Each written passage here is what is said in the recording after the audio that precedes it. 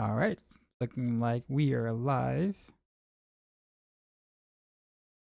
Have not played patch yet, so just now been able to get some time to do so. So that's what we're going to do for the evening. Most likely boss jail for a chunk of it. Hopefully, I'll get some upgrades to be able to further test a couple of things I want to do. And then, yeah, pretty much that's that. So, sure, a chunk of you guys have already been doing this already. So, yeah, I'll probably, you know, done with all your mats and stuff. Tell me your experiences.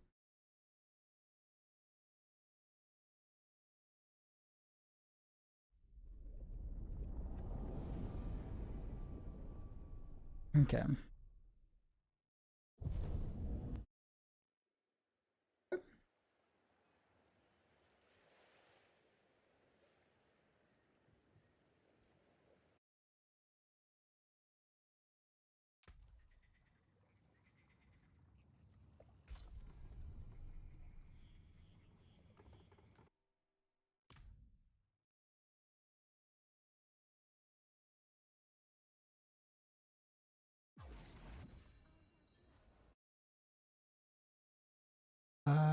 I don't think I have the thing.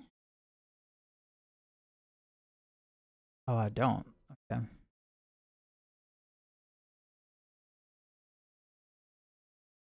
Gotta get my stream deck involved. Almost like never use this thing anymore. Mr. Mark, what's going on? Oh, I heard a sound. That doesn't sound good.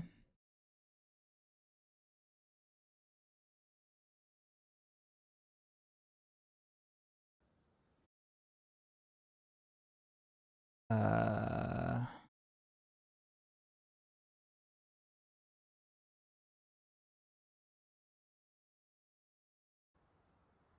Able to refresh.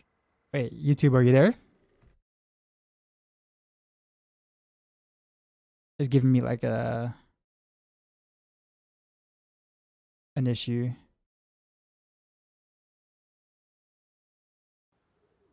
All right, so we're closing that. I think we kept mix it up there. Mix it up is still alive. Yep, we're good. Am I using the Heartseeker build? Yes. Yep, my own spin to win build.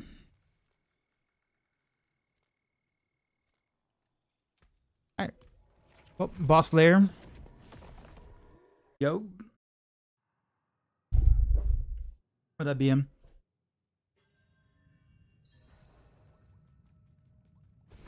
Oh, where am I going?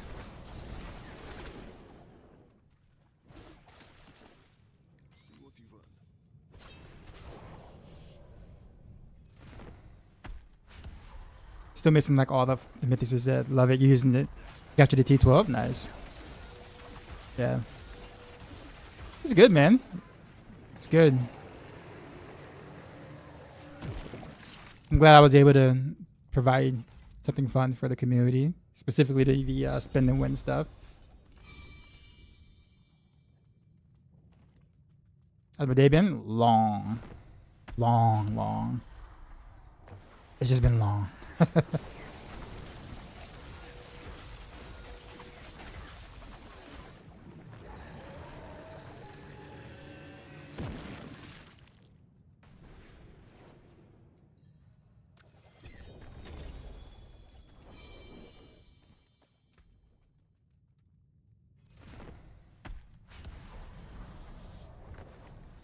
Actually, not bad.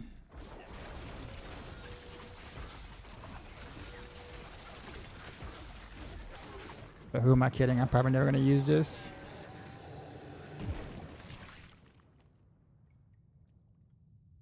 Actually, never know.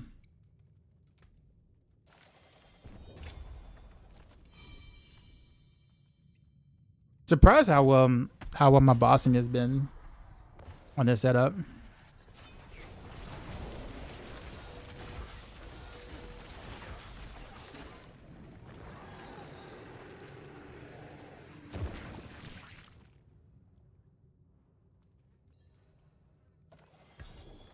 The grind is real. Missing a lot of mythics. Yeah, same here. I only have one crafted mythic and it's like terrible. But I have all the right stats. I just don't have any mythics, any real mythics besides the crafted one. So my stats are pretty good across the board. But I'm missing like 4 mythics. So a lot of damage.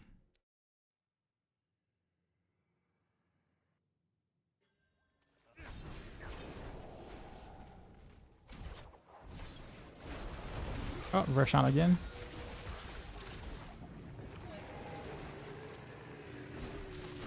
Mind your English and grammar, sorry. Oh no, you're fine. You're fine.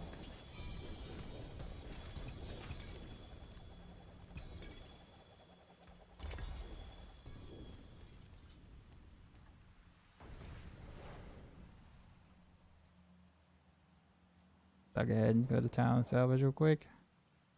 Think anything good came out of this?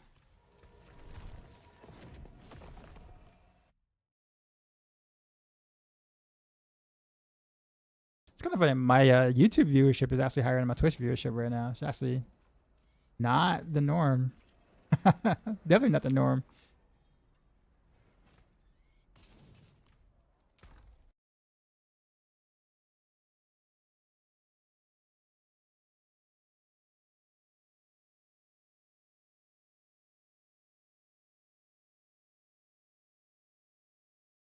Mm.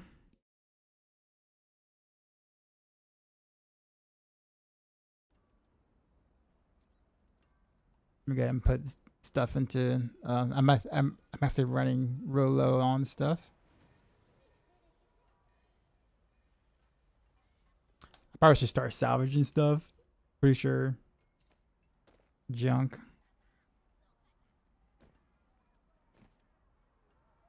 And stop picking up so much stuff now. It's like I'm still picking up things and like I know that I'm never gonna like never use. But it's like, you know what? Maybe, and then like never. This might be useful. Like I'm doing it now. I'm telling myself not to do it as I'm doing it. Right? Yo, the 25% crit damage. Okay.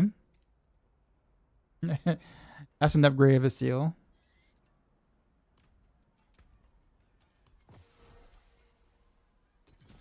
Yeah. Cool, cool, cool.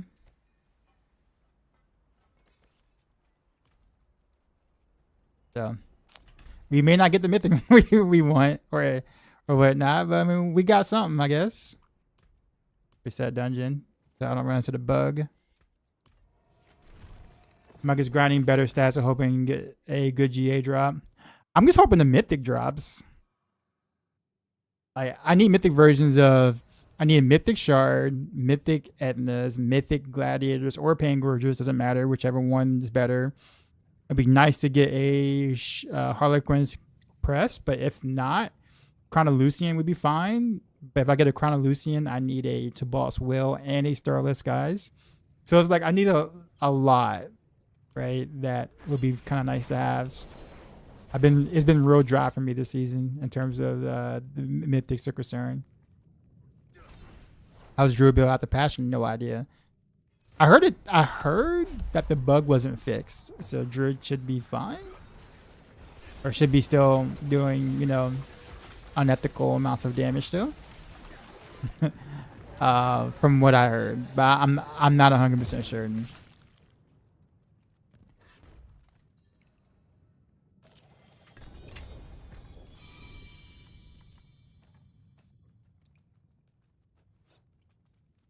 Best bet to get Mythics drop is a Mythics Undercity. Not anymore. They don't guarantee Mythics anymore. Like you have a chance of getting a Mythic with the Mythic Tribute. No longer is it a guaranteed. And I'm also playing solo self-found, so like it's not like I can do rotas like I did in the past for a bunch of Mythics. So yeah, this season has been a lot different in terms of getting Mythics than before.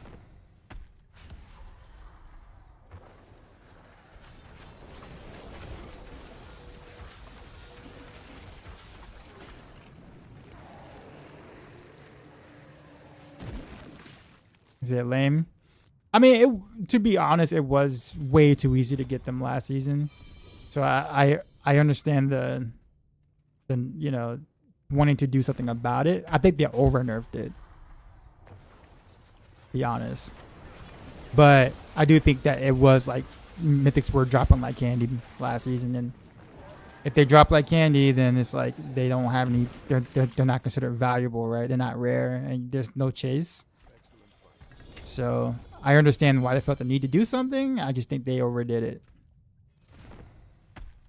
by a little bit, especially since now they're solo self-found, right? So it's kind of like, you know.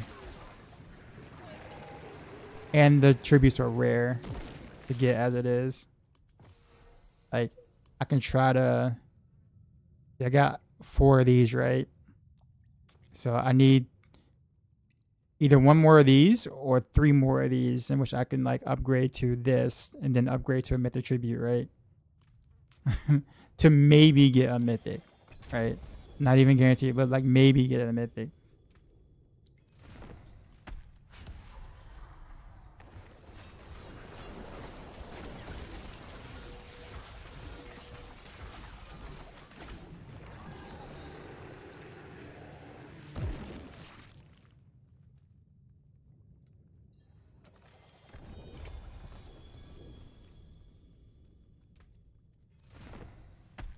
Is Heart Seeker better for pushing a rapid fire? Honestly, they're roughly about the same for pushing. But like, I think if you're just looking for like a personal goal, like, you know, you want to hit maybe 130 or something like that, then you could totally do it on rapid fire or Heart Seeker. But if your plan is to try to do like 140 or something, like you're like ultra serious, you're fishing, you're spending hours upon hours, like, you know, sifting through the best maps and like the best mobs or whatever, I would totally probably do a different build, like Rain of Arrows or Poison Pen Shot, if you're that serious about it in a sense. But if you just want like a decent clear, either one of them will get it done.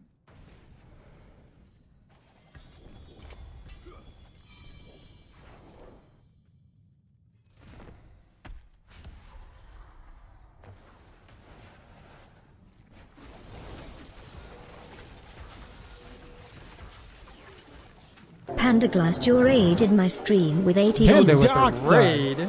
We just got raided, son. Off already, sir? You leaving already? You know how we do. Right. Drop my new beat for these new viewers.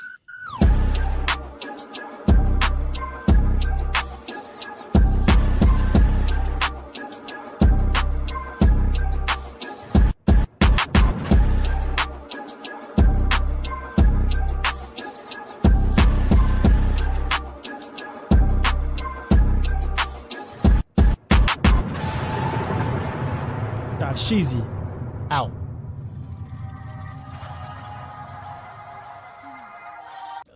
Panda, you're already out? You're already out? It's early. Either that or you've been on like all day. Okay, gotcha. All right. Hope all is well. I just got on. I had a busy day today. Juggernaut, what's going on? And yeah, I am now in boss lair jail, I guess, which is what everyone else has been in earlier today. I'm just now starting mine with the hopes of getting some upgrades, because I have yet to find a usable mythic unique on any builds that I've played. I know it's crazy considering that I played a lot, or quite a lot this season, but the only mythic I have is the one I crafted, and the crafted one is actually quite not good. I got health and attack speed. I'm really want to roll off the attack speed and then the health be a different stat, but it just didn't happen that way. So it's just like, okay, well, we'll just kind of deal with it. And that's the best I've gotten. So I got all the stats I want everywhere ish. Just literally no mythics at all. So ideally it is boss lair jail for me to be disappointed at the lack of mythic drops for the items I actually want, right? I've gotten mythics, just never, not a single one of the items that I actually use. That's the crazy part. Anyways, welcome over. Hope you guys just enjoy the vibes. You said you got on the push leaderboard before we said, man, I am like, not that I enjoy the gameplay in Tower to begin with, but considering the Azarath and Pelgane, the bugs with stagger and stuff like that, I'm not gonna do that. I thought about this season. I'm like, you know what? Maybe this season, just maybe, right? And then like, because I mean, they said that they were gonna fix the whatchamacallit, right? And they didn't fix the thing that they said they were gonna fix, and then there was no patch notes stating that they were going to fix the thing that they said that they didn't, that they said that they fixed again. So I was like, oh, okay. So you're just going to leave the original patch notes of launch stating that you fixed the thing you did not fix. And then the patch notes after that doesn't address that either. So it was just like, okay, well, screw that. Because that's like totally not fun at all. I guess how all your mythics drop and I don't even need to use craft to have her try that strategy. My streamer client, for some strange reason, Panda, is like broken. Like, it's been broken for a couple of seasons now. I really need to take it to a shop. You know, have somebody look at it. You know, maybe someone like change my login credentials for like the streamer client or something. I don't know what's going on, man. I'm gonna need like a certified professional to like take a look at it. You know what I mean? Using the wrong login again. Who knows, man? I need help. My Naz gloves only says +1 to mages, and everyone I see have 4 in the first main section of the gloves. Why does mine say 1? Everyone has 4. My golem stacked in my warriors. I don't get it. Anyone know what I gotta do? You might have just like a low roll on that affix, is what it's sounding like. But I also don't play Necro, so I don't know. But if anybody in chat plays Necro, would love to answer that. That'd be great. You got lucky and crafted to ring of Starless, guys.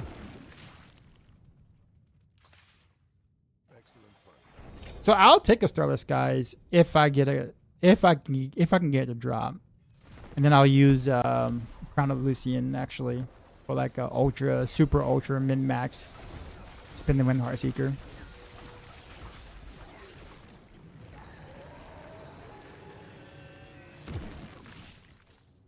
Come open Trey, I got you.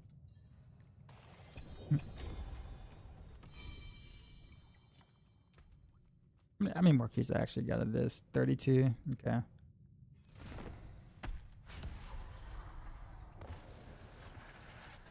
Not gonna lie, yeah, Diablo devs might be the worst when it comes to fixing stuff. I'll say it like this.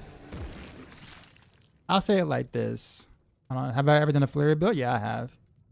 Not like in the recent, but I have. I actually used to make a flurry spec almost every season up until like all the way up until like season 7 or season 8 is when I stopped.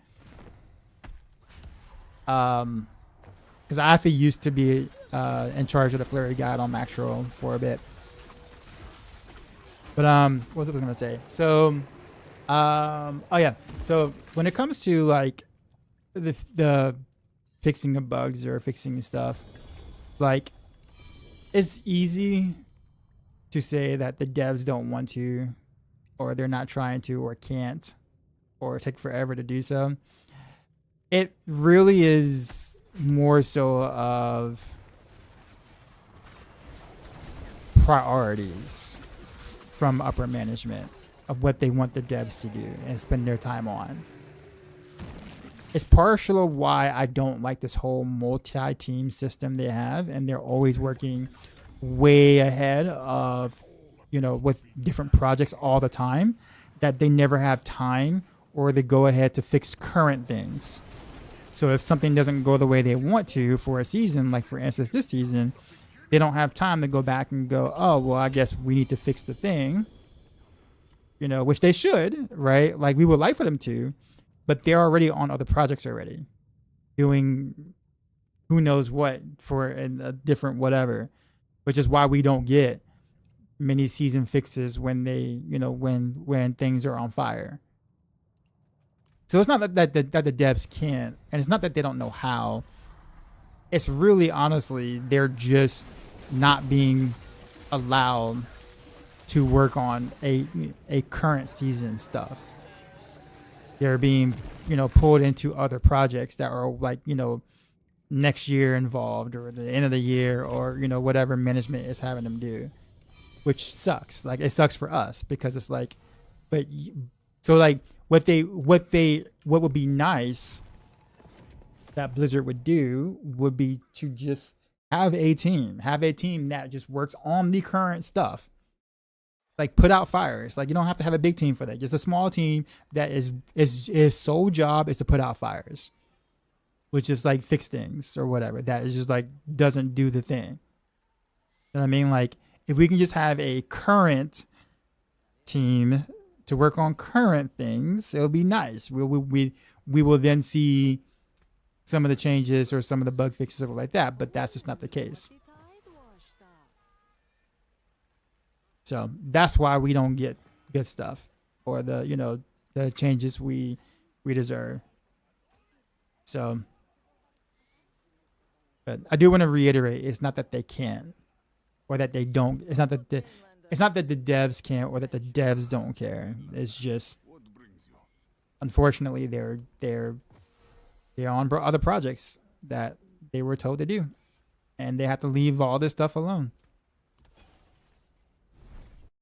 Which, again, I mean, I'm not defending it by any means. Like, I think the whole process is shitty like that way.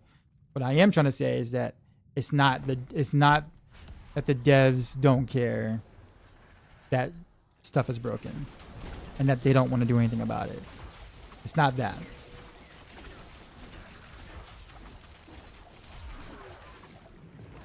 But it's easy to blame the devs specifically on that, right? Because that's like the first line of people you think, oh, well, y'all work on a game, thing didn't happen in game, I'm going to blame you. Almost like, I think I was saying before, like, that's like going to like I don't know, like a assistant manager at a store, retail store, right? And it's like the price change on your item, right? It's kind of like, I used to go here all the time, and the price on my chicken noodle soup was 99 cents, right? My Campbell's chicken noodle soup was 99 cents. Now the price is $1.19. And then, like, you get mad and you start yelling at the assistant manager, telling them to change the price. And it's like, I think the assistant manager understands that the price hike is not what you want, but it's not the assistant manager's fault. You know what I mean? Like, he ain't the one changing the prices. He knows, but he's not responsible for the price change, right? I know, like, as a consumer, you need something to blame, but the assistant manager isn't it, though, or the cashier that is checking you out, all your items out or whatever. Like, it's not the cashier's fault either. They're feeling the same thing too. Like, but believe it or not, it goes much higher than that, unfortunately. So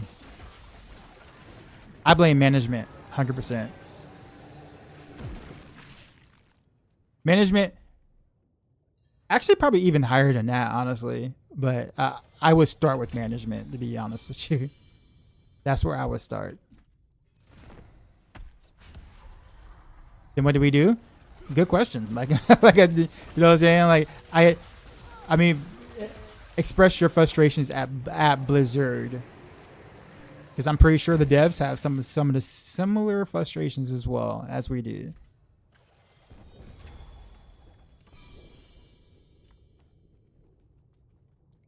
Mythic Hunter, begin, yeah.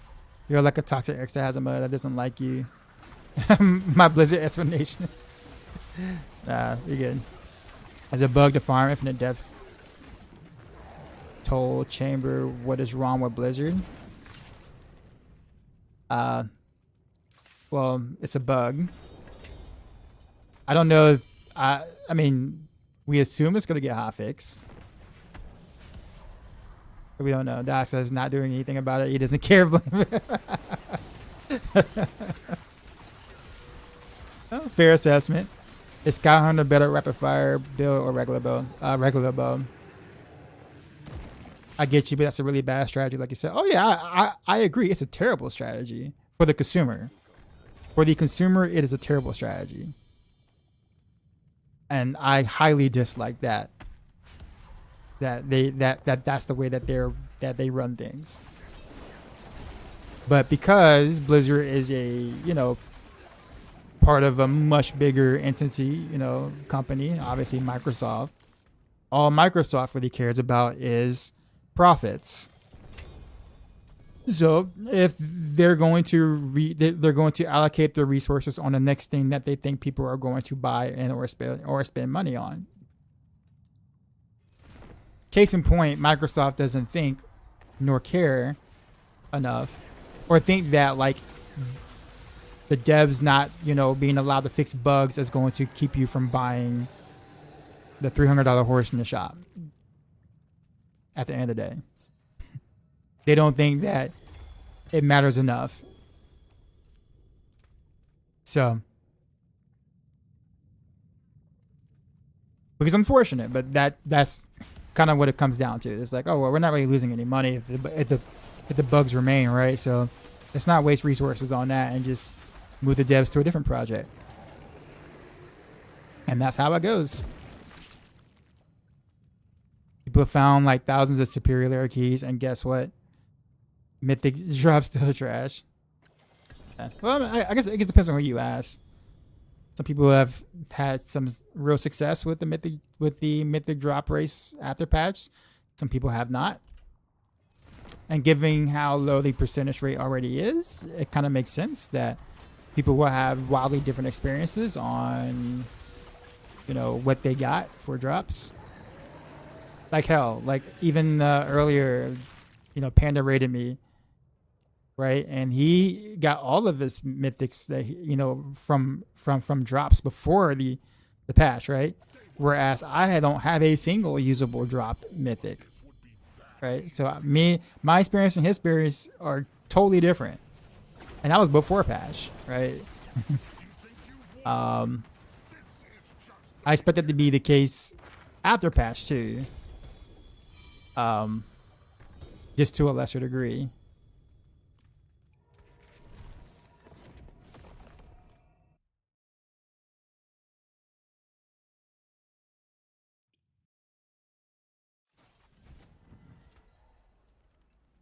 But yeah, the infinite layer thing for sure should get fit. I wonder how people find these things so quickly though. Like, it's almost like there's like a team of like exploiters waiting to like on the side to try to figure out how to break the game, right? Because like, how do people find this out so quickly?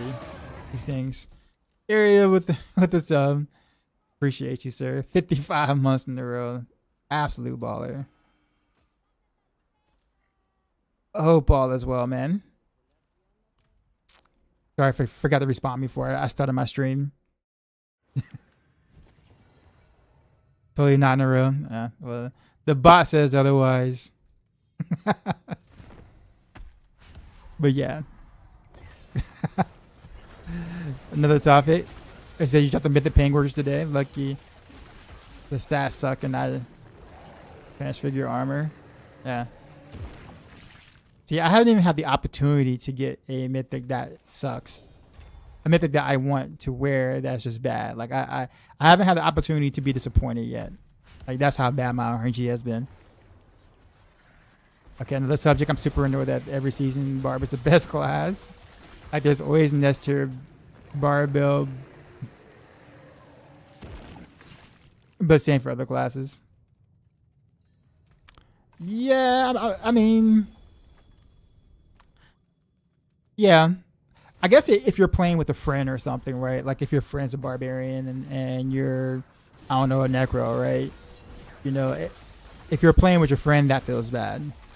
because the barbarian is like literally doing like, you know, clearing screens way ahead of you, and you're just walking around trying to play catch up, like, you know, like you don't get to do anything, right? And it makes what you're doing look bad by comparison by far, right? So when it comes to like that example, that absolutely matters, right? And like it feels bad. Outside of that though,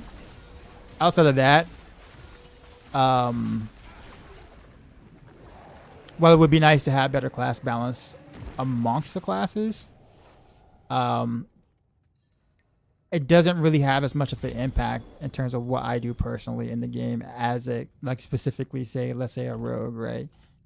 Like, I want there to be better balance, but it doesn't bother me enough because it doesn't really it doesn't bother me as much as other people maybe because it doesn't really literally like affect me specifically because I'm playing solo stuff. I'm not trading or anything. So if I was a trader, like someone who like makes gold or actual real money off the game, then I probably have more reason to be bothered because it's like, well, if you play a class that isn't that strong, then there's not as much demand and therefore less money, right? So like I get that part of it too if that's your thing.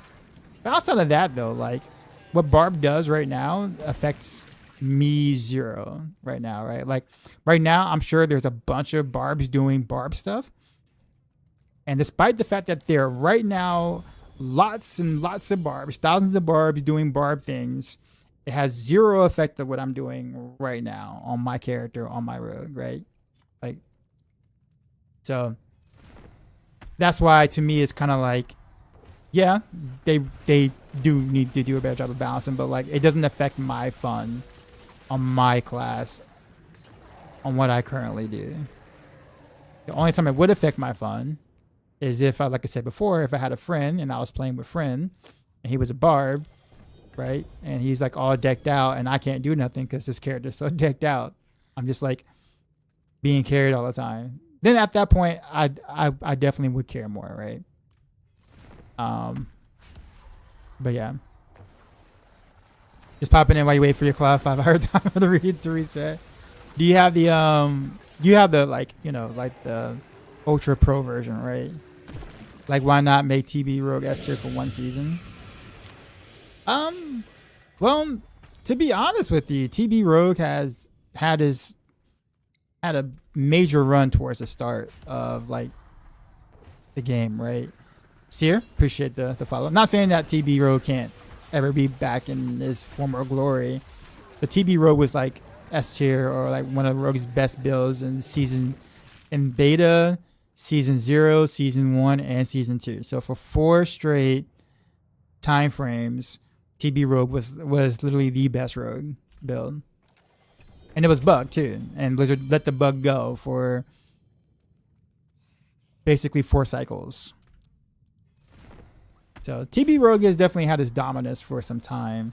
It just hasn't had his dominance since then, which, you know, obviously some years ago, right? But yeah, I think all melee builds like Flurry and TB Rogue need some love. And I don't even think it's really like the skills themselves. I just think maybe better support for melee Rogue in general. Like I feel like melee Rogue just doesn't have as much support. And honestly, they can just make Blurred Blade a bit stronger so that therefore all the melee builds can do better. In my opinion.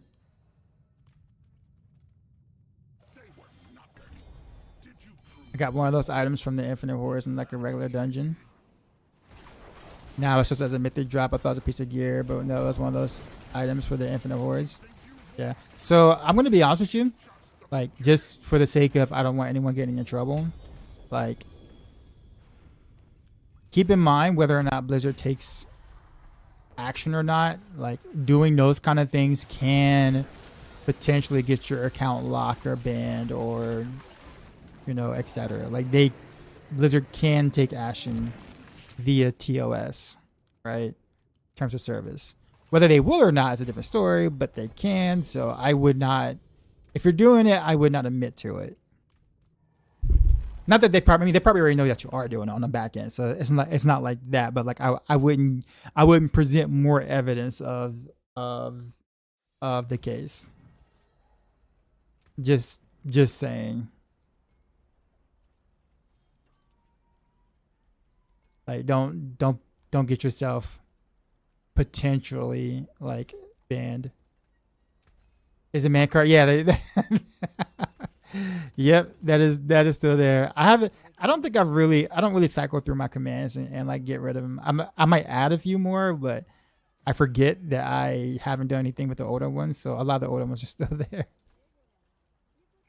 Of course, only the OGs would know, right?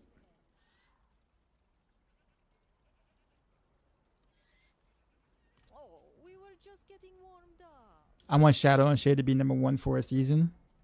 Yes, yeah. Shadows. I don't know. Like I don't know how they're gonna ever really make that good. Good without it being like oppressive at the same time. I know that probably sounds weird for me to say, but like the way that Shadow and Beam is designed, like it can only really go one way. It can either be really bad or way too good. There's really not a realistic way of balancing it to where it's like as good as the others. It's going to either be too strong or not strong enough. And I think Blizzard's kind of I think they're concerned about that, which is why they've been fine with it being mainly a leveling imbuement per se, or early game imbuement, and that's it. But yeah, anyone could share this Dance of Knives build. So this isn't really a Dance of Knives, but this is a Heartseeker build. It's like Spin the Win Heartseeker. And if you're on YouTube, Jeremy on YouTube, it's actually on my YouTube channel. It's the latest video I put out with the Spin the Win Heartseeker. So you can look at that video, or you can click on the link in the description for Heartseeker and then look at Spin the Win. But I wasn't around back then. Even if I was, I don't remember. It's fine. Yes, they should buff melee. Like, oh yeah. So I'm not advocating for melee roll to be weak. I'm just saying, like, you know, I'm just kind of put it out there that there was a time frame where it was the opposite way around, where melee was the dominant and like range struggled a ton. But that was, you know, back then. Didn't get the aspect up to par with added poison and cold damage to be buffed. Do I play RTS games lately? I have not. I'm back to like working like or teaching full time. It's a summertime now, so I have more time to do more content and stuff. But yeah, I'm back to teaching full time again now, and so with that, and also like a side job that I have, because of course, you know, teachers, you know the kind of money that we make, right? We're balling and, you know, riding in like, you know, Maseratis and stuff like that, right? As teachers, of course we are. So I have a second job, right, on like the side, and so with those two jobs, trying to still stream a little bit, I have very little time to kind of branch out and like try other things. I've tried to branch out and do other things, but I just don't have like the time. That makes sense. Like I'll make time for something I think I'm really interested in per se, but like there hasn't really been much that I was like, you know what, I'm gonna like clear my calendar schedule or whatever, or hire a substitute teacher so I can play this thing, right? We need to branch out. Oh yeah, well yeah, I mean that's a given. That's an absolute given, right? I mean that's different tier, right? You know, I care more about what you're doing than random devs I've never heard about. Right? So, am I allowed to stream it, by the way? Like, would you feel a certain way if I was to stream it, or is that?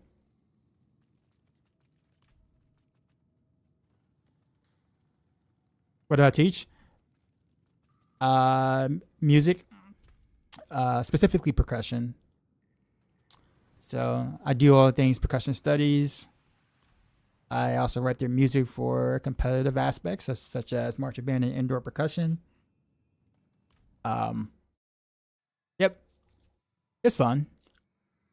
No ads, no pay to win, no jank.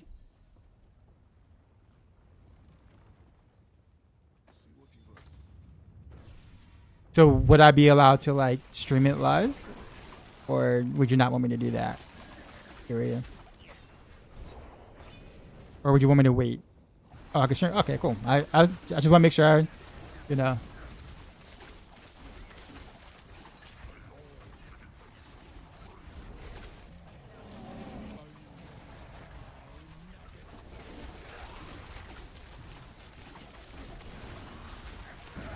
It's not ready. Oh yeah, I mean, like you know, when you get it to that point, yeah, for sure.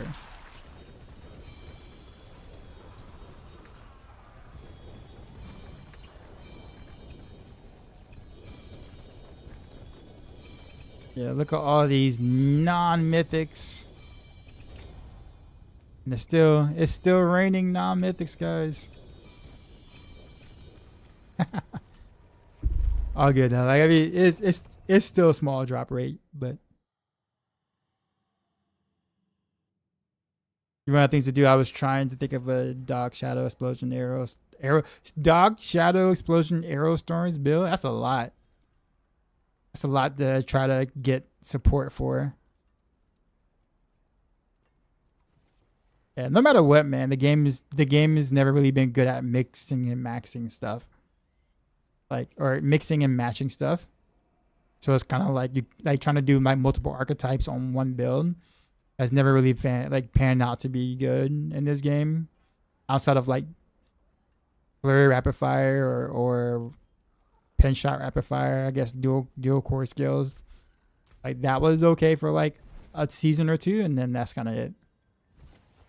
I've seen a lot more mythics drop today though. Oh yeah, I'm sure. I'm sure. I know like my experience because of how bad my RNG has been. Like it's just gonna be routine that like I'm not gonna see what I want to see. That's just how it's been all season for me.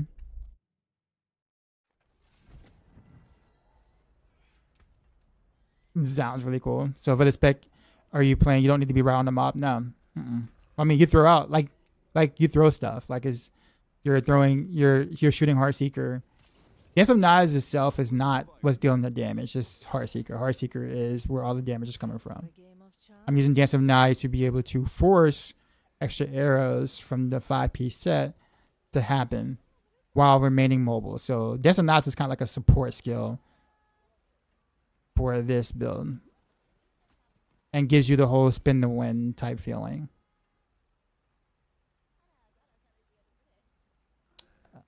Okay, and then this is worth.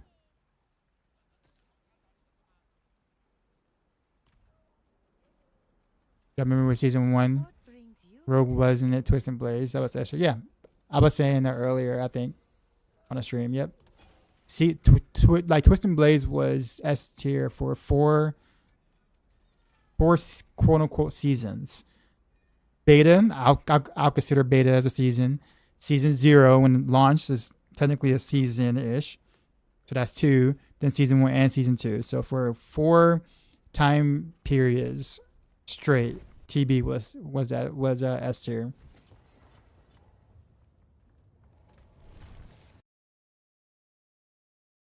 A lot of things to do. The thing is that like it's hard to support a single skill. Like some of the scene, like single skills as it is. If you're trying to mix and match that much, then that means you have to get aspects from like all different pools. So that means like the build itself, it just kind of gets warded into 3 kind of mediocre options versus 1 good option. Because you're only taking half the pool of the supporting aspects of that build, because you have to support the other part of the build and the other part of the build. So like all the uniques and stuff may not match up. Like a lot of the Aerostorm stuff doesn't work alongside with Dance of Knives in terms of like what you're buffing. There are 2 different paths of buffing something. And same thing with Shadow Imbuement, right? Because like Aerostorms doesn't have an element. So like if you buff your elemental damage from Shadow Imbuement, it doesn't do anything for your Aerostorms. Because your Aerostorms can't be imbued. So like you see what I'm saying? So when you're trying to mix and match all those 3 different things, you got to think about buffs that can help for all of them, and it's really hard to do that. Right? So Appreciate the follow. Tripping Guns.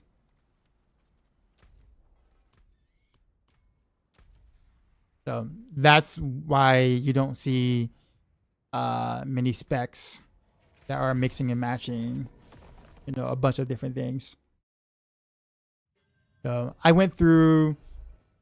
did do some bossing earlier today. I'm not gonna lie. I did like maybe 50 or something Rashans or whatever. So now I'm down to 4 keys. This would have put me over at over 100 Varshans, and not a single like Shard of Arathiel mythic drop, right?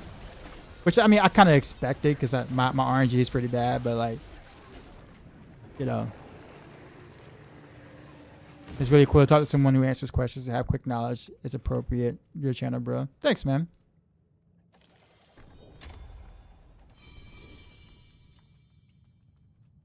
Yeah, I'm only in Torment 1, but I'm trying to get Obdicite. What is the best way to get it? Nightmare Dungeons. Or Escalation Sigils or Nightmare Dungeons. I would say Nightmare Dungeons because you're only on Team 1. So go for Nightmare Dungeons that have the whatchamacallit fix on them. I don't have any more of these keys or whatever like that. But like, you know, you see these Nightmare Dungeons that have like the little like blue looking thing or whatever. So there's different affixes that help you target farm certain things. So you can do that, and you'll look for like materials or whatnot. But like materials reserve, that gives you a bunch of different materials, including Obdicite. There's also tributes you can do for Undercity, where you can literally target farm for that too, for just Obdicite. With one of the tributes here. Let me see if I can kind of let's see. Masterworker materials right here, the refinement tribute. Also, it's like really good for that. Also, just leveling up your seasonal rank, like your seasonal journey stuff, will get you boxes that will also contain a bunch of light materials and stuff. Target farming, where was that in D2? Getting where a lot of stuff was annoying. I know, right? Anthony was a good online. Thanks for streaming. Yeah, man. Keep in mind, I'm gonna be doing a lot of bosses for a while because I have keys. So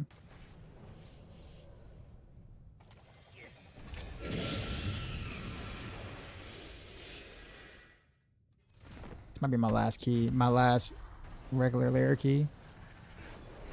Appreciate the follow.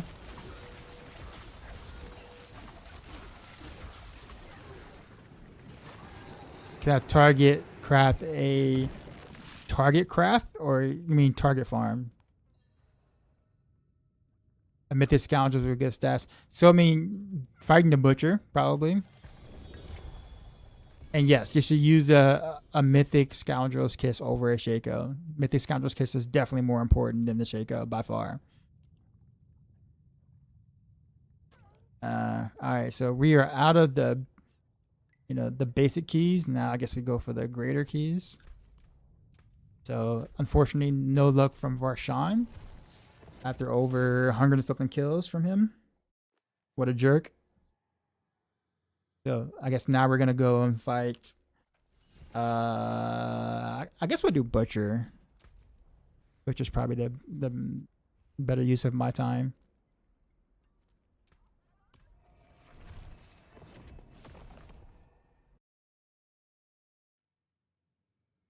One Echoing Hatred so far. I enjoy that content, but it's non-existent.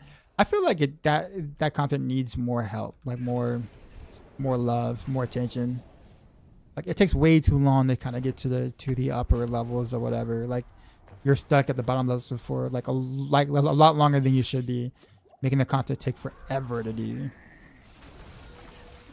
Renevero is amazing. I moved over at the Heartseeker. You love it. This is gonna be a hot take for people who might never really heard anyone say this, but I don't say hot take, but an interesting take. So Renevero's Crashing Wave, like the Crashing Wave node, is literally just a rectangle death trap build. It functions the exact same way. Instead of a shadow circle that pulls things, you have a rectangle that pulls things. But the way you play is practically identical to each other. And I find that a problem. Like, I think that's a problem. Now you might be might be thinking to yourself, well, what do you mean that's a problem? I don't see what the issue is. Like, right, it's like, Random Rails is super strong, it's fun. Why you hating, bro? Why you hating? I'm totally not hating at all. I wrote the macro guide on it, right? The issue I have with it is that because Death Trap and Random Rails are now so similar, that one is gonna always like consume the other, because there's not enough differences between the two builds. Even how you build it, that it's gonna, one's gonna always be slightly better than the other, whichever one that is, and then the other one just kind of just gets lost into like non-existence because the gameplay is way too similar. So like if you think about this season, like Random Rails is really popular, Death Trap is, people are kind of like pushing that to the side now, right? Obviously Death Trap wasn't as strong as we thought it was going to be, so that's partially the reason why, right? But even if Death Trap was a little bit stronger, you probably would still play Random Rails because it's literally the exact same gameplay, but it's a little stronger. You can do the exact same thing you do with Death Trap, but with Random Rails. So like, let's just say, for example, next season, right, Death Trap becomes like, I don't know, 2 or 3 tiers stronger than Random Rails. Now we have the opposite way now. Now you're going to migrate to Death Trap because it's, the gearing is very similar. It's actually a little easier to gear Death Trap, but it does the exact same thing, right? Except instead of like this big circle arrow on, circle on the ground that pulls, it's arrows from the top that pulls in the rectangle. So it's a rectangle arrows versus a shadow circle, but the concept is the exact same, right? And I think that is going to only hurt the devs in the long run because you're not differentiating one build enough to make people want to play that particular build regardless of whether it's the best build or not. And I think that's going to come back and bite them later on.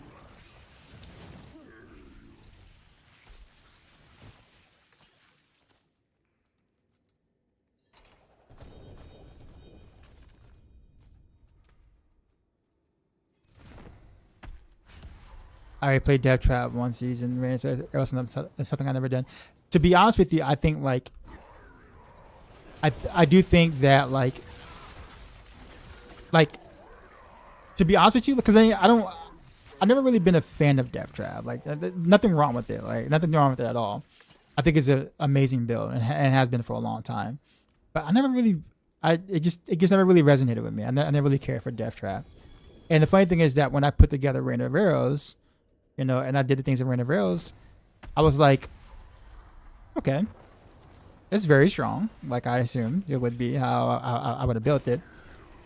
But it felt like something was missing. Like it felt different. It felt a lot different. And then I realized after, looking at it some more, I'm like, I know why I don't care for Random Rails this season as much. Because it's literally Death Trap, which I also didn't care for. Right? It's the same thing. I'm like, that's why I feel like something is missing, right?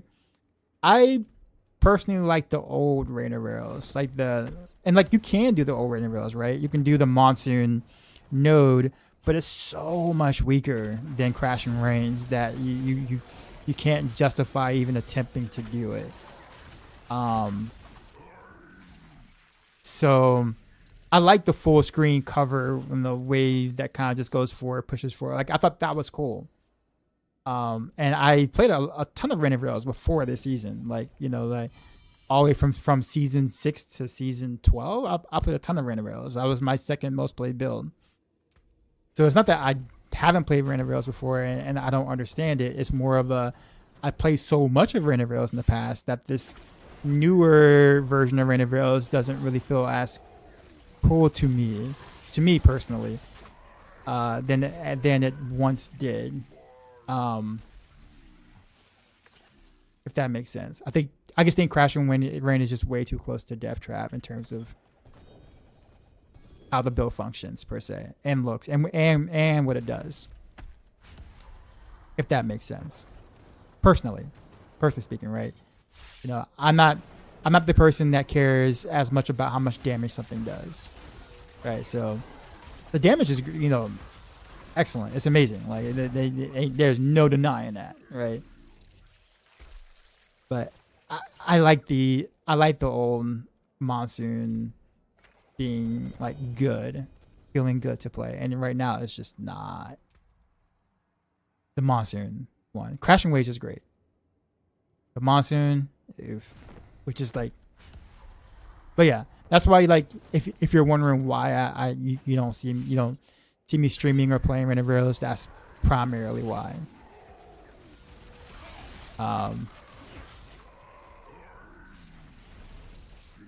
Do you think we, the players of any video game, are like meta slaves? Well, I mean, I kind of. I think that there's too much focus on what tier a build is in, than how the build actually works.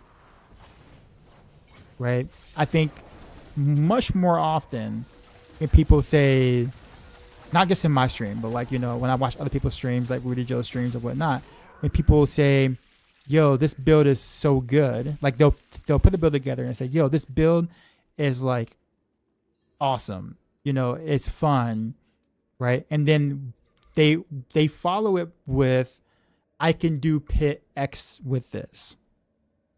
So the correlation between what makes it awesome and fun is usually followed by the pit tier it can do. That's what's usually said. I'm not saying that isn't fun. What I'm saying is that very rarely do you ever hear people go, hey, yo, I picked up your build or picked up this build. Yo, it is so much fun. I love how the build does X, Y, Z. Mechanically, it feels good. It, just the way it plays, the skill. I mean, people don't describe the mechanics of the build. People describe what pit tier it can do. And that's the correlation of fun. You see what I'm saying? I hear that a lot more. And because of that, it's not about what the build does. It's about what it can clear. And what it can clear is the fun factor for a lot of people, which makes people tend to play only, or gravitate towards what's meta or what's S tier, because for them, it's about how high a build can clear. Even if they don't go and push pit tiers themselves, they want to know that they have a build that can do a 140 something or whatnot, right? So at that point, it's a lot like sports. It's a lot like sports. Like, think about, like, you have some people who are diehard fans of their team, right? No matter if they're good or bad, they're gonna rep their team because they're loyal and they're diehards. But then you have a significantly bigger portion of sports where people will sit there and they will like a team based on how much they're winning. And those are what we call bandwagon fans, right? It's like, oh, you guys didn't care about the Knicks until the Knicks started winning and started getting closer to winning. Now you got a bunch of Knicks bandwagon fans right now, right?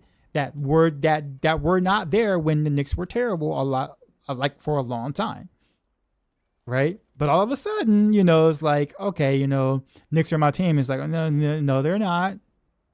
They were your team because they're winning now.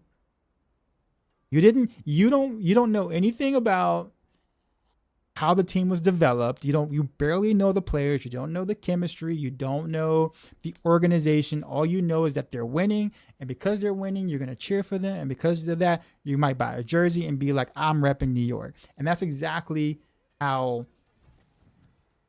that's how it is for gaming too. It's like most people don't even know much about a particular build beforehand until they find out that it's S tier and it's doing all this damage. They'll switch and play it, and now they're fans of it because of how much damage it does. But I guarantee you, the moment that the build stops doing all the damage that it does, people are no longer fans. They switch to the next best build, or the next build that does a jillion damage, right? Right? You want to know what you want to know, like, what a great example of that is right now? And, you know, not trying to call out people in the chat, but Twisting Blaze is a great example of that, right?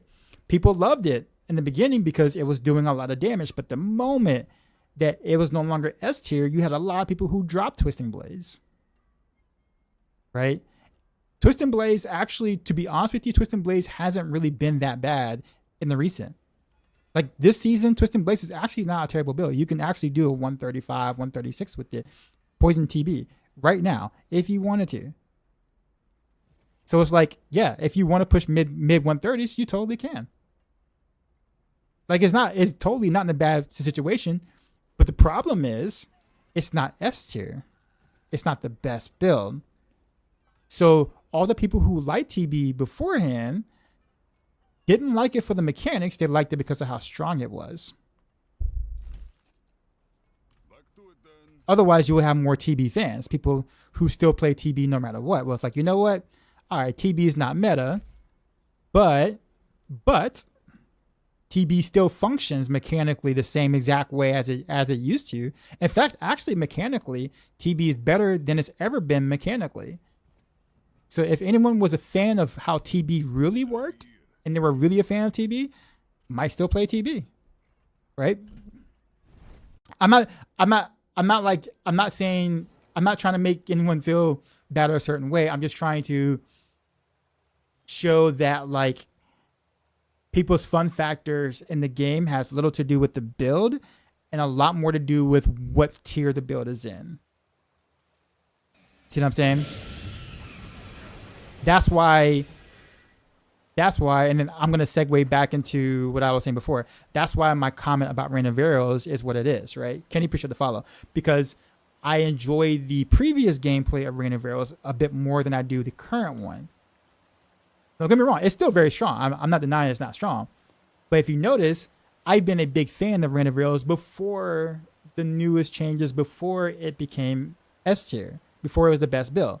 I was playing it when it wasn't the best build, right? And now I'm not playing it, not because it's the best build, but because it's functionality-wise, I don't like it as much as I used to. So I play something else I like. But that's not everybody's experience, right? So I just kind of want to put that out there because it's like it's one of those things where I feel like some skills get overlooked because they're not S tier, or basically they're not S tier. Like I said, TB is actually not bad. It's not that bad this season. It really is not. It's not Reign of Arrows by any means. No, it's not like Dance of Knives or Spin the Wind Heartseeker. It's not those. It's not Pin Shot. But it's also like, you could still do all content. You could still destroy T12 with Twisting Blaze. You could still kill all bosses really easy or relatively easy with Twisting Blaze. All that still exists.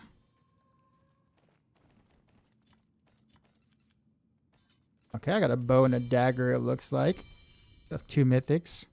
Yay! Finally, an Etna's dagger. Look at that. Now, I don't know if it's really better than what I have. I mean, it is slightly better than what I got. So look at that. We have our first wearable mythic. Isn't that something? Maybe I just needed to rant more. Maybe I should go on more of these rants. I don't think it's a bad rant though.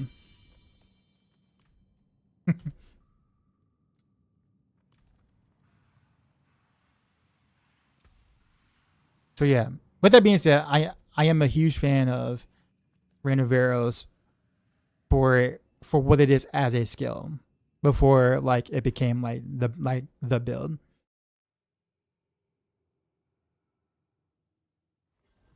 I love Reign of Arrows when Hordes. Oh yeah, that was the Reign of Arrows in front of Hordes just like was so satisfying. True, still playing your Aura Paladin has been fun, super static. It can't output the damage. Yeah. Sorry, too fat to carry. I see. What's the best way to get to do to make a good amulet? Definitely crafting. Crafting from scratch is like your best. It's like easy. It's like, oops. I looked away for a second. I crafted this from scratch. Like literally, this was well, this is my bossing amulet basically, but so I only use this for bossing. But yeah, I crafted this from scratch too as well, and was able to get like a decent one. So yeah, like literally just getting like finding the one stat you want, like your GA crit damage or GA vulnerable damage. You can just craft from there to make a good one.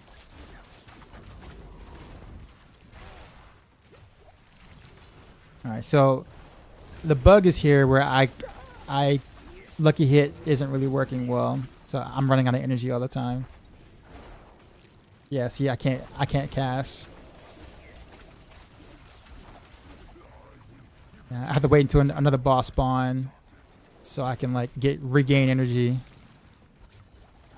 And I don't have my barrier either, because I can't hit something.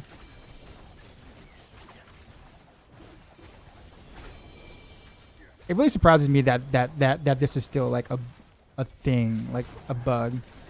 Like I literally cannot attack the world boss. I can't sustain my energy. You don't know how long you'll be on. Yeah, I'll be on for like another like 3 hours or so. So like, get back to crafting your game from scratch while you craft your items from scratch. Fair. Thanks for stopping by, area. Always great to see you, man. See, I can't cast anything. Okay, he died.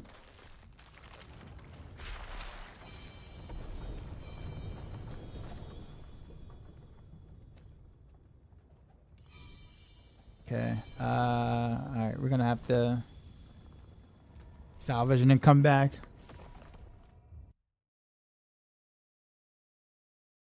So what if like saying I hate being meta slave, but if you're trying for the first time to look interesting but enjoy the gameplay, would you say that's okay? Like I literally love that the armory they have multiple builds. Oh yeah, so like I think the thing is that I think the thing that I'm more so getting at is that like if someone has played a skill for a while, like you played a build, right? Like for instance, like this season right now is Rain of Arrows, right? Rain of Arrows is like the build, like the best rogue build, like for sure. Like in terms of power, like it's very, very strong. Poison Pinshot is close in terms of like output, but I think Rain of Arrows is gonna be like the thing. So what I'm gonna say is, in about 2 or 3 seasons, right from now, when Rain of Arrows is not the top build, if it's not the S tier build, how many people here are going to drop Rain of Arrows to play the next top build? Like, is Rain of Arrows fun for you now because it's strong, or you just or do you like the way it feels mechanically to play? It's new because we couldn't do this last season, so we couldn't play Rain of Arrows this way at all. So this is brand new to everyone, kind of thing. But like when Rain of Arrows is not meta, how many people are going to still play it? That's the question, right? And history has shown that throughout the course of all of action RPGing, people tend to drop the very build that they love playing when it's not the top build or the top 2 or top 3 of builds anymore. Right? That's why I use the example of like, some fans, like sports fans, where it's like, if their favorite team that won that year is no longer doing good anymore, like they'll drop that team and root for another team, right? Like you see that quite often, right? Where it's like, oh, when they were first watching the sport, it's like, oh man, I'm totally rooting for that team. Like how many Golden State fans, were there when, when they were like, when they kind of had like their dynasty, right, for a bit, and then like when they were, been pretty bad the past 4 or 5 years, how many people are still fans of Golden State? You know what I'm saying? Like, are you still a fan of Golden State now, or not? Or have you moved on because they're not good anymore? Right? It's like those things. So, but I will say this though, I've had the same conversation though. I remember I remember in this chat, I remember when the Orphan Maker Rogue was a thing, right? Like Orphan Maker Rogue was meta for 3 seasons on Rogue, 3 back-to-back seasons, and I absolutely hated the playstyle of that build. I hated it, hated it to no end. Okay, I had people in chat tell me how much fun they were having playing the Orphan Maker build, right?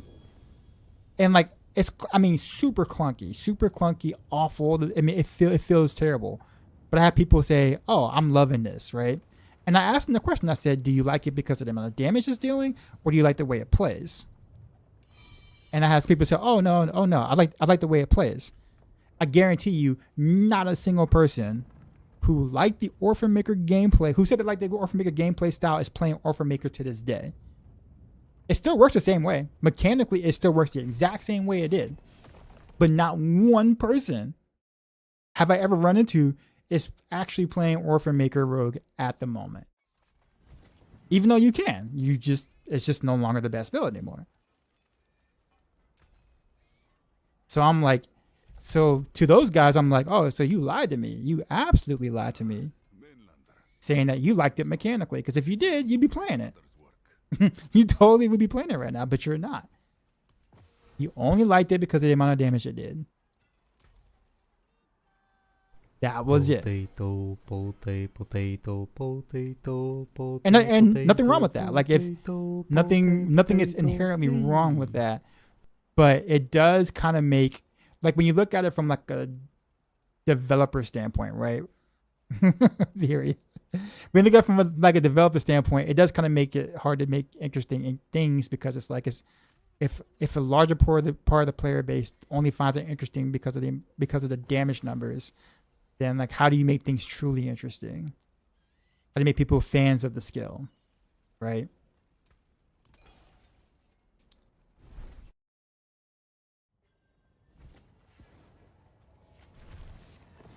All right, Iria. That's the way to make your own metas and make your own game genre. Barry and Darius and Mantra LSG. Oh, okay, yeah, okay. So you're the true fan, for sure. Did they ever fix the road bug? I don't know. I don't know. I'm hearing they did not, but I am not sure.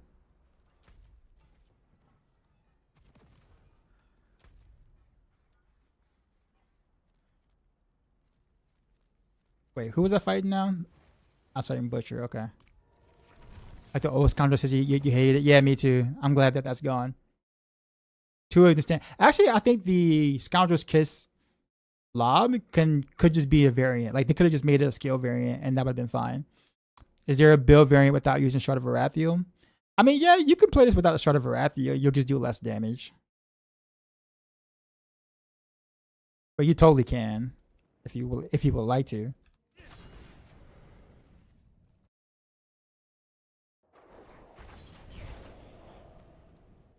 I love arrow type of class. Well, yeah. So like Novum, the thing is that like towards the beginning when like Bow Rogue was like considered like, you know, weak compared to like Twisting Blaze and or whatnot, like I still played Bow Rogue. Like I did do some Twisting Blaze, like some flurry like that. Like I would dabble into it, but I still main Bow Rogue no matter what, just because the play style of Bow Rogue, regardless of you know, of the immense amount of like Twisting Bladers that was out there, right? Which actually kind of hurt my content a little bit. Like when you think about it, at the end of the day, like anybody at that time that made a decent Twisting Blaze Rogue guide were getting like hundreds of thousands of views on their videos, and like literally, I could did the exact same thing. I could have like just put out just a regular, you know, good functioning Twisting Blaze video, and I would have gotten so many more views during that time frame. I didn't milk the meta, unfortunately. I won't say unfortunately, right? Yeah, I won't say. I mean, I did what I wanted to do, right? But yeah, I could have totally like gotten like doubled my subscriber count, almost triple my subscriber count that I have right now on YouTube had I just chose to make Twisting Blaze videos during that time frame. instead. You love it for the speed? Oh, you mean like the oh, okay, I got you. Yeah. Which Demon Hunter build you ran in D3? I was definitely multi-shot. I was definitely Unhollow Essence, so UE multi-shot. Now, granted, if I was gonna push for like rank, so in D3, I actually did a lot of like pushing. So I would go for rank 1 world all the time on my Demon Hunter, which meant that I had to play certain sets to do it, right? So Marauder was something I kind of had to do a lot of, whether I wanted to or not. Sometimes I guess they got it on like the God 6 Demon Hunter, just depending on the timing. But yeah, my favorite set to play on Demon Hunter was UE multi-shot for sure. Like that was the set that on the separate leaderboards, that was the set that I was the most excited pushing with by far.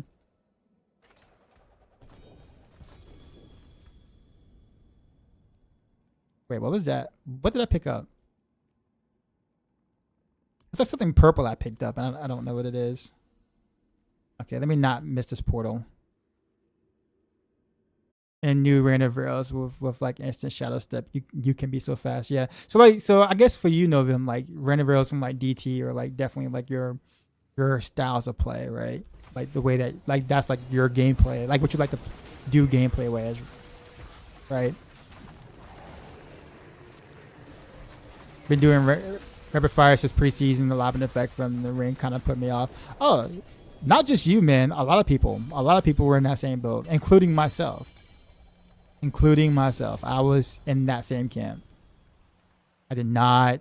I didn't play as much rapid fire because of it, because of the lob effect. Good morning. Sad thing is that Blizzard doesn't disable the Umbra Crux. It's not the. So I think the thing is that people don't understand that it's not the Umbra Crux is not the bug. In fact, Umbra Crux is not bugged at all. Umbra Crux is just allowing something that is bugged or it is exploitable to be spread, and that's it. It was bugged last season. Umbra Crux was bugged last season. It is not bugged this season. So it just makes it look like Umbra Crux is the problem, but this time around, it actually isn't. I know it's probably like hard to believe, but that is true. So, as far as why they don't just do something, I guess do more about it. I don't know. I think they probably the fact that there's been this many issues with Rogue, like Rogues exploiting or being able to like do things with the shade skills. I think they just are having a hard time pinpointing exactly how to truly fix the problem. Because, you fix Umbra Crux, problem still exists. Right? And now they're just using Umbra Crux to make it look like it's the problem when in reality it is not, right? So I don't think they truly know how to really fix it. They're trying. I just don't think they know, like, I don't know if I really want to like use my superior keys for these ultimate nemesis lair. I don't know if it's worth it. I really like your takes, even if it's a hot take, because it's very understandable and it makes you more deeper knowledge and the knowledge of Rogue than I would have thought. Thanks, man. A lot of times people might think it's just me kind of ranting, but like, I think for me, like when I play action RPGs stuff like I play it for the gameplay. Some people play it for item hunting, right? Like he's like, I'm chasing item hunt, which is typically what you would expect from most action RPGs, right? Like the item hunt is important. For me, the gameplay is important. And so like if the gameplay of something isn't important, like it doesn't feel good, no matter how strong it is, I'm not gonna play it. Like I'm just not going to. Like I'm not gonna just do it for the sake of, well, it's S tier and Rogues have no other S tier builds, so I guess I have to play this really awkward and not fun build because otherwise I'll be playing a non S tier build, right? So like I'm not in that camp, right? No, I'm gonna play generally whatever I find fun mechanically to play. But that also kind of makes it pretty easy or pretty good for developers in terms of feedback is concerned, because then I can speak to the devs and give feedback based on how on the skill itself, what it does, how it feels, and those things, because that's kind of what I focus on when I play. Right? I mean, the devs obviously know when one skill is dealing way more zeros than another, right? Like that's not something that takes a genius to figure out. Whereas like, oh, this skill is doing a lot more zeros than another skill.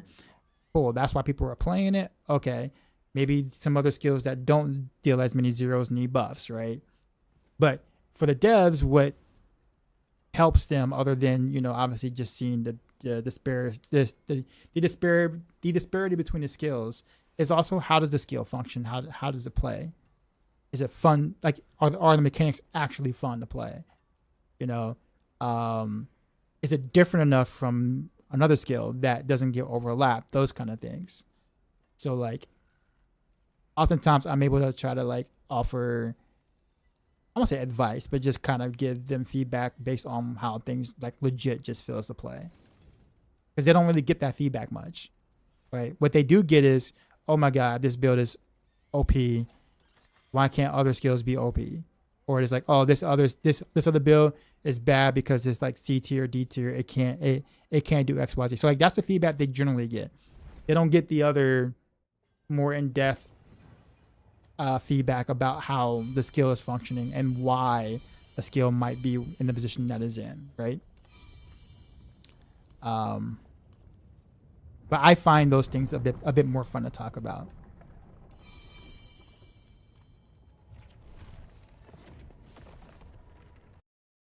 Overdrive, what's going on, man? Also allowed. Alira, what's going on? You just asked if they fixed the bug. Yeah, that was you. I kind of miss those temper variations of weird stuff like cow trap size and flare. Actually, I do too. I wish they would have had like inner sight duration. I don't know why they got rid of that. Inner sight duration was actually. I mean, inner sight needs help as it is because it's just, in my opinion, just doesn't really work in the way the game is played right now. Like it's just kind of awful of a specialization. But man, like inner sight duration at least helped it a bit. Like if inner sight duration was still a thing, I totally would be using it right now. I'd be using it right now. I might actually even use the true sight aspect, right? But nah, they got rid of that, and I'm sad.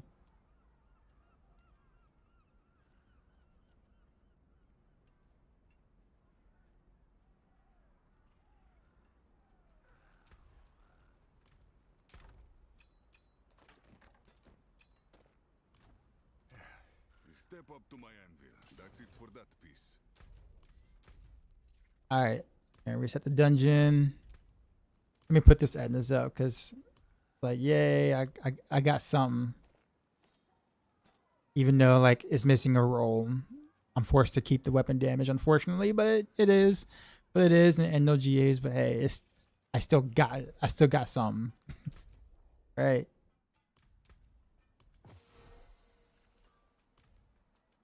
Yeah, dude, man. If inner sight duration would be so good right now if they would have kept it.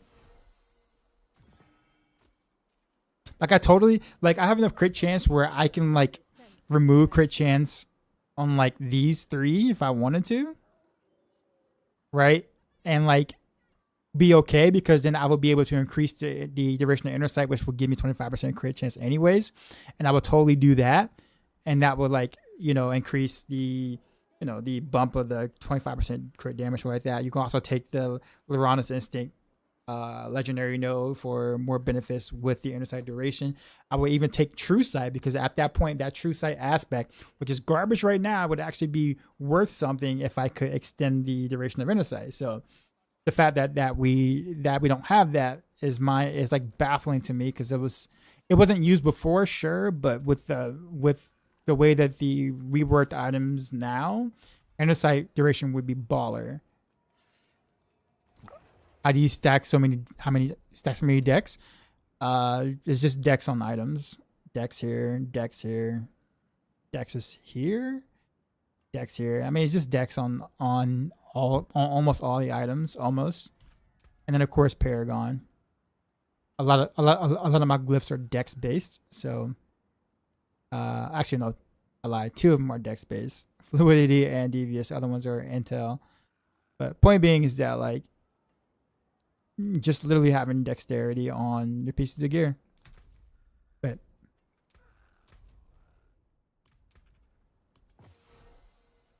I just said I was gonna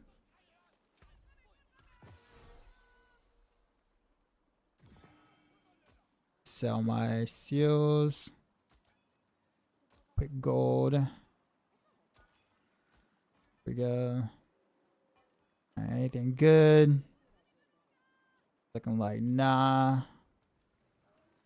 What brings you to the ancient Would have nice to have a slot on the amulet instead of a second legendary. I think that might be a little too OP to be honest with you. Are you talking about true sight or are you talking about like inner sight duration temper?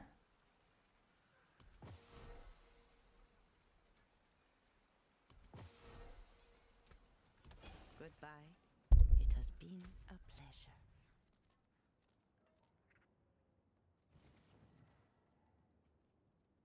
You know what? Let's go ahead and kill Duriel this time, just because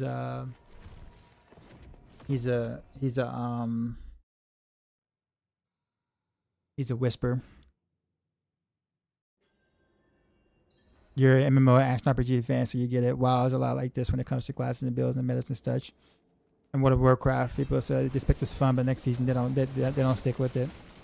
Yeah. Well, I mean, yeah, that's definitely sort of the reality of things.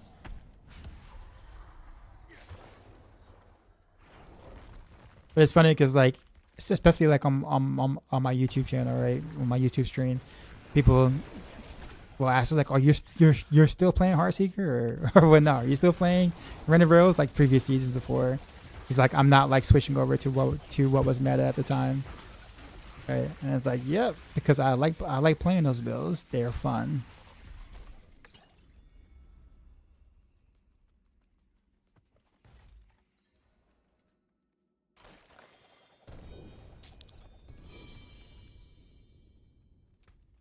I think I might actually do the Realm Walker to kind of lighten this whole like I'm shredding T12 bosses. Yeah, I know people may not believe me 100% when I say that like these cold builds, like these cold builds, you know, especially like Spin the Wind Heartseeker, yeah, like easily shreds bosses. Like when you get like the right stats, right? Now keep in mind, I don't have GG here. Again, I have one crafted mythic with mediocre rolls, and that's it, right? So it's definitely not like I got like a jillion mythics to make me do a lot more damage than I should. It literally is, I just have the right stats. I have the stats that I want. You know, 1 GA on most items. And this is kind of the result. Now imagine if I had my mythics, how fast I would be. Like, you know, like I'm not close to even min-maxed yet. But imagine.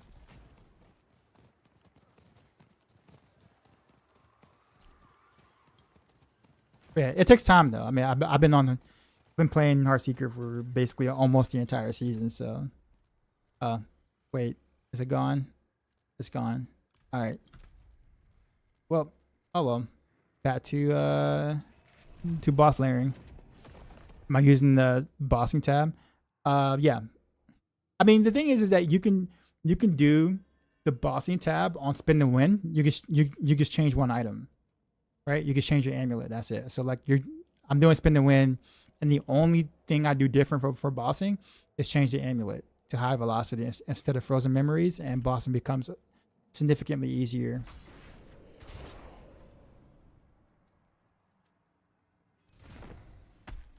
Alright, so isn't it that bad? Oh yeah, it's fun. like this whole spin the win heart secret thing. Like I'm having a ton of fun with this. It's kind of, it makes it hard for me to play other builds now because of how mobile and like just I don't know, just it just feels really good to play. Wouldn't frozen memories be good for push too? Well, I mean, yeah. So you would use frozen memories for everything else except for bossing. So all other content, frozen memories. But if you're bossing back to back, you don't use frozen memories.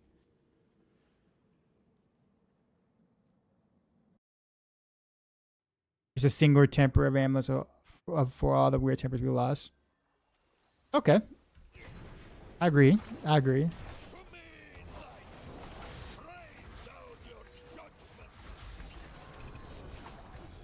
Granted, we use frozen memories for push, but not for bossing. Yeah. Right, yeah. We put in the rust bitten dagger instead. Which makes you like completely just absolutely just destroy bosses. How did I come up with the spin and win build? Experimenting. So like I know, so the thing is without saying his name, because I don't want to, not that I don't think I can't tell you guys, but I don't think he wants to be in the spotlight like that. But I know who the dev is who's responsible for our class changes this time around. Like I'm actually have been good friends with him for some time.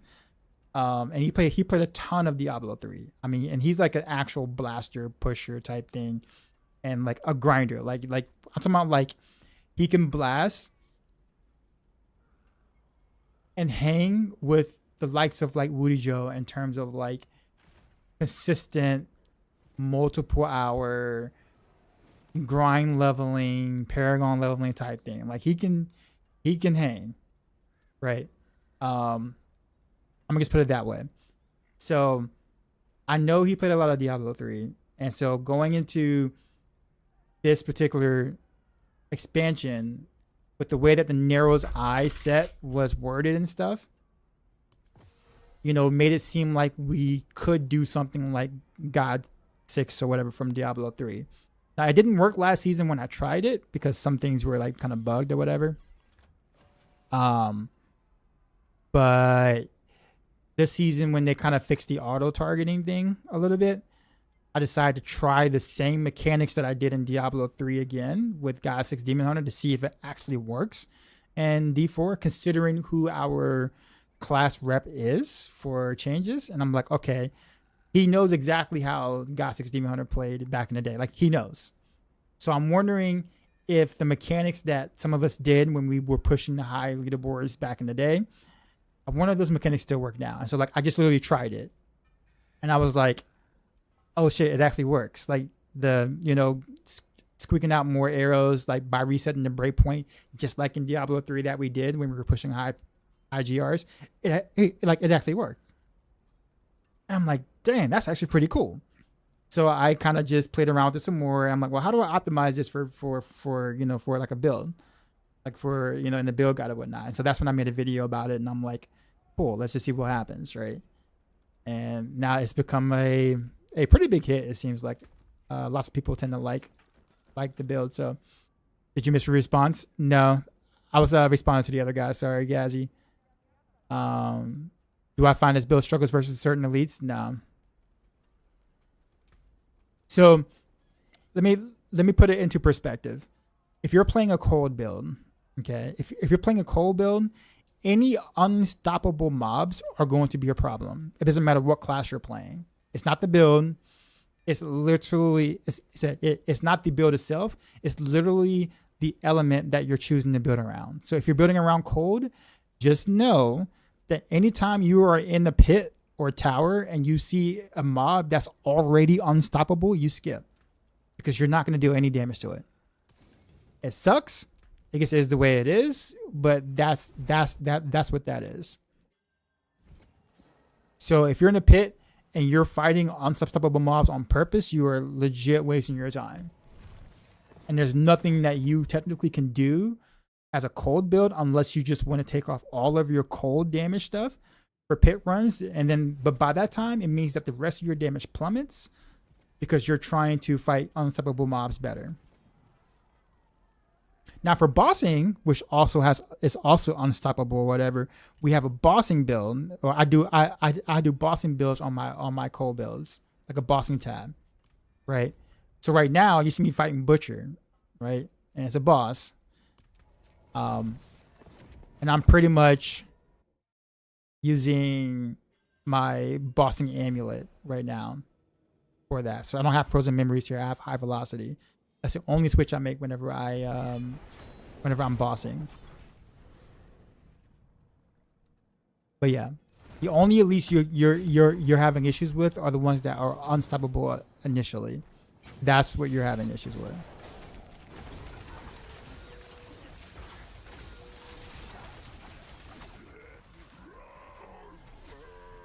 Yeah. What I will do, Gazzy, is I was talking to my Maxwell colleagues about this a bit. I think we're all gonna do a better job of like talking about that aspect of running cold builds, so people will have a better understanding that, you know, when you're playing a cold build, these are things you want to do when you come across certain things or whatever. I don't think we make it clear in the guides itself, but there's a lot of people who ask, it's like, oh, I deal no damage versus a boss, or I deal no damage versus some elites or whatnot, and it's like, yeah, we need to educate the audience what to do. So you still use frozen memory for push? I use frozen memories for everything else except for bossing. So the only time I use high velocity on an amulet is when I'm doing what I'm doing right now. That's it. It's when I'm bossing. For everything else, it's frozen memories. It's way too much damage to not use. How do you get meat for triggering boss fights? Butcher boss fights? It's not meat. You don't need meat for it. You just need keys. You need these things. Greater lair keys. That's what you need.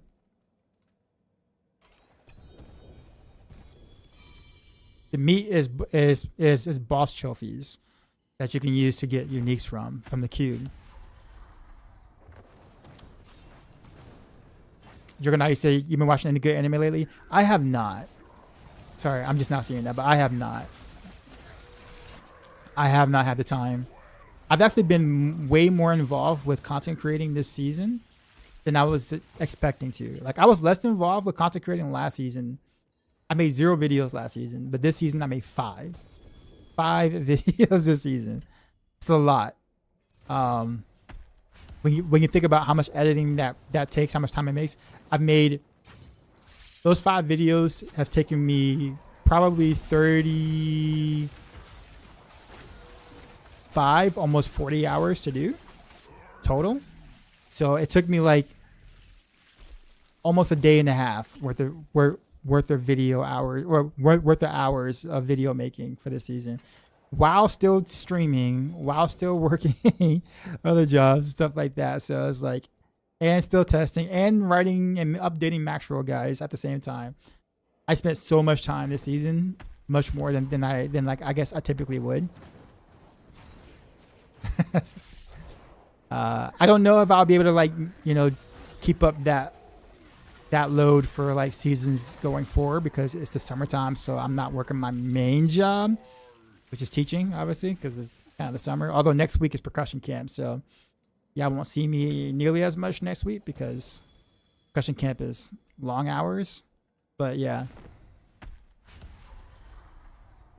reverse have flip-flopped a lot this season. Also true. Have you found mythics more often?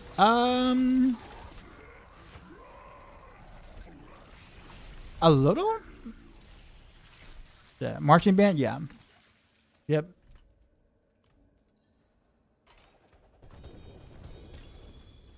And with that being said, I do need to finish writing the movement 3 with their drum feature. I need to actually finish writing that this week before next week. So I'm gonna try to get that done this weekend. 12-hour days. So for a percussion camp, it's 8 to 5. So it's like a standard work day amount of hours for Monday through Friday next week. Week after that is actual band camp, where it's all like the entire band, and that's from 7 in the morning to 7 at night. So that's 12-hour days, and we do that for 2 weeks. So the next 3 weeks is gonna be very, very long for me. You missed that, but you also don't. Oh yeah, I know. Yep, yep. Can you filter items on Maxroll to see if they're a part of any build? Not really, no. We used to have that feature, but actually, I'm not quite sure why we got rid of it, to be honest with you. But yeah, we used to have a feature like that. But I guess the thing is nowadays, though, like the items don't really make the build. Like if you find an item, you're not going to go, I found this item, I'm now going to make this build. Because the items don't have that much of an impact. Yeah, it's pretty bad, though. But and also on Barrage, you actually don't want to use the Wind Force. Believe it or not, a regular legendary is actually more damage, even on the mythic version. Crazy, right? Is your guide for this Maxroll update to your current version? Yes, it is. Everything you see on the guide is exactly what I am using right now. Except I don't have the mythic version, so I'm practically playing the mid game version of the guide because I only have one mythic that's crafted. But yeah, which blue filter am I currently using? Light. I don't filter out too much, like too many things, because I'm playing solo self found, so I kind of need the mats from like salvaging or whatever. But yeah, it's just very, very, very light. So it's just Maxroll soft or Maxroll light filter. And I actually have my own like dioxide here, but what I really wanted to do for this season, because this was new for Maxroll to kind of create generic filters for like the player base, I wanted to test it myself so I can give feedback on it. So yeah.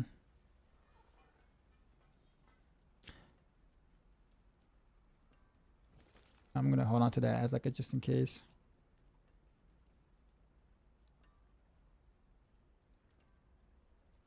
So no crit. Yeah, see, I have no crit chance or crit damage on this crafted scoundrels. Mainlander,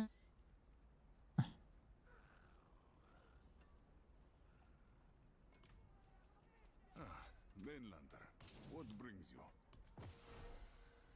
There. I got a lot of the greater keys thing, so.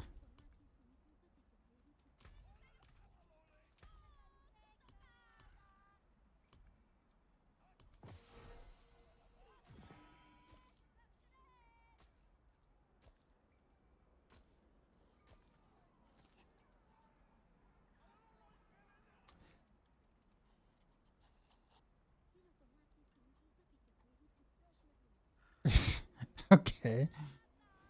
Weird. Alright, I'll hold on to it.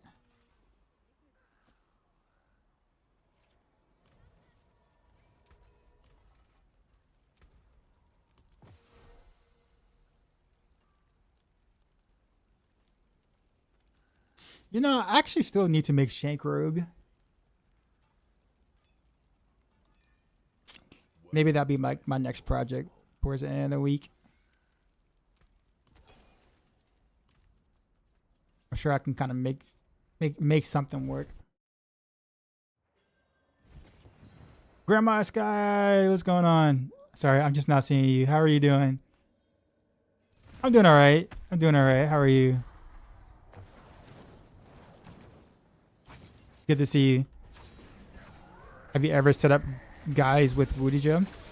Me and Rudijo used to work together on like the rogue class. We were considered like the legacy rogue guide writers at the start of Diablo 4 for Maxroll. So me and Woody would, obviously conversate a lot between each other to get the guys out on max roll. So when the first expansion came out, he switched to Spiritborn and then kind of brought in some other rogue people to kind of take his place. Initially, those people were Mippy. Sorry. So Woody went to Spiritborn and then Mippy came in. And so it was me and Mippy for a bit with Ava on the side. Like he wasn't making any guys, but he was helping out with like mechanics testing and stuff like that. Like the typical Ava things to do, right? And then eventually,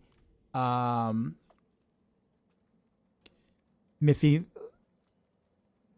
left and went to, well, he didn't like leave, but like some things occurred, and it was just best for him to make the swap for himself. And so he was no longer Maxwell, then went to Mobilytics, and then Ava came in his place for rogue stuff on Maxwell, and then we hired DZ the monster, and so like, it was us three for a little bit.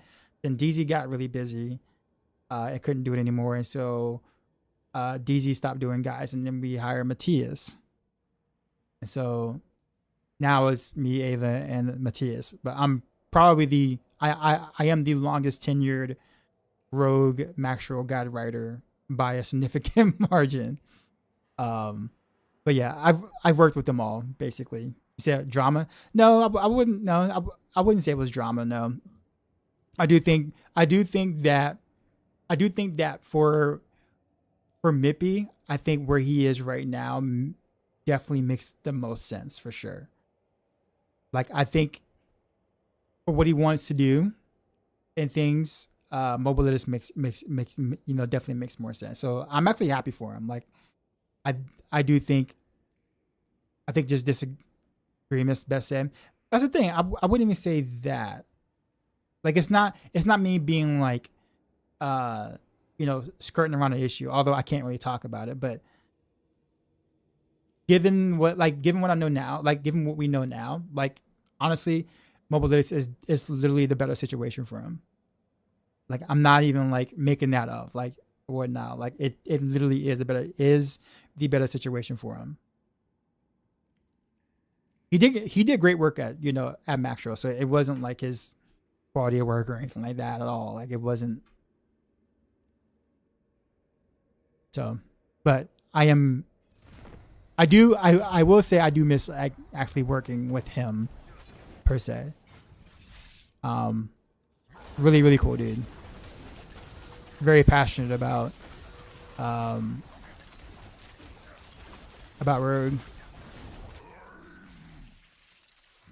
Have I tried any Shadow Rogue so far? Shadow does really bad for end game. Shadow's great for like leveling an early game, but for end game Shadow's pretty awful.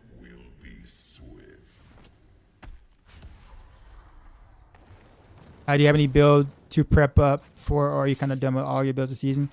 I might do a Shank Rogue, and I'm gonna try to experiment more with some poison stuff.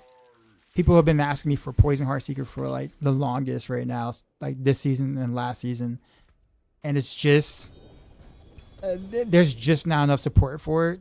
Nero's Eye doesn't work for it. All the good things that make Heartseeker so good, like Gladiator's Gauntlets and Pain Gorgers, don't work for poison. So it's kind of like, how do you make up for all the lost damage that Nero's Eye, Pain Gorgers, and Gladiators give you, but for poison, right?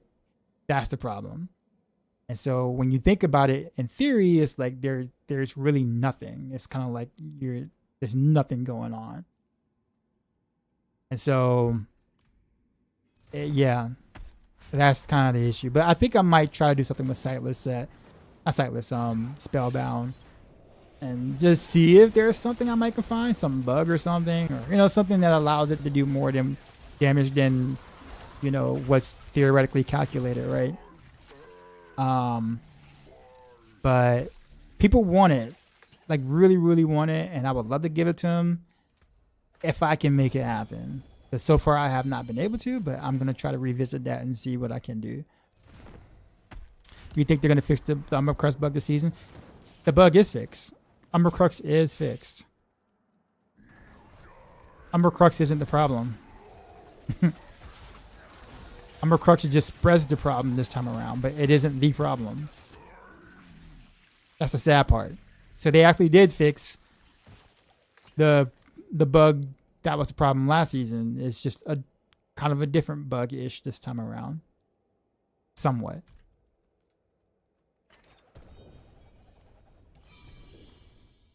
May I ask why I don't play Rain of Arrows? So I do. Like I have a whole setup for it in my armory. I can legit show you. So I have played it. I haven't like done it on stream, but I played it on like my spare time when I'm like testing stuff. I don't really like crashing waves that much. Like it feels a lot like Death Trap. The way that it does what it does, like it's basically a rectangle Death Trap. Is what it is. Like the way it pulls, the way just the way it functions, right? And I've never been a fan of Death Traps, so it just I don't know. Like I prefer the old school Rain of Arrows, the Monsoon or whatever. But Monsoon is so weak right now with the way that they've mechanically have like designed it that it makes it not worth using at all. If I can use Monsoon, I would. But it's so weak. It really is. So because of that, I'm not really a big fan of Rain of Arrows mechanically, because I'm so used to the like. I like the whole big wave just riding through the terrain or whatever. Like I enjoyed that type of Rain of Arrows. Nothing wrong with the build. It's just very good. Short dude, chill. Appreciate the sub. Very good build. Very strong. It's just, to me, it's just a rectangle Death Trap in terms of playability. And I personally just don't really enjoy that as much. But I would tell everyone else to play the build. I'd be like, yo, it's a very strong build. You should totally do it. If you like that kind of thing, right? Like if you really like Death Trap, you would love Rain of Arrows, right? They're one and the same.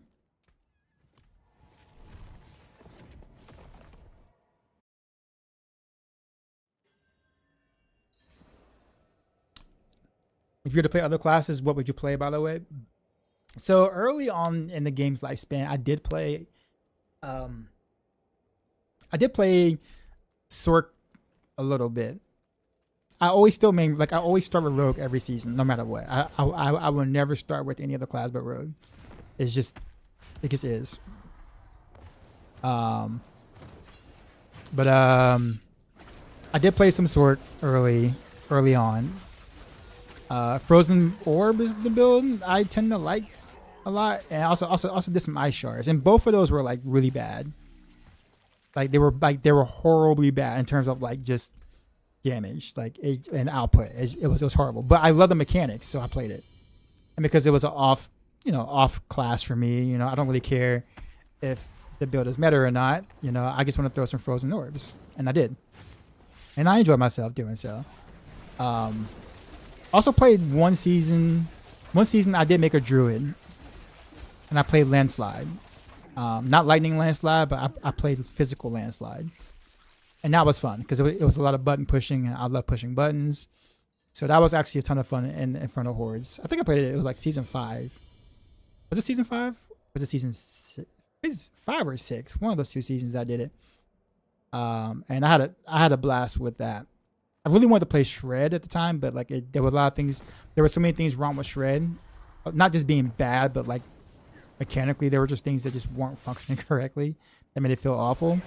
That I stayed away from doing Shred on Druid, but I've always wanted to do a Shred Druid. Obviously, this season is like the season to do Shred, I guess, right? But like I wanted to do Shred way before this season. I've always liked the concept of it. So if I do a druid, you know, it would be shred no matter where it is on like the tier list. It made me landslide too again, just because landslide was a lot of fun. I have no idea how good it is, but I liked landslide then. If I played Necro, it would definitely be Bone Spear, which is pretty awful this season from what I've seen. But I would still do it anyways, just because I actually like Bone Spear. If it's like the style of play I like to play.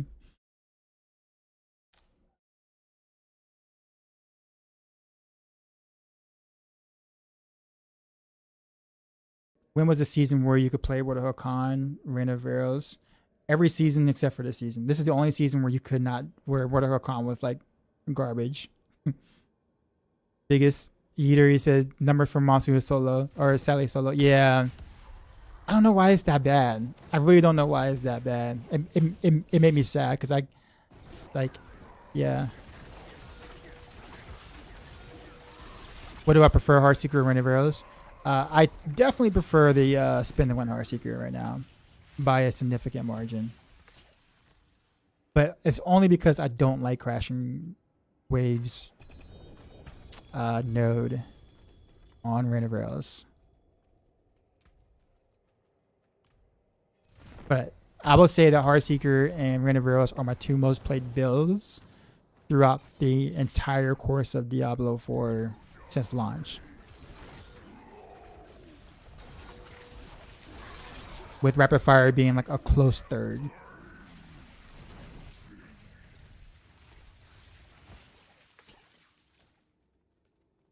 Chaos Armor season was Shred peak. Yeah.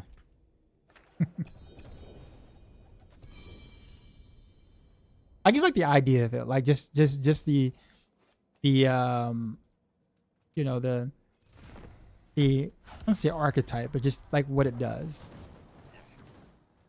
All your Reign of Arrows build and can blast all T12 content. Thank you, sir. Yeah, man, you're welcome. Why don't you have the double chest on war plans? So that's on purpose, because if you do double chest, then you're halving the amount of times you're gonna get Belial to show up. Same thing with the Nemesis lair. So if I double chest, then I'm gonna get half as many Nemesis lair and Belial fights here. So while this takes a lot longer to get through, you know, my, you know, keys or whatever, I want more, you know, a Belial to spawn. Bone Spear was so good back in the day.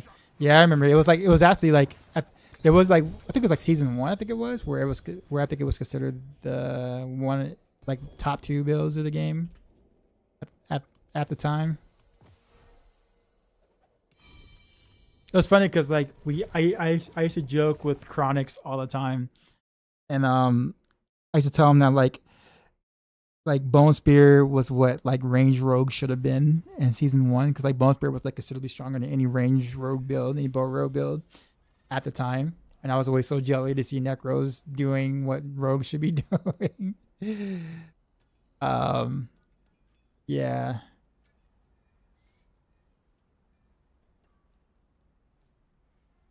Those were interesting times.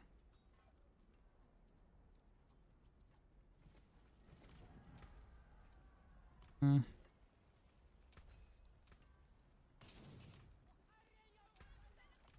Care for a game of chance? You want the lightning imbued?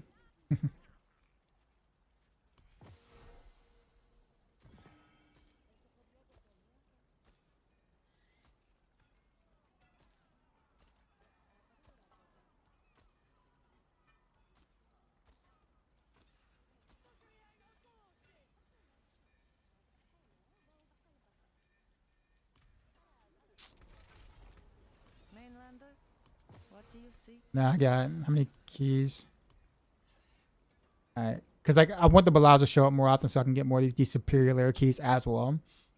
But man, I still got like a jillion greater layer keys to go through apparently. Yeah, that's why I totally said. That's why my stream is totally like mentioned or totally titled Boss Jail, because that's exactly what I'm in. I rode my road to Renovails, and I think my gear is very decent. And 12 my 10 and 12 feels good, but for 12 boss, and I'm not hitting the way I see people hitting in the tutorials. It might be depending on which planer you're following, because there's like a jillion different Renovails builds, right? But chances are you could be using like the push setup for bossing, and you're not going to do any damage if you do that. Like for instance, like on the Max Roll guide, I have a bossing variant where you're not using Azarath and all these conditional damage stuff that does 0 damage on bosses, and that's probably what you're experiencing. You probably have Azarath, you probably have Frozen Memories when you're bossing. You probably have you probably have the Pale Gang ring on, most likely, potentially. All those things do nothing for T12 bossing. Like the reason why you see me kill as fast as I am right now on Heartseeker, which is obviously not as strong as Renovails, is because I don't have those CC related aspects right now when I'm bossing. Appreciate the follow. Have I tested Poison Rapid Fire? I have. The only rune that it would do well with, the only variation that it would kind of do okay with would be Ruckus. The Ruckus variation, but unfortunately that's bugged. Like it's not giving you the damage increase at all. It just gives you the extra arrow and that's it. So if it actually gave the damage increase it's supposed to, then Poison Rapid Fire could be a thing. But it's bugged, so it is what it is. Is it spin the wheel? Yes, it is.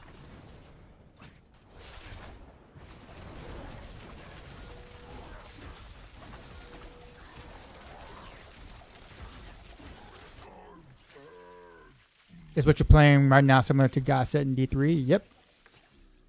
It basically plays identical. Dagger again. Condemnation Dagger.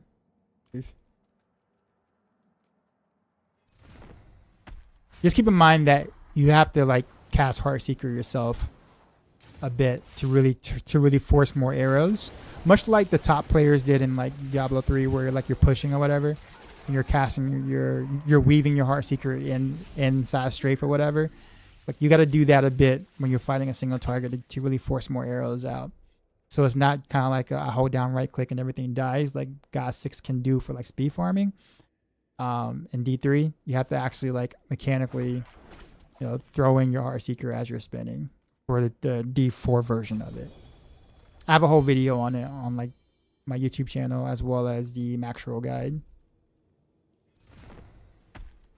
Oh, this is actually a nice non-mythic Scoundrels. This, I guess, might actually be an upgrade over my mythic one, believe it or not. I'm really not kidding. Look at this. Like, this has crit chance and crit damage already on it, and GA crit damage. I can roll that attack speed to vulnerable damage. That actually would be stronger than, I don't know about stronger. It'll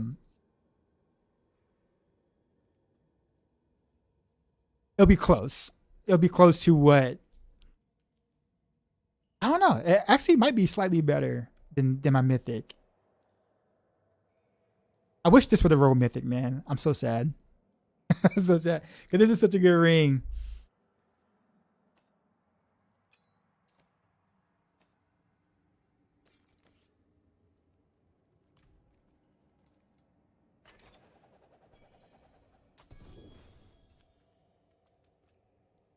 Is Renovails bugged? After the patches, it was hit for trillions and one-shot bosses today, but hit for billions. You didn't change anything? You sure you didn't change anything? Like armory or anything? Accidentally right-clicked a piece of gear you probably shouldn't have? Are you using your bossing variant versus like your regular variant? There's gotta be something. I say that because and all the outlets that I am, or all the socials I'm in for Rogue or whatever, I haven't seen a single person say that they've experienced any issues with random arrows when bossing, or experienced any damage loss since the patch.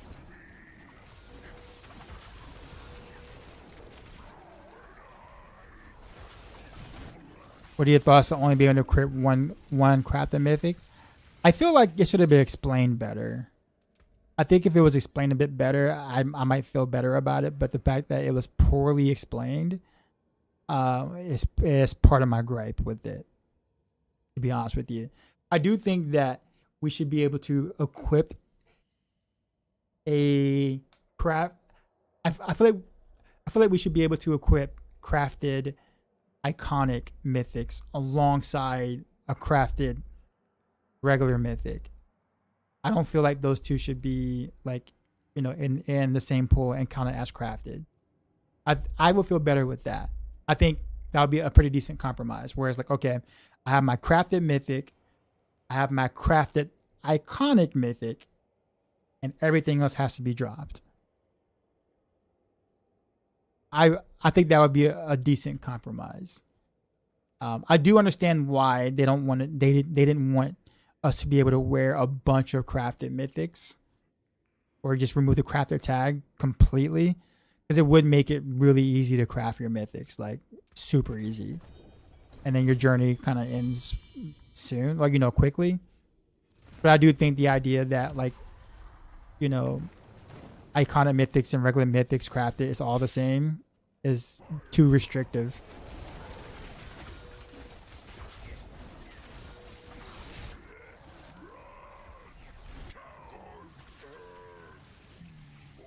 Okay, literally nothing changing gear, damage loss, bossing. What boss are you fighting? Or what boss were you fighting when you noticed this? Or did you try to do several different bosses? I think you should be able to wear any iconic you find or craft and then just limit the others. Okay. I mean, I'm totally not against that either. So sparks stay valuable. Also fair, yeah. Actually, I think we can just like reuse the spark for something else. Like, what if we can get enough sparks? Like, I don't know, like 20. Nah, that might be too long. I don't know. Let's just say hypothetically 20. Let's say if we, it costs 20 sparks, right? You can use 20 sparks to make a crafted mythic, remove the crafted tag. So that gives you a reason, that gives value to mythics that you find that you don't use. Because then you can just stockpile sparks and then be able to turn a crafted mythic into a regular mythic that you're already wearing. And then now you can craft a different mythic to for a different slot. So it makes it feel like you're progressing as you're playing and you're getting things. And it gives more value to sparks. I'm just trying to throw something out there.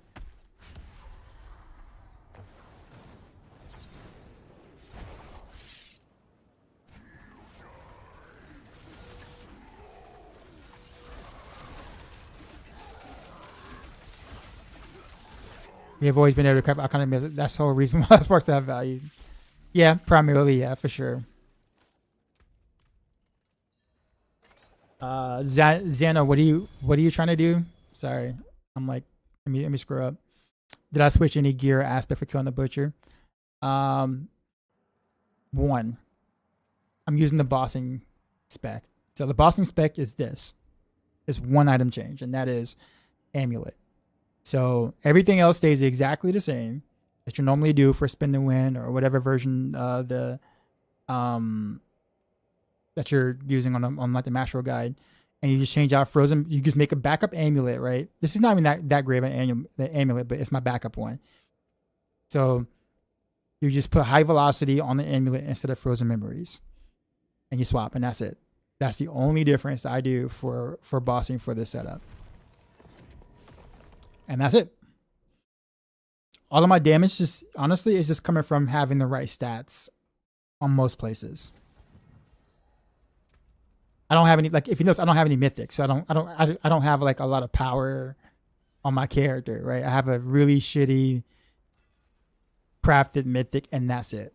So all of my damage is coming just from having good the right stats some places, right? The right stats, the right master working on the stats, sort of kind of thing, right? So it's not GG gear by any means. It's just I have the right stats to push my damage. But imagine though, like if this is actually, cause pretty good, like imagine what me having full blown mythics all across is gonna feel like with this. So I'm missing mythic here, a good mythic scoundrels here, a mythic here, Harlequin crest here, or Crown of Lucian. Crown of Lucian would actually be would be a baller, but only if I have a mythic to boss will with the Starless guys here. Like the amount of things I can do to like bump up my actual output is insane. I just don't have any of it. Like none of it at all.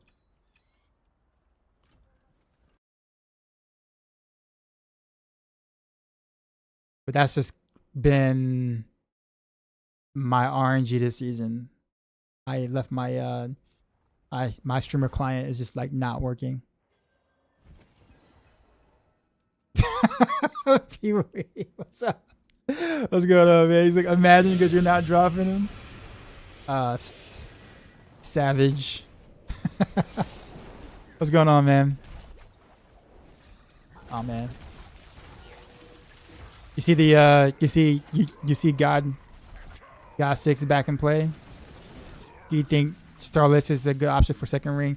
I wish I didn't say that because I think now I'm gonna get people asking me questions about it. Starless is only so. I want to do like a ultra, like a Giga Chad spin the wind variant of this, which would include Crown of Lucian to Boss Will and Starless guys. However, you're a little squishier because you don't, you're losing literally a defensive aspect. But the only way you can run Crown of Lucian is if you have Starless guys. So you can't. So if you run Starless guys by yourself, it's actually a damage loss compared to a regular legendary. So, but in order for me to run Mythic, for me to run a Crown of Lucian and be able to sustain properly, I have to get a Starless guys. And then we have a Starless guys. I kind of just went to Boss Will because I'm like, okay, well, I'm just gonna just go all out at that point, right? And also the resource regen on the to Boss Will make it easier to sustain Crown as well. So like, it's a lot that I can do and or get. Just want to say that your builds are meta all over the place. They need to promote you on max row. I mean, I wouldn't mind a pay bump or pay increase if you guys want to, no, I'm kidding. No, I'm my thing is I'm glad that people are having fun with the builds and like the setup. Like it makes me feel good knowing that people are having fun with the setups. Especially, I'm pretty sure especially like the whole spin and win thing. I know this was like something people really, really wanted. Even though it's not like meta for pushing. For T12 though, like for T12 it's like godlike.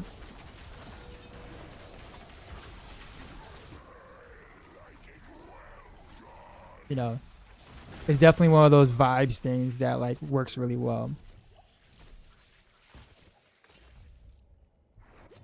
This season I'm having D3 vibes. It is fun gameplay. It is.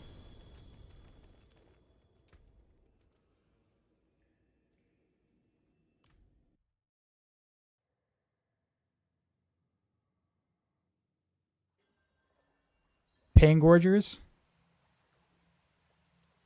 You play with Pangorger's Glove and Gladiator Charm. Yeah, it's fine. And so for like those two things are interchangeable. It doesn't matter, right? So if you whichever glove you get that rolls better, you put the other one as a charm. But so it doesn't matter which one is where, honestly, on that.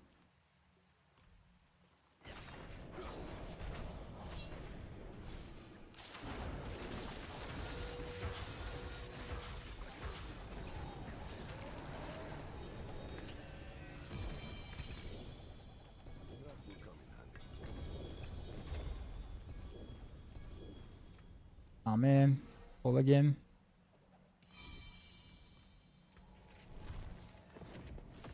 When are you gonna start playing with the dual core variants of this build? Oh shit, when am I gonna start playing with the dual core variants? You mean like Dance of Knives and Pin Shot or Dance of Knives and Barrage kind of thing? Actually, I think Dance of Knives but Pin Shot Ballista would do very well. Because of the slow attack speed of like Ballista, the weaving of Pin Shot while you're spinning is literally the exact same attack speed as if you weren't spinning at all. So you literally gain a bunch of extra like mobility on your Pin Shot that way, believe it or not, like Ballista Pin Shot. I would be very surprised if someone doesn't do that at some point and like figure that out and be like, hey, I can play it the regular. I can play Ballista Pin Shot, and just like for cold. Like I know that it kind of works that way right now with Poison Dance of Knives and Poison Ballista kind of thing. Like that's kind of happening with it. But I'm surprised I haven't seen this be the case for cold yet. And I think eventually someone's gonna pick up on it and be like, yeah, totally makes sense. We should totally do this with cold.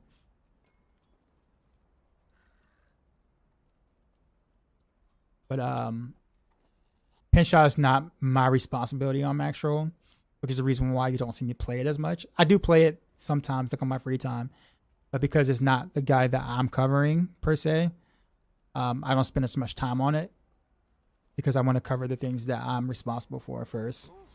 Back to it then. So that's definitely like a Matthias thing. Oh, whoops. Got to do the thing. Did I change anything from the planner for bossing on Spin the Win? I just used the bossing variant. That's it. So really, the bossing variant, like to boss well with this, you're just changing the amulet. That's it. So you have frozen memories in the amulet for like the normal setup, and then whenever you want to boss, just make a backup amulet. You can craft the backup amulet pretty easily, and then put high velocity on it, and that's it. And your bossing will feel like considerably better. Usually I don't like to do like gear switch stuff for different content kind of stuff, but because it's just one item, like it's really not like a tough ask. You know what I mean? One item to make your bossing experience like considerably better.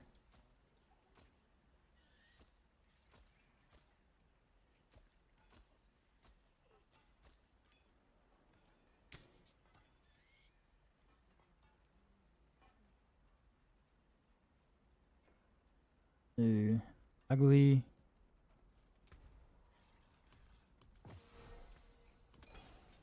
May you find your way. Oh, whoops. I keep coming back to the same exact spot. Those +3 marks for that charm is hard to come by. Oh yeah, well yeah. They are.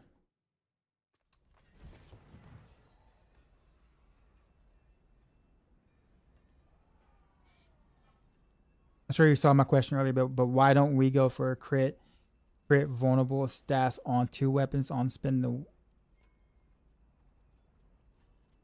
2 weapons first on Spin the Win? What do you mean? You said crit vuln? So you can't roll vulnerable on whelm on one-handers.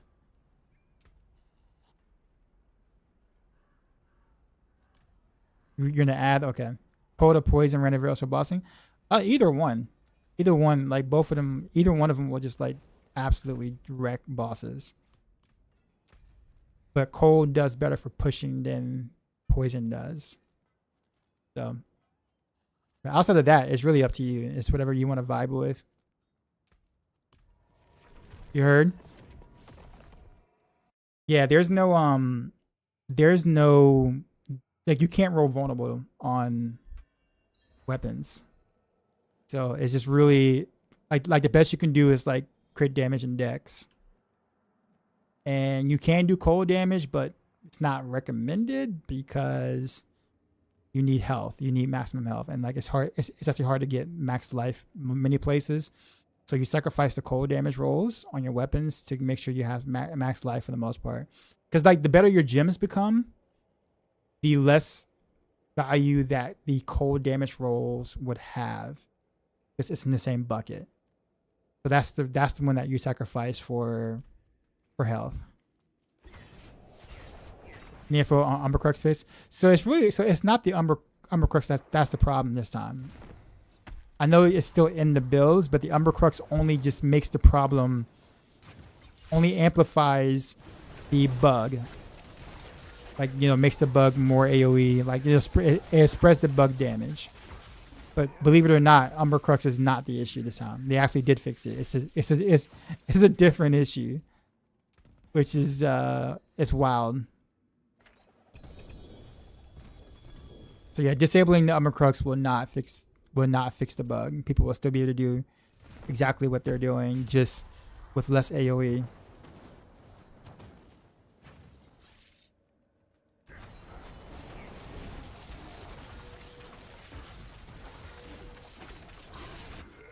You know, they took away the 3-to-1 on mythic seals. I've heard people say that. I haven't tried it myself, so I don't know. Belial. Let's go, sir.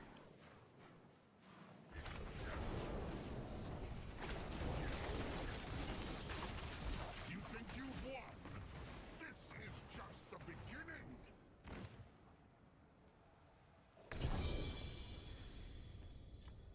Boy, he just like threw up those items and like dipped. Like quick.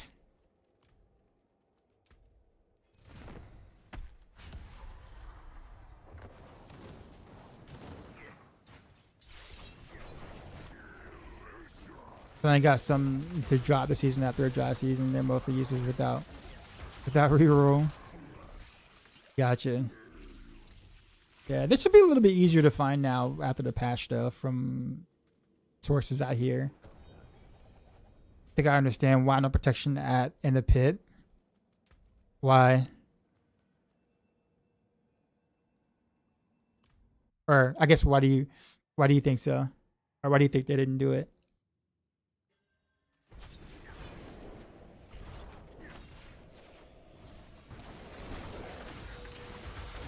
To stand there all day and get small seasonal XP for free.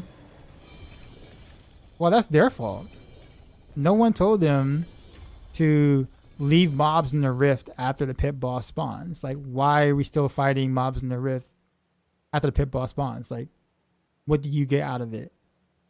What do you get out of full clearing a pit or continuing to clear a pit? Has anyone like literally decided to go, okay, I'm gonna upgrade my glyphs and then I'm gonna keep going? Like, not leave the pit, but just keep going. Like, has anyone like tried that this season? And if so, like, what did you get out of it? Like, did something special happen, or like very small XP? So many people did it in D3. Well, see, in D3 there was actually like a timer where you know when you close a rift, the timer, you can go back in and like continue to like, you know, kill stuff while the timer was happening if you didn't want to leave the game and come back in. This is for like Nephilim rifts, right? Also, there was a chance of like, you know, a goblin pack or something. So like there was, you know, so there was a reason for that kind of. Like there was somewhat small reasons why you might want to like full clear. Maybe. You didn't have to, but you could. I don't see the benefit of doing it in D4 and pit. Like what was the reasoning for that? If anything, it makes it more annoying, especially if you're playing a cold build where like you get a few unstoppable elites. It just happens to be hanging out around the Rift Guardian or the pit boss, and then now you can't upgrade your glyphs because you got freaking unstoppable mobs chasing you on like a cold bill, and it's so annoying, like beyond annoying. It's just like what? Like sometimes, interesting charm. Sometimes it takes you longer to try to upgrade your glyphs, just trying to upgrade your glyphs, than it does actually getting to the pit boss and killing it. Which is wild. Like, it's absolutely wild. I have to kind of really put some thought into who thought that this was like a great idea. Where it's like, you know what? Let's just piss off people trying to upgrade their glyphs. Like that totally sounds like something that the player base would love. Like, I don't know. Like I can't even find one positive thing about that particular change.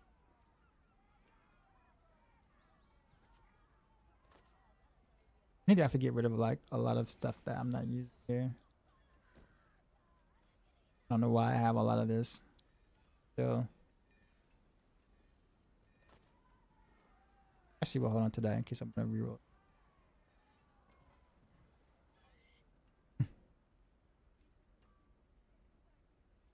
Yeah.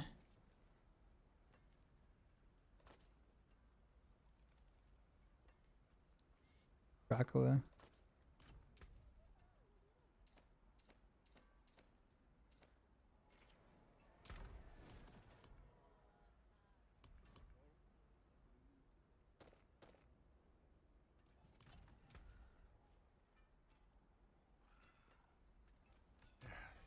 Step up to my anvil. Back to it then. What's the best way to farm Glints of Hope? I'm assuming the ruptures, like the ruptures, maybe in Helltide or something like that. I think. I'm not 100% certain because most people weren't really trying to farm for that before. But I assume this is the ruptures. But the reality is that as long as you're doing any content, you'll be able to get seasonal XP. But I think the ruptures are the best way to do it.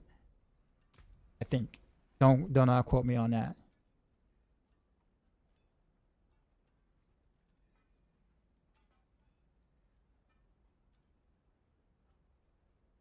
You could find the goblins in the next rift. There's no point of it in D3 either. Yeah, I mean, there was little value of it, but like the idea is that you could. There was something at the end of that rift, right? Whether or not you should is a different story, but something was there. In D4, there's nothing at the end of the pit, like not even the like anything. I think that was kind of like more of my point. But yeah, most of us did not complete the rift, obviously, in D3. Is it weird to think you're using the Force when using Rain of Rails, bring all the mobs together? It's I used to call the DT rogue Darth Vader rogue because that's exactly what it looked like. Like it literally looked like you were using the Force to like move everything around, pull everything around. Because you were just this purple circle is like coming out of nowhere from your hands, right? So like. Shadow Brain, appreciate the follow.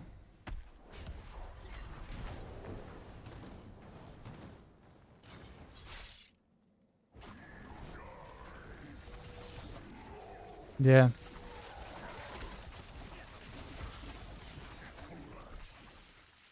What is your build? Type ! build. It's basically Heartseeker or Spin the Win Heartseeker.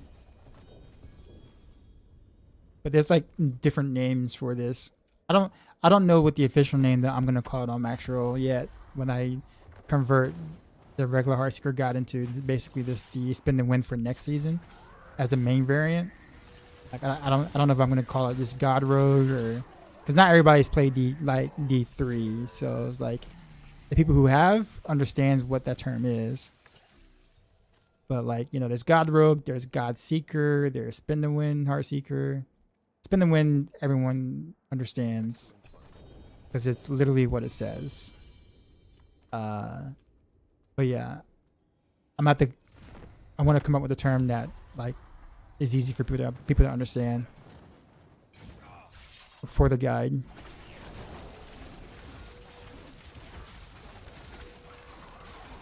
Yeah, 4GA. Oh yeah, just re-roll the whatchamacallit first, right? Re-roll the unique damage, of course. And then after that, just full send. You got to at this point, man. You got a full send. Just socket it, re-roll the unique, temporary, you know, all the stuff you know. Clip this. Yeah, I mean, you got, dude. I've ruined a couple of good items this season just by full sending. Because the chat made me, because I would always ask the chat, and then the chat's always like, full send it, let's go. Like YOLO.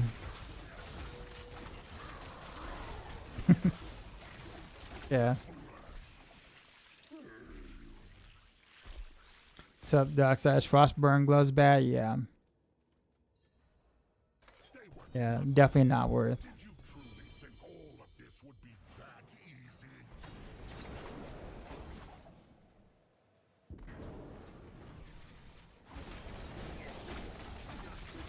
You think you've won? The season is like 110% crafting. Yeah, I mean the cube can do a lot, right? Which is why I know like we have our grievances for, you know, the mythic drop race, but because of how powerful the cube is for being able to craft any item you want to, right? Like any really good item, the fact that we're not able to craft all of our mythics from the cube makes it kind of makes sense. Because then you would have very little reason to actually farm, like farm for them or try to get them out in the open world, other than just getting the materials or whatever. So I get why they did like the whole one crafted thing, but you know, obviously I think they can tweak it without making it rain mythics everywhere either.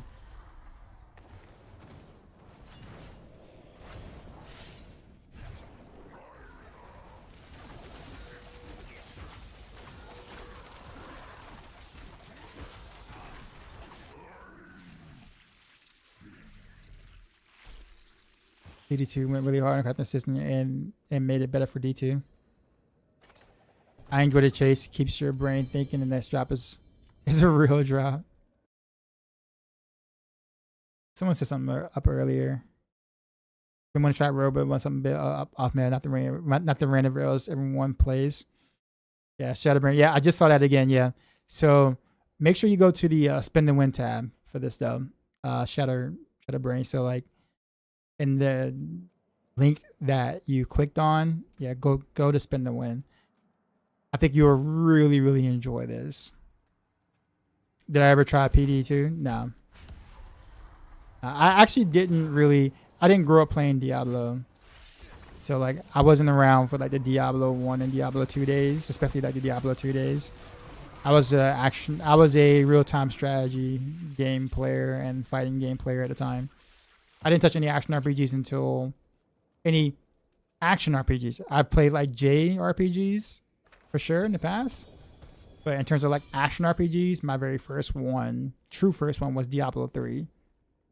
So I totally missed that whole era of the Diablo 2 Dynasty era of action RPGing. Now I did play like D2 Remastered, or sorry, is it Resurrection or Remastered? I forgot what it's called now. Resurrected, right? So like it just, I played that, and I played it like live on stream when I got the alpha code for it, which I don't even know why I got the alpha code for, or why Blizzard gave me the alpha codes. I'm like, bro, like I've almost never touched D2 before. I don't know what I'm doing. But it was fun though. Like I blew it up and made all the obvious noob mistakes, and the chat had a great time at my expense, for sure. It's probably one of the more entertaining streams I've done. Cause like imagine like you playing thousands of hours of like D2, right? And then some streamer, gets into alpha, right? And like the streamer is like, where did all my equipment go after he died, right? I died the first time, and I went back, and I'm back in town. I'm like, where did all my gear go, right? And the chat's like, it's on your body, and I'm like, no, it's not. Like I clicked on my inventory, my body has no gear on it. What do you mean it's on my body? And of course, like they're laughing, like they're chat's chuckling and whatnot. It's like, no, you have to go get your gear. I'm like, what do you mean get my gear? From where? Like I had stuff on my, obviously it was like white items, right? But like I had stuff on my character. Like, what do you mean go get it? Like, no, where your dead body is. I'm like, I have to go get my gear off my dead body? And he's like, yes. And I'm like, okay. So unfortunately, I died around a bunch of like, I think it was like 8 or 9 mobs that was, over my dead body at the time, and I had like nothing. So I couldn't really get the gear without dying a bunch of more times. So I ended up with like maybe 27 more dead bodies trying to get gear off the original dead body that I had. And yeah. And then I ran out of arrows because I didn't know that was a thing. Because I tried to make a Boazon, which I didn't know was like one of the hardest starting builds to try. I just like bow and arrow, so I didn't realize what pain I was getting myself into. And yeah, I ran out of arrows, and I got trapped in the corner between like a mob and like some rocks in a dungeon. And I was like panicking, pushing all the buttons because I'm like, I can't shoot anything. And I somehow unequipped something, and I ended up punching the mob to death to get out. And like legit, the like stream was just dying laughing.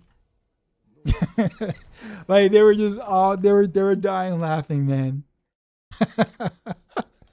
I lived though. I did what I had to do, okay? I did what I had to do.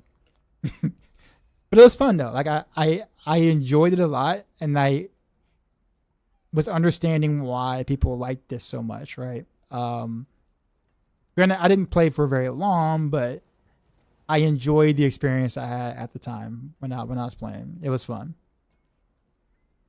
Like, could I play it like for, hundreds of hours now? Probably not, just because I'm so used to like the modern quality of life type stuff that it's kind of hard to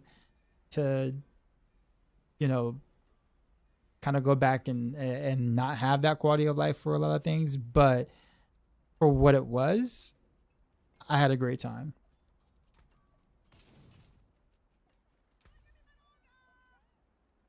Amazon is a great level of spec for Amazon. Well, I think people were. It's not that it wasn't. It's just that it was harder to level with than for someone who's brand new. Like you would not recommend Boazon for someone brand new. Is what the chat was trying to say. Like I can almost say the same thing for Rogue, right? For Rogue is like, in terms of a leveling spec is concerned, like Rapid Fire is actually a good leveling spec, but I wouldn't recommend it for newer Rogue players. Like I would say Dance of Knives instantly, almost every time, or maybe Barrage, but I wouldn't recommend, or Pinshot. Like I wouldn't recommend Pinshot for leveling either on Rogues. It's good, but not. I wouldn't tell a new player to do it. Right? That's what I mean. But yeah, the whole me running out of arrows thing was a very interesting thing, and it's also just when it happened too. Like what I was fighting, like where I was when it happened. I was like, it could have been like a more worse spot. So I was literally like panicking. It was crazy.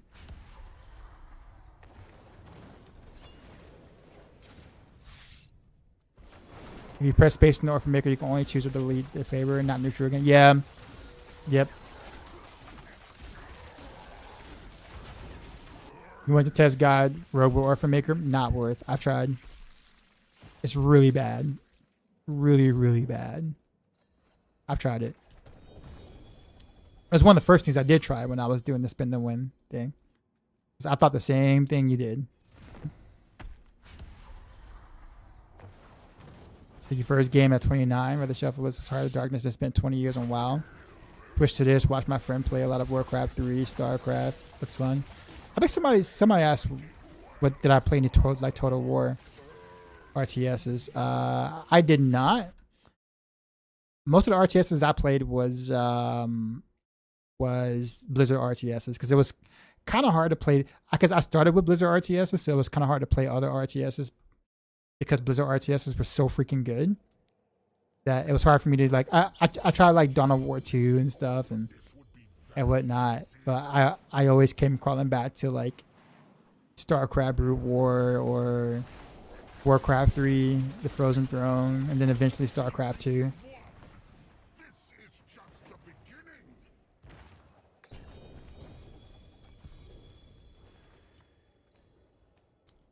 Yeah, but for those who don't know, I actually used to, for a very brief time, play StarCraft 2 like professionally and like Wings of Liberty. Like in Warcraft 3, I would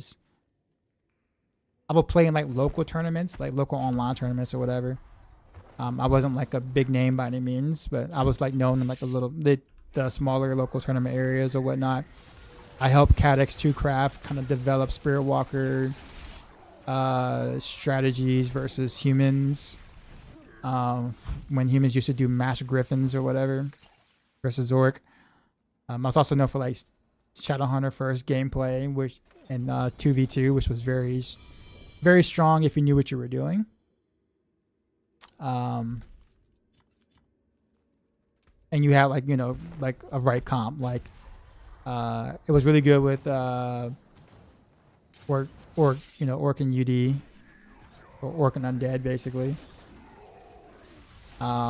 Especially if the Undead player went Dreadlord, but that required a whole different strategy. But anyhow,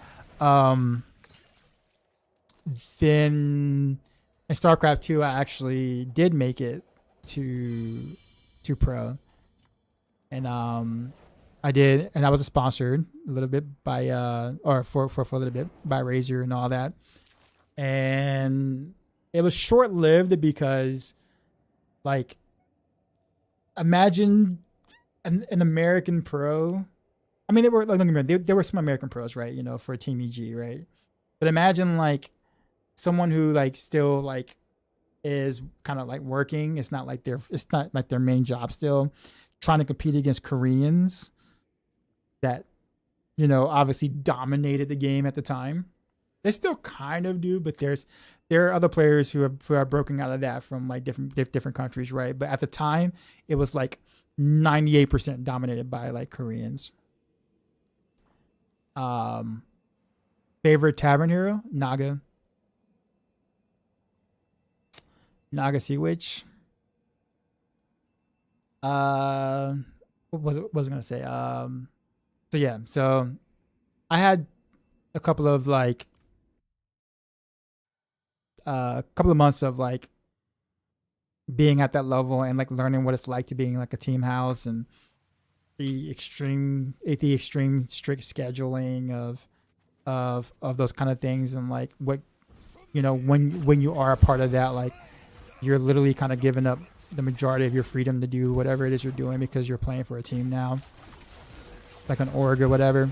It's not as glorious as like it might seem on the surface at all, but it was fun. But like there was no way that I was going to be able to remain competitive versus the Koreans or whatever. And like my biggest wake up call was when I was in the shoutcasted match with Taste Toastus. For those who know, like if you know, Tasteless and Artosis, so they call it Taste Toastus or whatever. Like they're like the best casters in the business. I had a shoutcasted match versus I had a shoutcasted match versus TL Bomber. And if you know the name, or if you've been around that scene at the time, you know who Bomber was. He at the time he was the third best Terran in the world, right? And I knew I was having this match, so I practiced. I watched every video of his. I try to study every timing on every map, every little tactic that like I know, like what he was trying to do, or that I know that he likes to do, right? So I knew I wasn't gonna win. Like I had zero chances of winning. Like that was not the plan. Was not to win. The plan was to not embarrass myself. That was the plan. And I felt like if I didn't embarrass myself, that is a win. that is a win, right? So I get there, and he decides to do everything except his normal strategies. He was practicing different tactics on me. And like I was so thrown off, and I did not know what to do. I mean, he toyed with me the entire time. All three matches, toyed with me. He could have worker rushed me and like won. Like the difference between like a Korean pro and like other pros at the time was so drastic. But I knew at that point, I'm like, yeah, there's just no way. Like I can't. Like I just can't. Like I'm just kind of wasting time at this point. I was a really good ZVZ partner or whatever for some players or whatever, like practice partners or whatever like that. But I mean, my value is just like, bro, this is no way. So, but what's funny is that like compared to like ladder, like Grandmaster ladder or like that, like Grandmaster ladder was easy. We just smurfed and like did whatever you wanted on ladder. Well, easy relative to the pro scene. I won't say it was easy to get there because it was not easy, but relative to like becoming pro, like the Grandmaster ladder was like much easier, much less stressful. But yeah, I don't think I got a single win in my pro days at all. But it was one of those things where I learned that I'm like, I don't know if I ever want to be at this level again, because it wasn't it went from being my favorite genre to a genre that I don't even want to play again. Like I don't even want to go back and touch. Like I've never touched or played a single StarCraft 2 ladder game ever past that point. Like that was it. Like that was the end of it for me. I refuse. So ironically enough, that is when I actually got into Diablo 3 and the action RPGs, because I wanted to do something different other than like ultra competitive, stuff. My friends like, oh, Diablo 3 is getting ready to come out. It's like right around the corner. It's going to be, big. It's going to be huge because Diablo 2 was good. So D3 is going to be awesome. So he convinced me to buy Diablo 3. And here I am, basically. Like that's literally how I got into action RPGs. So the reason why you know me now is because TL Bomber decided to embarrass me and make me switch genres. And yeah, here I am. So you guys have TL Bomber to thank for build guides. Yeah, but it was but yeah. One thing I will say that people may not fully understand or know is that like I don't know if you guys like will watch any esports teams play, and then you wonder like you see the teams play, and then you see them have like a coach. Like there's always like a coach, coaches on the teams or whatever. And I don't know if you ever guys like maybe watch a few matches and then wonder what the hell that team was doing that time, or why some decisions were really made or whatever. And it's very easy to sit there and like blame the players for being dumb or playing dumb. But what a lot of people don't know is that like if a coach tells you, depending on the game, but if a coach tells you, hey, I want you to use this strat versus whatever, you as a player have to do the very thing because you're contracted to to literally do what you're being told to do. It's like regular sport. It's like real sports, right? Like if your basketball coach says you put this defensive scheme out there now, or run this play, you kind of have to do the thing, otherwise you're gonna get benched, right? It's like that too in the esports, like the era too as well. So if it looked like something that was like really odd or awkward or kind of off, more often than not, it was probably a coach's decision. The coach thought something or saw something he or she thought was going to work, and said employ this strategy that we've been working on for for some time in the team house, if you have one. And yeah, that's what happens. And also too, if you guys didn't realize, like maybe when teams break up, like maybe they got like second or placed third at a major event or whatever, and then all of a sudden the following season, like half the team splits up, and then you're wondering what the hell happened. It's like, they got third. That was the best placement ever, and then half the team splits up. Yeah, there's usually a lot of drama between not necessarily the players per se, but like the players and like the staff, and kind of like just the environment that they're in when they're practicing and being told to do certain things. It's not as glamorous as people might make it out to be, in a sense, which is why teams don't often stick together all the time. It's rare to kind of see like long running teams kind of stick around for with their org for a long time. Greg Whoop? Greg Whip? Greg? I'll just say Greg. I appreciate the follow. But yeah, I don't miss that. Yeah, I don't miss that at all. I miss the skill required to get to that level. I feel like, obviously with action RPGs, I don't get, barely any of that versus what I did then. But I don't miss like planning my entire life around, eat, sleep, StarCraft. And oftentimes it's probably just eating StarCraft with maybe a little bit of sleep, and just continuously having to watch GSL matches all the time to kind of keep up with what's going on. I still remember like Slayers like coming in with their anti-Zerg strat, right? Because they were mostly Terran players at the time, right? Headed by Boxer, and like they came in with like the Helion strat. That they hit very well. Like they wouldn't do it on like ladder, they wouldn't do it anywhere else. But the moment that like that particular season of GSL, they whipped it out, they hit the Helion strat at the time, and it literally wrecked Zerg players, myself included. And we scrambled so hard trying to figure out how to change our timing, enough for us to be able to expand and still be able to protect against Helion harassment.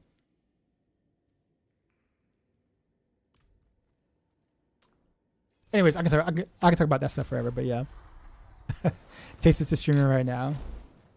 Yeah, I have both of them follow right now. Him and Artosis.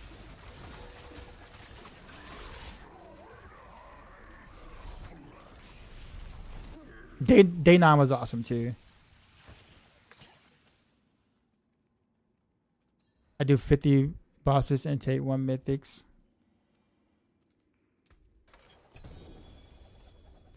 You see how these viewers are crazy.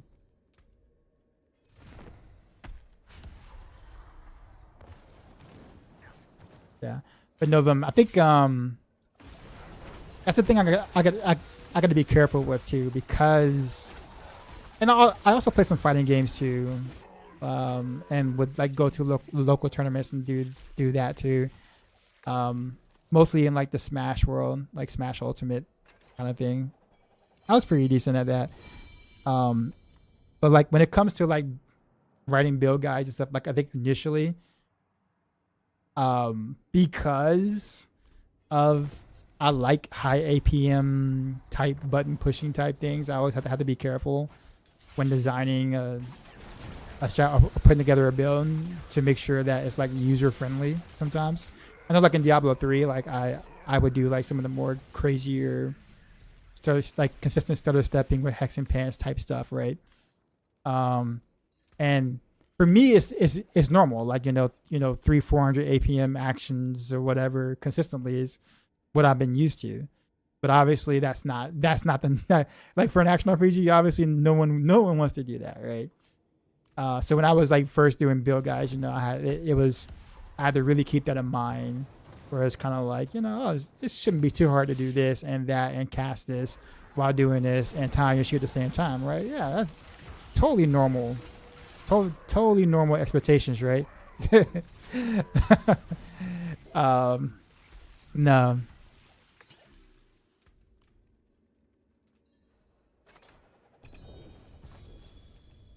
Is piercing cold decent for head slot? You have other options though. You have earth strikers and biting cold. You don't want piercing cold. The reason why you don't want piercing cold is because it's conditional damage, and you already have enough conditional damage. So all you're gonna do is just make it harder for yourself on unstoppable mobs as well as bosses. So piercing cold is not what you want. So either you do biting cold, or you do earth strikers or retribution. Those are the three like damage utility aspects that you will want if you're gonna do any damage utility aspects. So much timing involved and actually oh, you missed builds like that. I feel like UE multi-shot on Diablo 3 was a lot like that. Like you can tell someone who was really good at it versus someone who was really bad at it. Like when it came to pushing, right? That's why I enjoyed UE multi-shot so much, because it was like the Demon Hunter build, like the OG Demon Hunter type build or whatever like that. It's like, can you navigate the class like an OG Demon Hunter sort of kind of thing. So like UE multi-shot was definitely one of those builds. Shimizu Folk Dance of Knives, Shimizu Fan of Knives is also like another one of those too, where the timing and understanding was like really difficult to do and pull off, but it was so satisfying. What if they made Barrage like UE multi-shot? I mean, it kind of is. They actually did do that this expansion. Barrage totally does feel like multi-shot right now. The reason why you don't see people play it is because it's not as strong as some of the other like some of the other builds. It's not terribly weak. I have like on my multi-shot setup right now, like I can legit one-shot stuff in T12, most things in T12. Not Mephisto or like bosses one-shot, but like I can one-shot most of it, like literally most everything else with Barrage multi-shot. But it kind of goes back to something earlier I said in the conversation, right? Where it's like people were so hype around Barrage being like really cold because of multi-shot. Feeling like Diablo 3's Demon on multi-shot. And when it just wasn't the best build, people just kind of like left it alone. Granted, the multi-shot variant was kind of bugged, and so it wasn't doing its full damage like it should.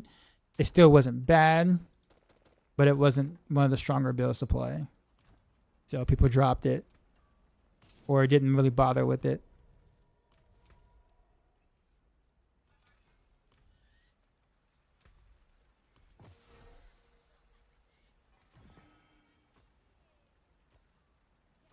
But yeah, it does play a lot like UE multi-shot right now though, which is why I like playing it, and I have it built too.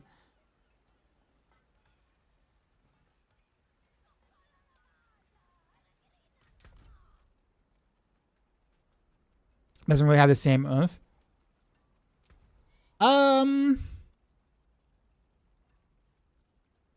In terms of like I will say it looked better in Diablo 3. I also enjoyed the sound of it better in Diablo 3 as well. But you still get mostly the same thing. Like I said, the only reason why people don't play it now is because it's not S tier. I promise you that if I guarantee you right now, if every single site, us like Maxrow, Mobilytics, D4 builds, Infinity builds, whatever, every website decide to collaborate and just secretly put Barrage in S tier, I guarantee you people will have a different perspective of it.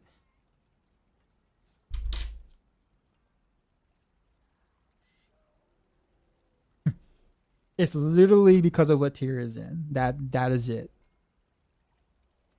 That is why you don't see it.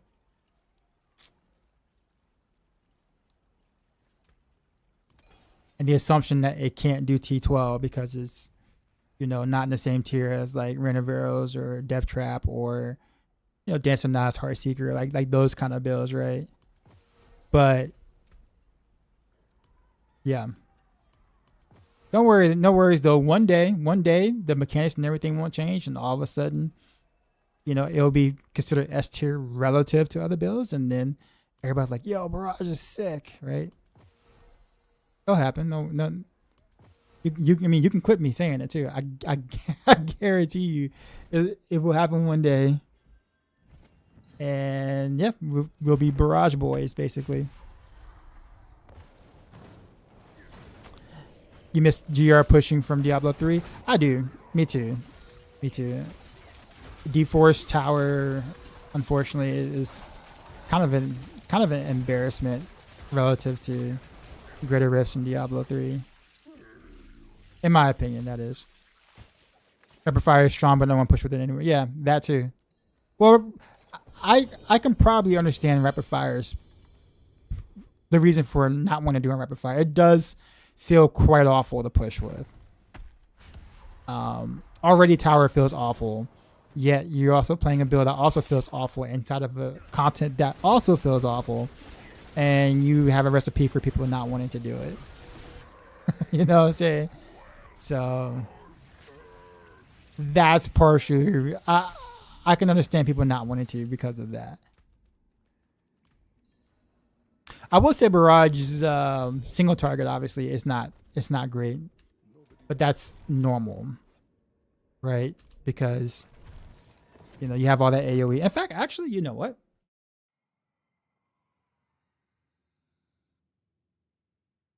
By the way, it's a Barrage unique. Oh, never mind. Hold on. It's by the way, it's the Barrage unique bow not good. It's not that it's not good. It's just not. It's just that a regular bow is better. Now that the ferocity stacks are now uncapped, and then we can reach 16 stacks, whereas before we can only reach 6 or 15 stacks, then the Mythic Scoundrel's Kiss makes each stack even, you know, more effective. Then it just makes a regular bow better. I know I just said a mouthful, but yeah.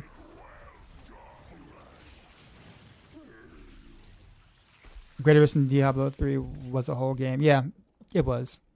Tower. I don't think, honestly, Pee Wee, I don't think Tower is gonna ever get to that point. I don't see it. Tower, in my opinion, will almost always be inferior.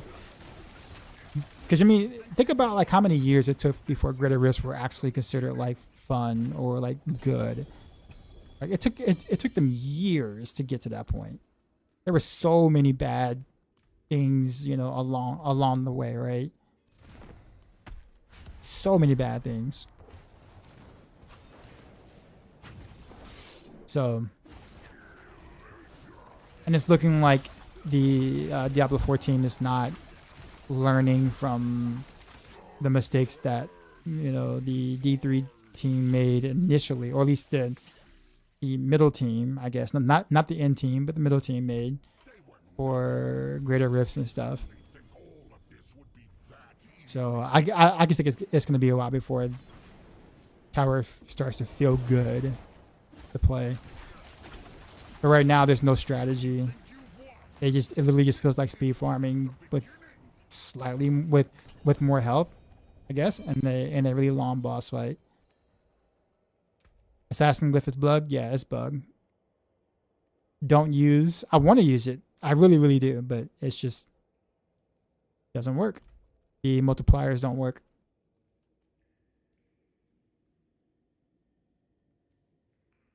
If I'm using a rogue that gets hit 70, what build would I recommend until I get enough for the rain build? Because it's gear dependent, of course. Honestly, any build that you think you'd find that you'd have fun playing. Because keep in mind, you're probably gonna be playing that build for a little while, trying to farm for your Rain of Arrows build. So it's got to be a build that you're gonna have fun playing. So what?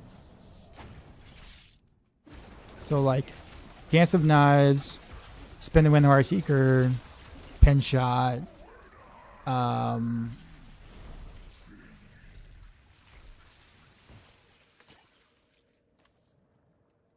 Honestly, Flurry is not bad, but then you do want to. I think the thing is that you probably want to stick with like a cold setup because you'll be able to reuse a lot of your cold gear for Rain of Arrows or cold stuff for Rain of Arrows.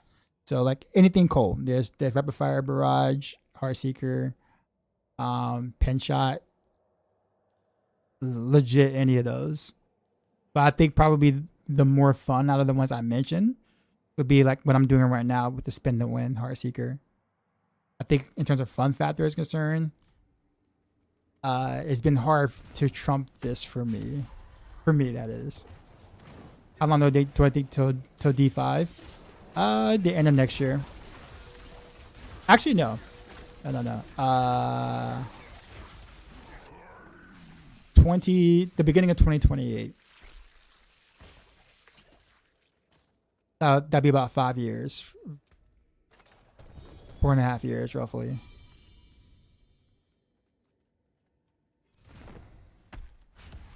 You level it to 110. You love rapid fire.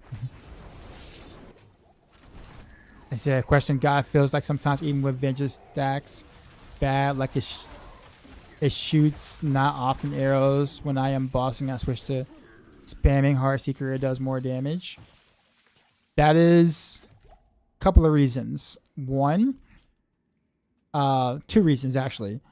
You might be spinning too far away from the boss because there is a limited range of the 5-piece proc. So if you're too far away from wherever you are with the 5-piece bonus, it won't work. It literally won't happen.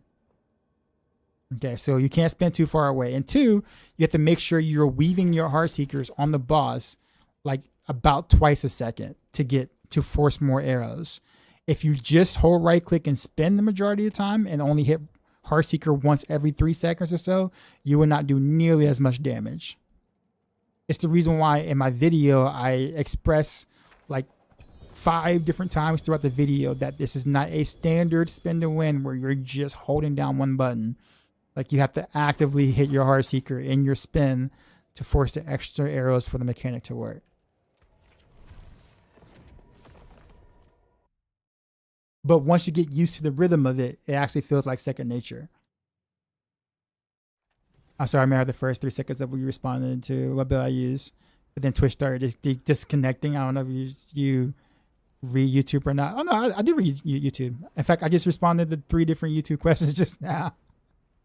King Titan, I responded to his question. I just responded to Praxy's question.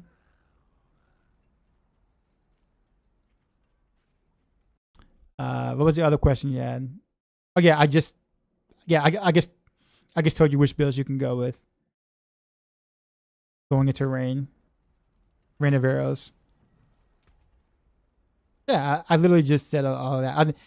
You might have been in the ad, but I literally just spent like two minutes kind of going over the setups.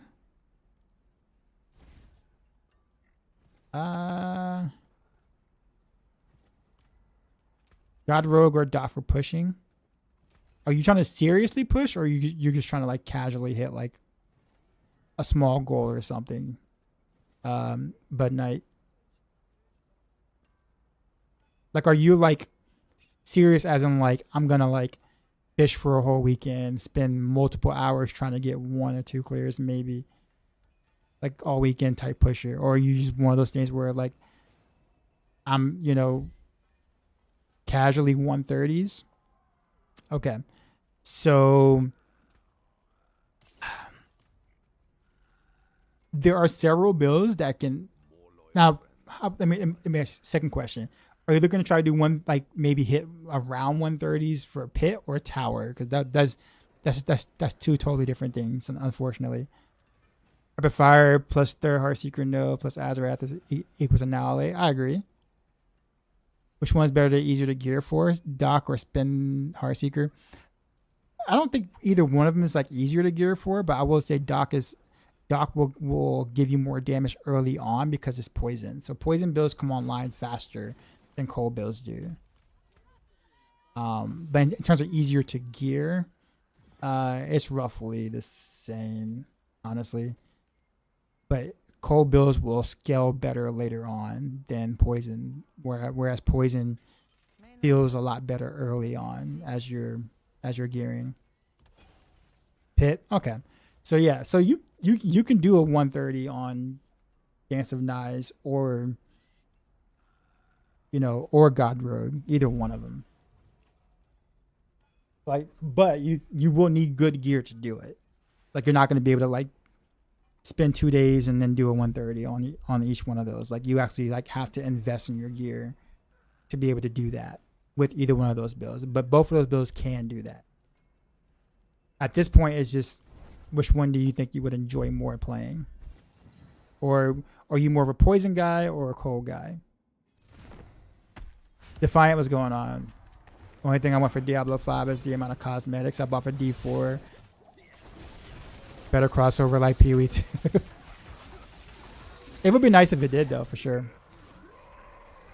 Final question is Reign of Bug. That won't... Oh, whoops.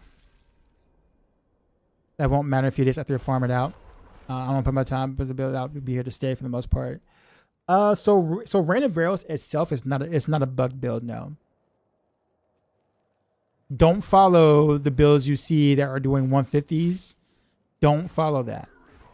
Like with the Umber Crux or whatnot and some interesting choices or whatever. Do not follow that. That is not like traditional Reign of Arrows or anything or anything of that nature. But like Reign of Arrows in general, like all the guides that people are putting out from Reign of Arrows, like that's not bugged. So you're safe. It'll be here for, I don't see them making any changes to the build or anything in the recent. Mythic hunting is getting you frustrated. Yeah, I'm on the grind right now, Bu. I've been on the grind for all streams so far. Just basically boss jail. Thanks, I like crypt builds more than anyway on Rogue. Yeah, I tend to favor cold over poison, honestly. Your death will be swift. No, I thought I clicked on the portal. Are you serious? Oh man, what? The portal was so close to the thing. Why is Ferocious aspect better than Sky Hunter? More damage. Literally. Because you also got to think about Ferocious raises your ferocity stacks, which scales really good with the Mythic Scoundrel's Kiss, which scales with the Ferocious node on Rapid Fire. So when you think about this too as well, ferocity on Rapid Fire, so like the more ferocity you have is just going to benefit Rapid Fire more often. So like when you do all those combined calculations, the regular legendary bow ends up being a little bit better than the Sky Hunter. And not only that, but your basic attacks that are coming out, like the auto basic attacks, also get damage from your legendary bow as well. Whereas with Sky Hunter, doesn't buff your auto basics at all. Not that your auto basics are doing a lot of damage, but they are doing something. So Sky Hunter's not bad. It's not bad. So if you got like a really good Sky Hunter, and you want to use it as GG Mythic or whatever, it's not bad. It just that legendary bow will just be a little bit better, and it's going to feel better because you'll have ferocity. You'll have 16 stacks of ferocity, so you have more attack speed. So you reach the next breakpoint too in attack speed. So when you're playing with it, it feels better to play with too. So there's multiple benefits behind going that route. They were nothing. Did you truly think all of this would be I better enjoy a stream. Just start playing the game. What do I need to do to level up? What do you need to do to level up? I will go to maxroll.gg website and kind of look at some of the articles, like resource articles. Because like if you're new to the game, it's impossible for me to tell you like everything that you want to do all at once and then you grasp it all. So like I will just go to either maxroll.gg or take a popular streamer, just Woody Joe, or what's another one that has like Macro Bio Boy also does really good like beginner guide YouTube videos, and like kind of take a look at those things. But leveling is mainly it's like Helltide maggot farming for the most part. But in order for you to understand that, you have to understand the other systems too. But hey, man. You think I could still farm layers on T10? Yeah, you can. Yeah. It doesn't matter if you're doing it on T10 or 11 or 12, honestly.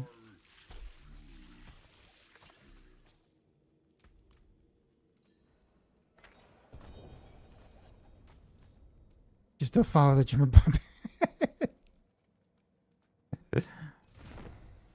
Para gaming. I like Para a lot. He's cool peoples.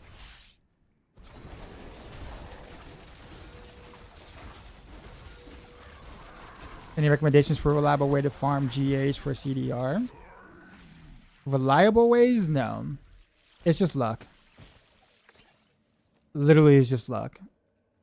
The higher torments you end up farming, the more chances of you getting like GA items all the way up to like T10. And then after that, T11, T12 are not more GAs or anything. But yeah, the higher you climb, the more GAs drop in general. So it's just a matter of just playing. Like you'll get it.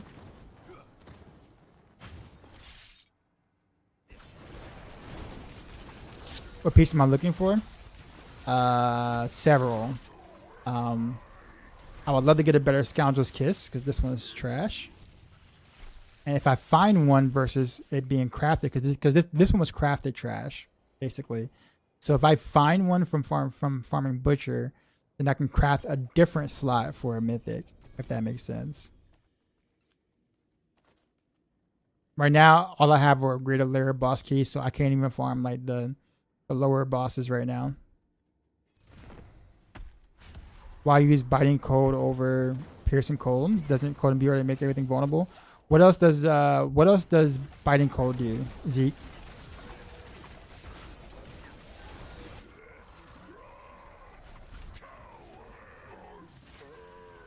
I feel like you're only reading part of the aspect. I'll help you.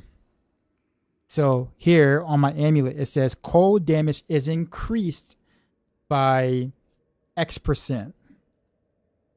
That's the only part you care about. You don't care about making them vulnerable. You care about cold damage is increased by X amount. And then the piercing cold, it gives you the same amount of damage as biting cold, right? Except you have to chill the enemies first. So it's conditional. So piercing cold is the same 20%, but it's only versus mobs that are chilled. So why don't you want that? I can tell you why you don't want that, because cold builds already struggle versus bosses, right? So you don't want more conditional damage if you don't have to. You take frozen memories because you have to, because it's such a big multiplier. But anything else, yeah, you don't want to take more conditional damage on purpose where you can get the same amount of damage non-conditional. And chill, the make enemies chill, have more chill is actually not a benefit. You already have 100% chill on your cold imbuement, right? So if your cold and beamer already has 100%, see, chill amount 100%. Anything more than 100% is practically useless. You freeze them on the first hit. So having more chill doesn't do anything. So piercing cold is inferior in literally all aspects versus biting cold.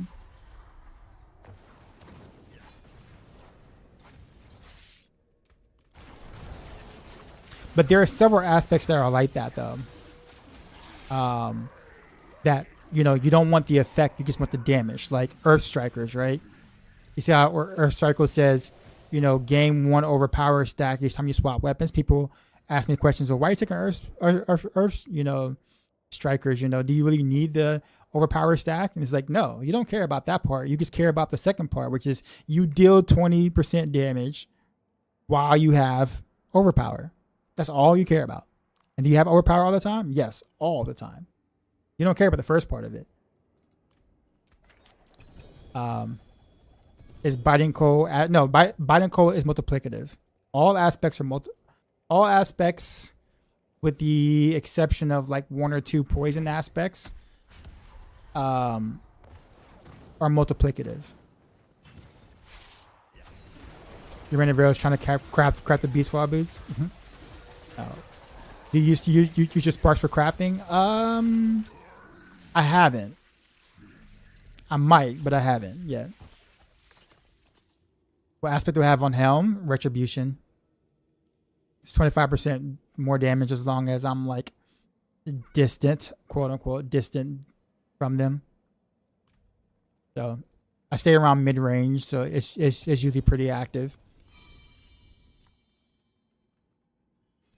Dartless, what's going on, man? It's been a minute. How you been? What percent of the time does Inner Sight remain active on Pinnacle bosses?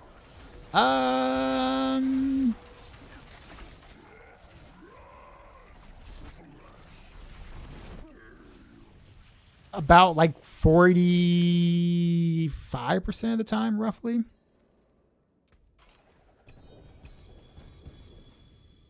I would say 50% because technically it's 4 seconds uptime and then 4 seconds ICD before you can actually build Inner Sight energy again. You build your energy up instantly, basically, when Mark hits. But then, so you have like maybe like a, you know, 0.2 seconds of downtime between the ICD and the Mark filling the globe filling up again. That's why I say about 45%. Like 45% is probably underestimating it. It's probably like roughly around like 48%. But yeah, you can pretty much say about half the time for easier math if you're trying to math it out. There is one good Inner Sight aspect, which is Giga damage. There's a problem with that though. I know exactly which one you're talking about, and we would use it if it's actually worthwhile, but it's not, unfortunately. Yeah, it's True Sight. It's what we're talking about. But the problem is that the mark itself, the Inner Sight mark itself, it's almost rarely ever up. So you almost never get that 200% critical strike damage buff because it just never stays up. It's like the moment that you have full energy, the mark is gone. And it takes like one attack to go from 0 energy to full energy, which means that you literally don't get any bonus of that Inner Sight. And then the other part of it, which is while your Inner Sight gauge is full, you do X amount of damage. If you calculate that with how often it's up, then a regular aspect ends up being better. It's one of those it's one of those bait aspects that I wish they would fix. Or do something else different with. That aspect would actually be pretty decent if they would have kept Inner Sight duration as a temper. But since they removed that as that temper, then that aspect has no chance of seeing the light of day, honestly.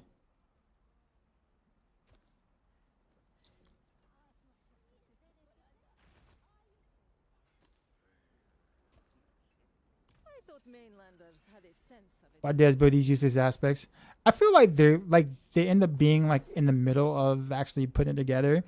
And then, as I said earlier on the stream, they get pulled into different projects all the time by management that wants them to do something different. So a lot of times these aspects kind of feel unfinished or not like fully fleshed out or whatever. And what ends up happening is what we have right now, where it's just kind of like, what in the world, what in the world with these, these devs thinking about these aspects, right? Some of them really is just unfinished ideas. Saw some blood mad idle neck. Some people have tried to use it. I've tried to use it too as well.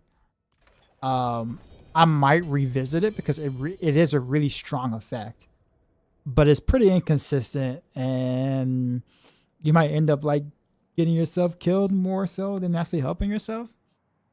Because being able to stop that bleed damage when you get hit, and then force yourself to get hit every 8 seconds to continue that, to keep up that buff.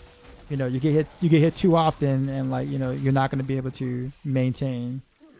So it's tough. It's hard to say that it's worth. So it's good, but you need a healing aspect on it. Yeah, maybe with what do you call it? Like mending obscurity or something. So you might have to like remove like a utility aspect to kind of make it work. Yeah, that's something to kind of think about. Or like get rid of a DR one or something for it, and see if you can kind of maintain or sustain. But the whole idea that you have to kind of get hit makes it a little more difficult. But I think honestly, with spin the win setups like this, because you can technically weave in and out of traffic to purposely kind of get hit up close and then spin away in a sense, like actually might make it worth it on something like this.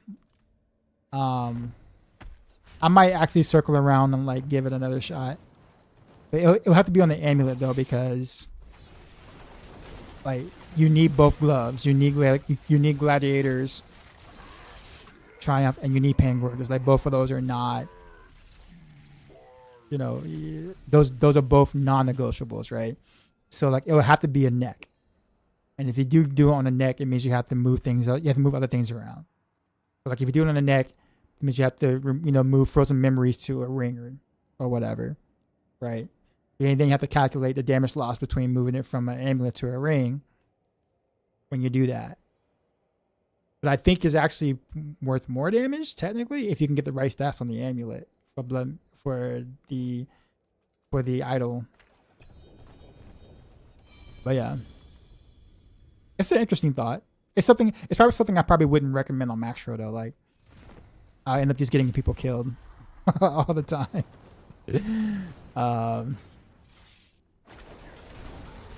Now I don't know which ones to use. You said you transferred your old boost, but you found better ones, and the old ones got crit chance transfigure. Oh man, crit chance on boost, really? That's actually like really freaking like cool. I would love to have crit chance on beards.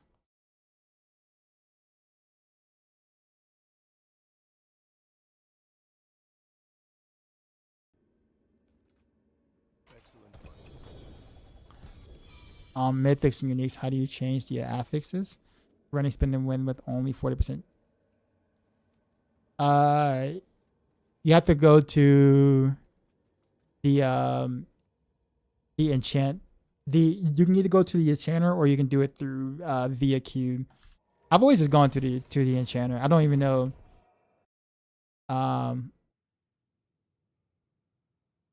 I don't even know if you can even do anything with the uniques in the actual cube. I don't think so.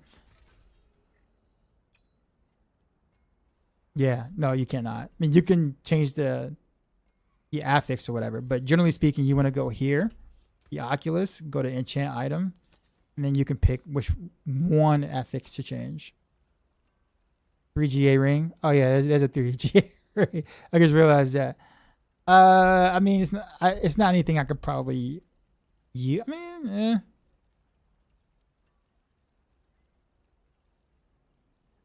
roll the actually roll the attack speed into a crit chance, to be honest with you. But It's funny because it's like this ring isn't that good, so it makes any like good non-mythic actually look pretty good by comparison.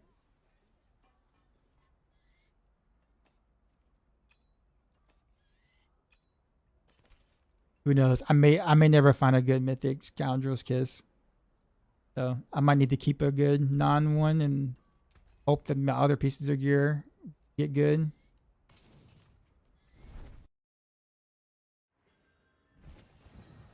Yeah, the only ones are only dodge chance. New ones are GA Dex and max life. Then you lose a DR aspect. Yeah, that's what I'm saying though, Rexo. Yeah, it's one of those things where it's like, you know, you're playing knowing that you're on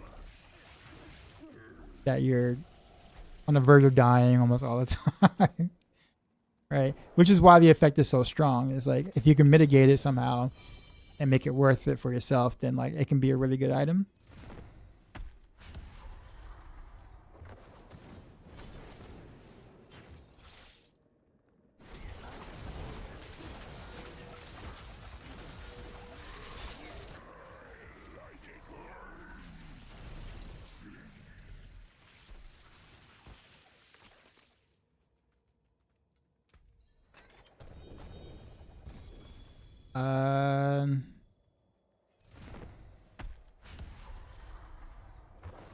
I feel like I've been on the butcher for like a while now. Is what it feels like. I've been fighting this dude a lot. Feels like.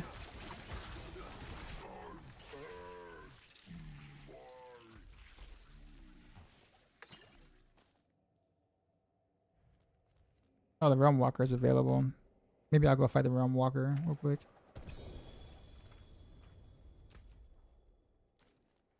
There's probably like nobody at the Realm Walker either. Oh, it begins in 10 seconds. Okay, cool. All right, so let's go do that and get us some superior keys. Try to switch it up a little bit.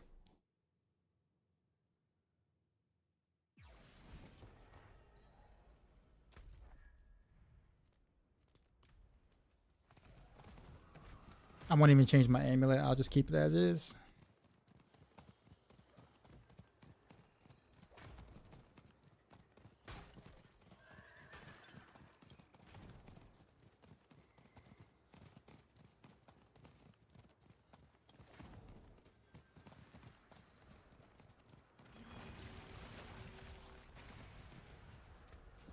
You know what? Let's just do the mine thing. Look at all of us are spinning the wind. All these bars is like, wait a minute, what's this rogue doing spinning? Spinning like that. Everybody, but did you answer my question already? Which one?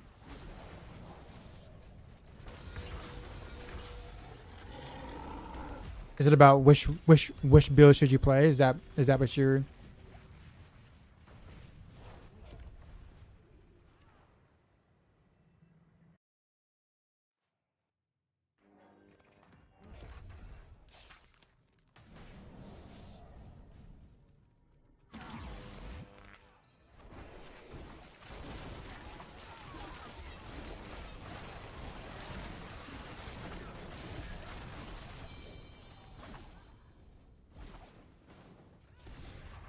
Did I actually click those?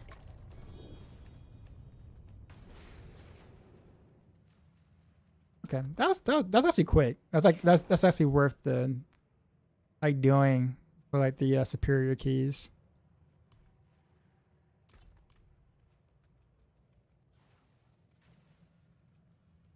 Wait, what's that thing? All right, so now you're back to butcher farming.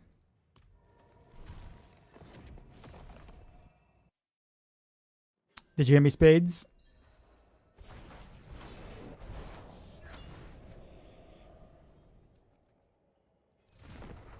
A build. Okay, yeah. So I did answer. I think you were in the ad when I did. So, he said, but a build that uses dance. I mean, you only really have two options at that point, right? Oh, the gear for Renevil's poison. Okay, so if you're gonna go poison Renevil's, then I would go regular Dance of Knives. It doesn't require mythics. No build requires mythics. Mythics is just more damage. That's all mythics are. Mythics are just literally more damage of from a regular unique. Right? LTT, appreciate the sub.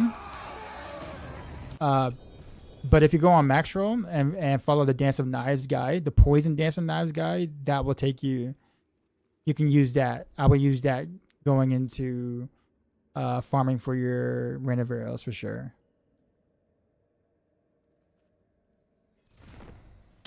Tonics is going on. Revion.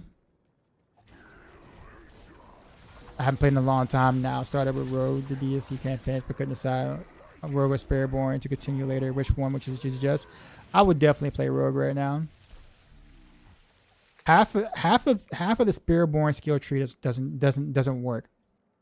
They have like, don't get me wrong, they have a really good build right now. But like if you're wanting to like play multiple things or try different things on a class, Spirit, like half of the Spiritborn stuff right now just doesn't even work. I'm not even like kidding you. Like literally just some things just do not work. So like I would highly suggest playing Rogue over Spiritborn at the moment, unless you're gonna play that one build. And that's it. And even then I probably still would say Rogue. But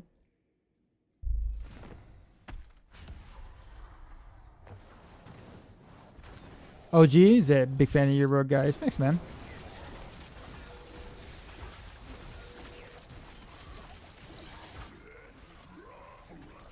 Where can you find that at?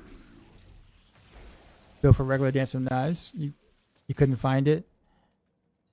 Just Barrage Rapid Fire. So I'm not the one that made that. So if you're on, so go to max roll. Actually, hold on. Let me just. I'll just link it to you directly.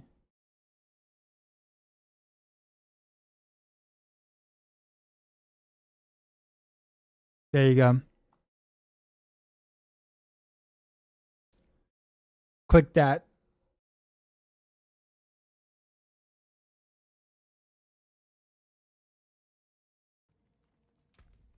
That's just send you straight there. Virgo with the sub. Appreciate you too, sir. Sorry for the repetitive bossing gameplay, but that's kind of what things are right now. This patch, the beginning of this patch. Just trying to get some upgrades.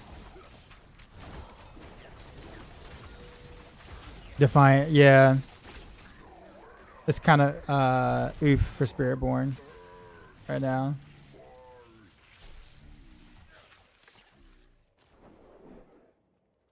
I honestly don't know why like it's in that bad of a state in terms of like just stuff just not working. Like it's like unbelievably bad. It's like stuff was working, expansion drops, stuff stopped working. Next season, following the expansion, stuff still doesn't work. And yeah. It's a push to center from crashing waves of Renevilles is considered CC. Technically, yes. But if you're playing Renevilles, you're going to be CCing anyways. Or you're going to have multiple sources of CC, including that.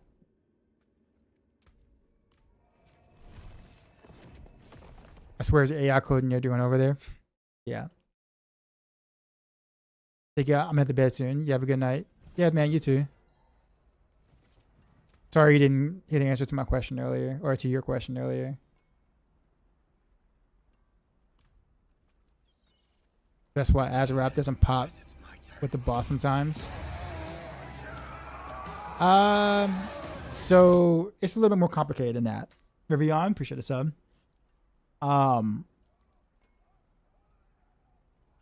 I can explain it, but there's a video that does a really good job of explaining why Azarath and Pelgain have the issues that they have.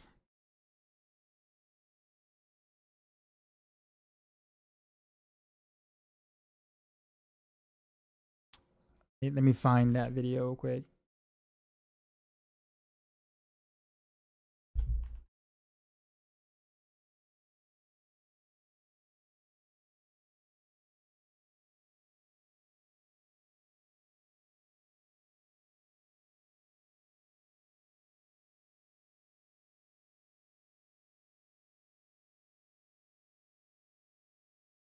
Uh,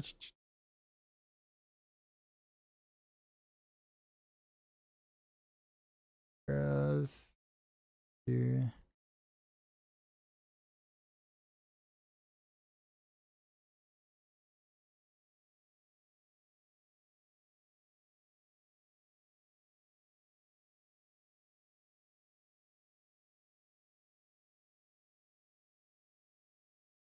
where is it actually?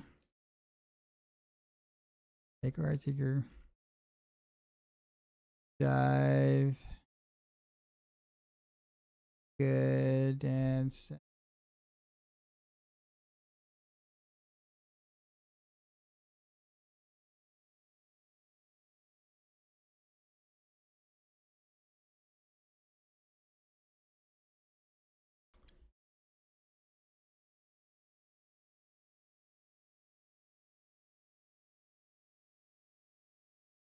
all right.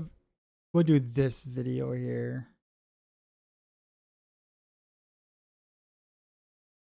I like Zario as well, but so this explains why Azarath and Pelgang wasn't working, or it wasn't working consistently in a sense.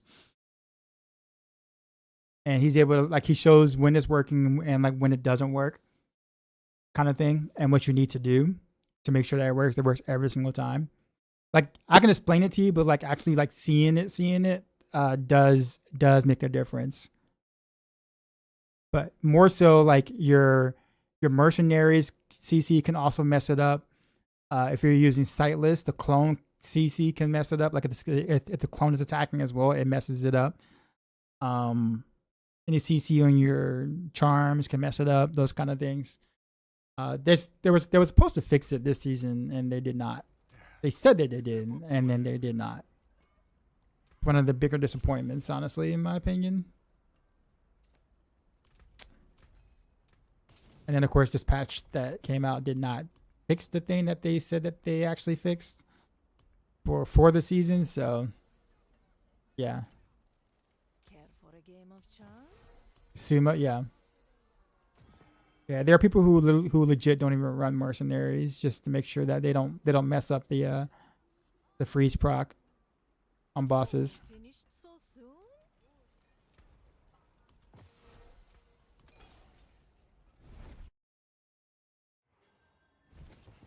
And that's a really short video too, like 3 minutes long.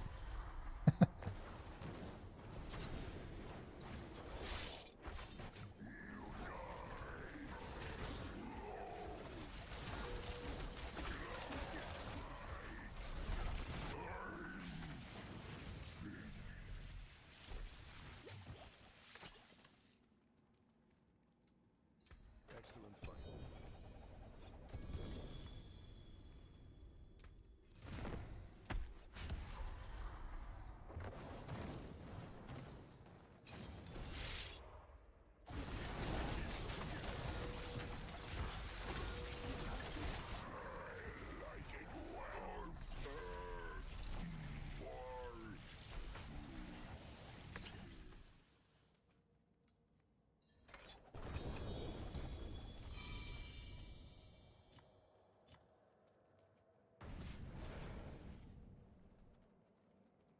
I bugged it.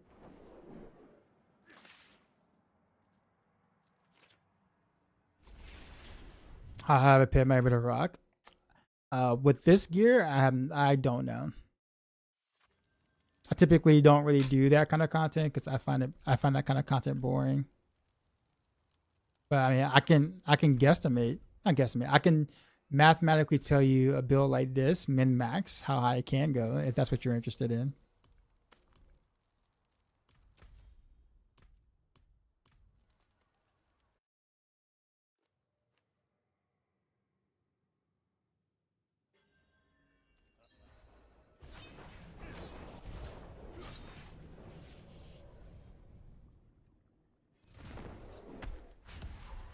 I just want to get glyphs to just want to get glyphs to 50, 150.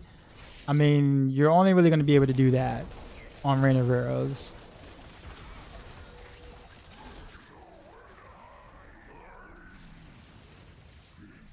Like, in terms of like efficiently, like you're only really going to be able to do that on Rain of Arrows.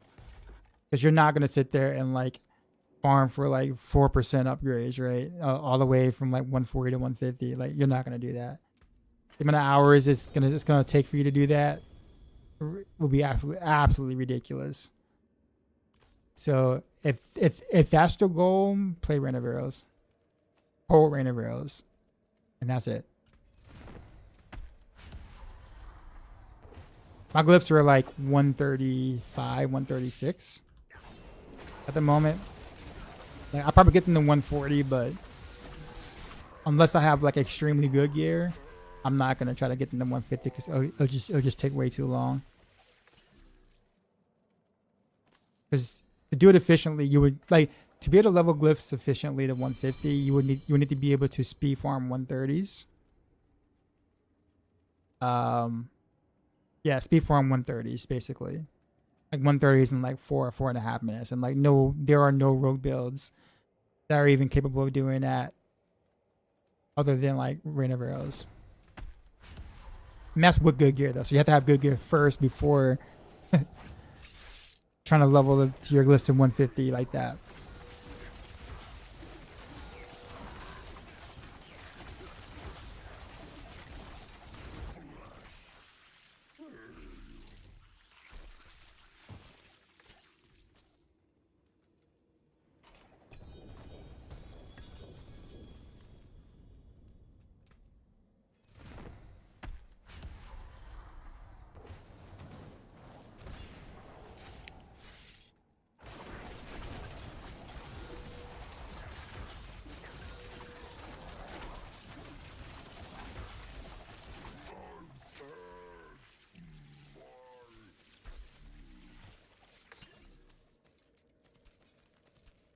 It's easy for me to do stuff like this.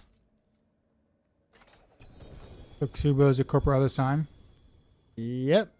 Or at least that's part of the problem. Like, you could have other CC that you don't know about, but Subo is definitely one of the issues, yes, that you might be having.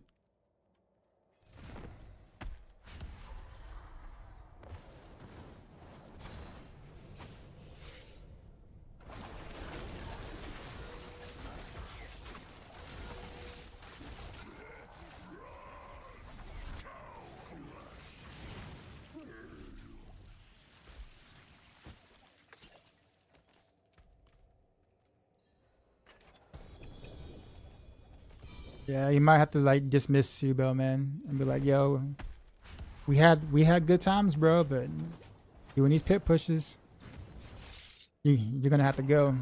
It's tower pushes, man. You're gonna have to go."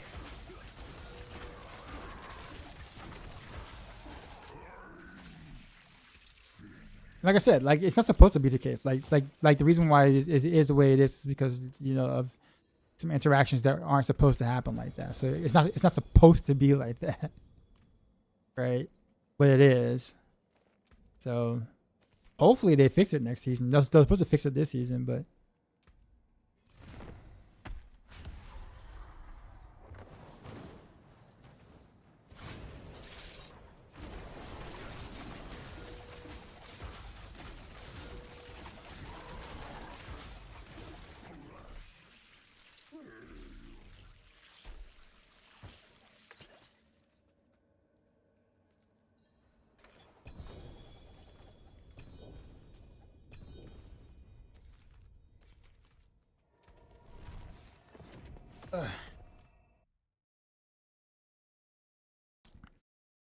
it's been kind of rough out here for me on the greater layer boss here.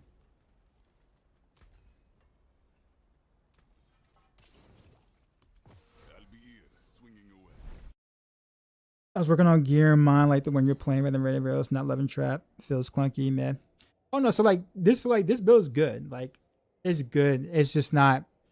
It's not one of those things. It's not one of those builds where like if you're trying to like push tower, you're trying to get to a certain rank on the leaderboard. Like let's say you want to do like top, I don't know, if like top 10 or something like that, then like yeah, you don't want to do this. But if you just want to like vibe and do T12 and have a great time and something that's like fun, then like I totally recommend this for sure. But like top end pushing on pit is like maybe 137 roughly with really, really good gear.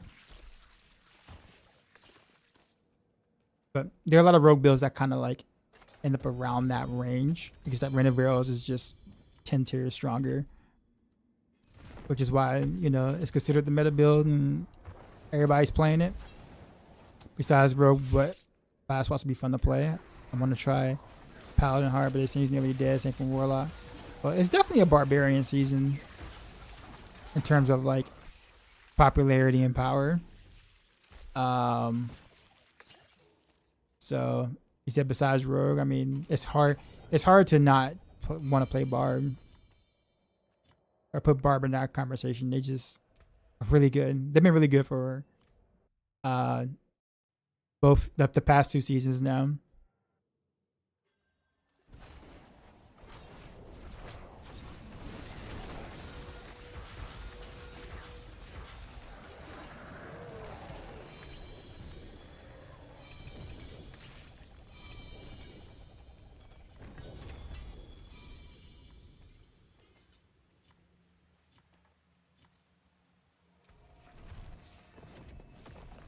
Barb is enough from last season.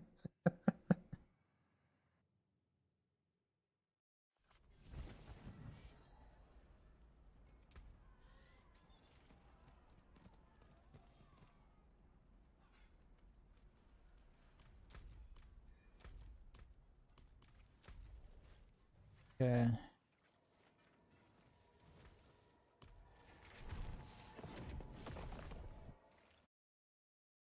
I might have to start farming the superior boss or whatever. Just to kind of break up the monotony of like beating up Butcher.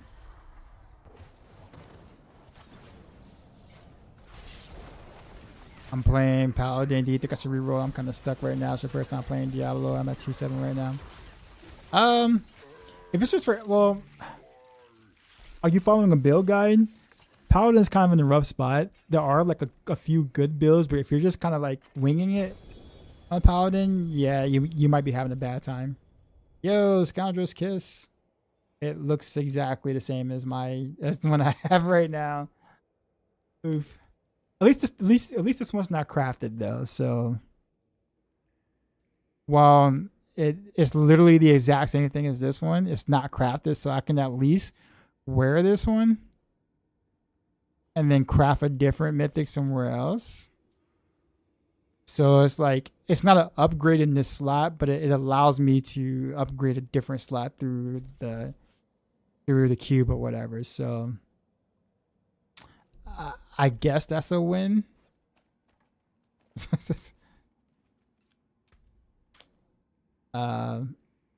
Sad that's kind of the best I can do with that. Any good mythics yet? Not really. Well, I got an Edna's Dagger that rolled pretty okay. That's kind of it.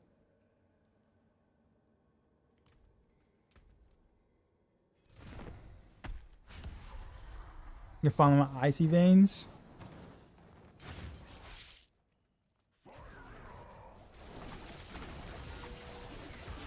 I'm gonna be honest. I have a friend or two who works for ICV, so like I don't really like. I'm not the kind of person that is gonna sit there and like downplay a different site or anything. But I will tell you that like if you want a more polished guide experience, I will highly recommend Max Roll over IC Veins. Only because like we tend to take what we do a lot more serious, and our work shows. That makes sense.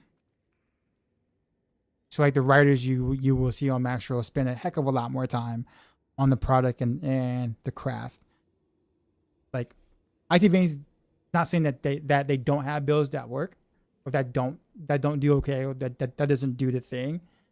But most of them are not spending nearly as much time as the Maxroll guys on the Maxroll sites are.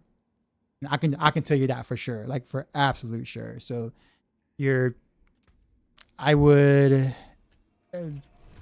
suggest maybe taking a different look at like a different site, just to be honest.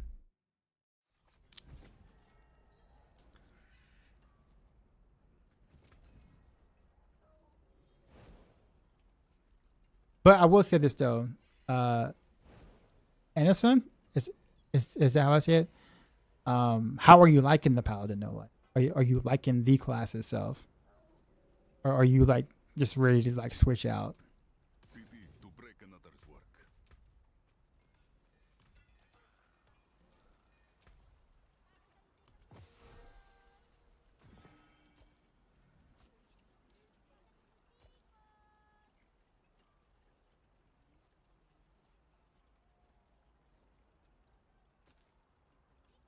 I thought mainlanders had a Bar for no handies, too easy to. All right. I probably should start saving up some actual equipment.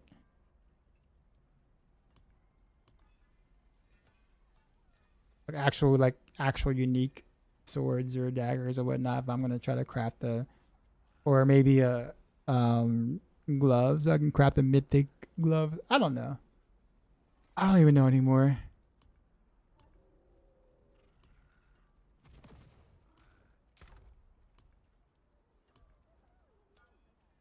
I got way too many potential amulets and rings here.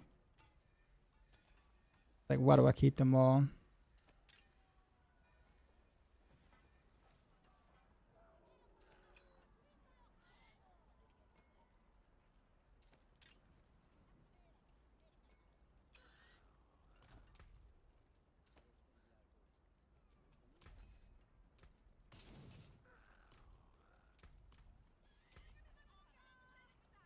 Can you swap the glove and the charm? Yes. Yes. You sure can.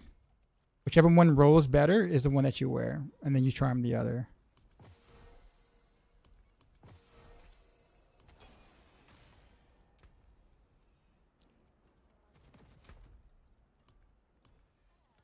Okay. How do I make light of other stuff here?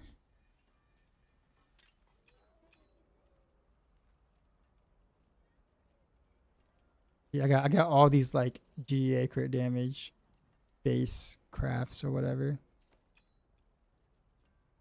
And they're there for me to slam later. Like when I get everything and I just kind of want to slam. Like transfigures where I have to get like a good one. You need like multiple of these for it to actually like work out. Because you're gonna just blow through them all. That's why they're there, but anything about weapons. All right, let's farm a different boss now. We're gonna do Realm Walker is back. I'm gonna admit this to stream. I got one different one. Yes, I got an Etna's dagger, which rolled okay. No GAs on it though, but it rolled okay. It's still a slight upgrade. I got a Scoundrel's Kiss, which is the literal exact same rolls I have on the one I'm using now, except it's not crafted. So it's not an upgrade in that slot, but it allows me to craft a mythic on a different slot. So I guess it's kind of a win. Not really. So the Fate Mythic Charms, yeah, I know about them. They're not supposed to actually be in the game. They weren't supposed to drop. I can tell you that much.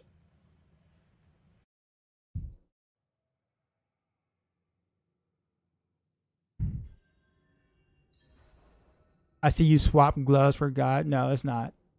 I didn't swap them. So you have two different gloves, right?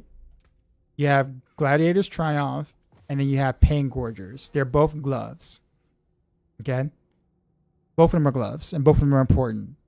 So it's whatever one that rolls better and easier to get is the one that you wear, and you charm the other. I didn't swap the glove. Because that one has to be a charm, one has to be a glove. The reason why pain gorgers is the glove on the planner is because it's easier to get because of Gregory, if that makes sense. Gladiator's Triumph is easier to roll the stats on, but it's way harder to get. But it doesn't matter which one you do. I promise you that is not the reason why that's not the issue for bossing. I would look at the bossing tab if you want to know how to boss, or I guess what you should do for bossing. And also make sure that if you haven't watched a video on this, that's in the guide. I would do that too to make sure you understand how to play the mechanic with Heartseeker in terms of casting it. Like twice a second roughly, so therefore you're not losing arrows. You can't just spin and that's it on bosses. Okay. Orphan Maker. Like the very first.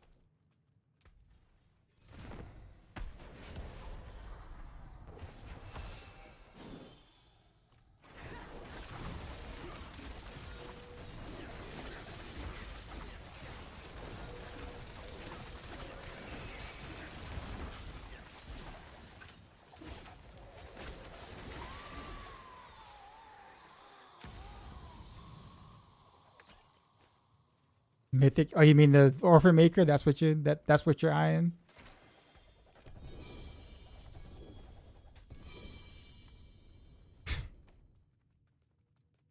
You got a really good ping orders today. Nice.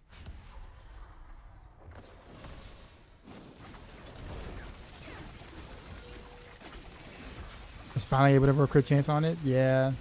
It's harder to roll a good ping orders, but it's much easier to get the item than, like, let's say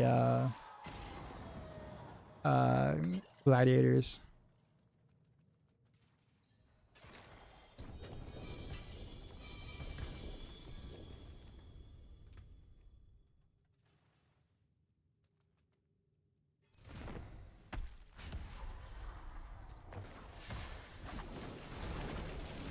I don't know how I feel about Methods 3.0. I prefer how it used to be.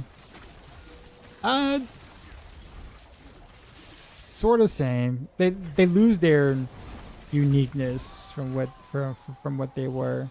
I don't mind having a different item tier, but but calling something different other than like mythics. They should just call them primals, because that's exactly what they are from Diablo 3.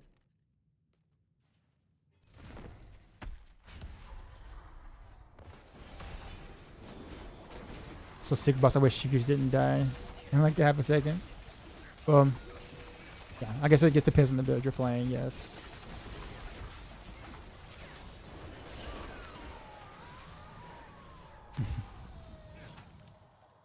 Zeke says, see you later, man. Thanks for the help. Yeah, man, you're welcome. You are welcome.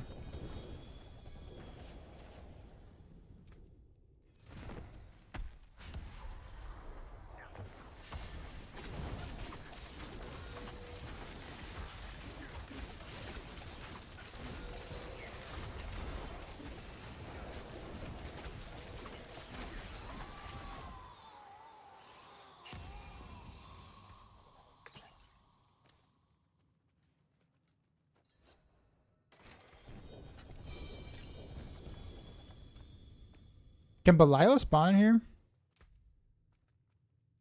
Like, can Belial spawn in this area?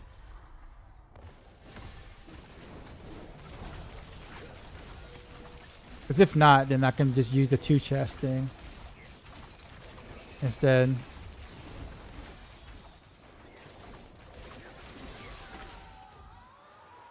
Right, the double chest node or whatever. It said in the past notes you can, but you haven't seen it.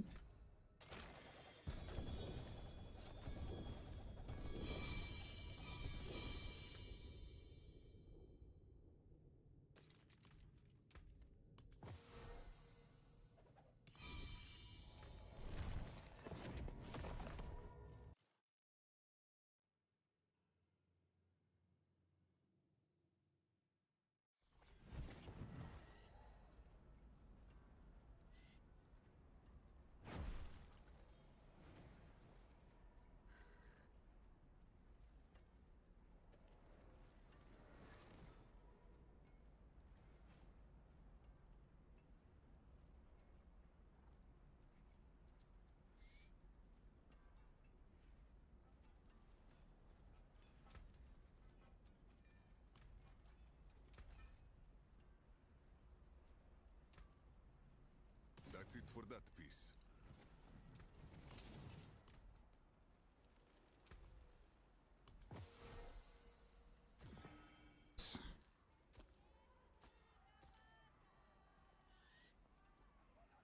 Yeah, the crit chance.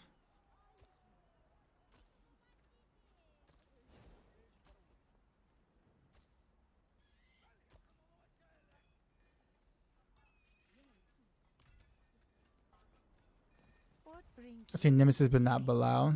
And 150 superior keys. Jeez.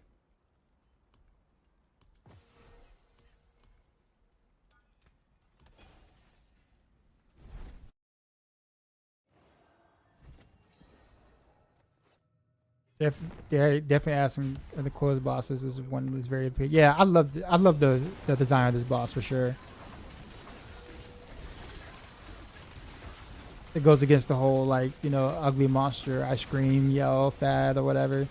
This one's like a Gundam anime fight, right?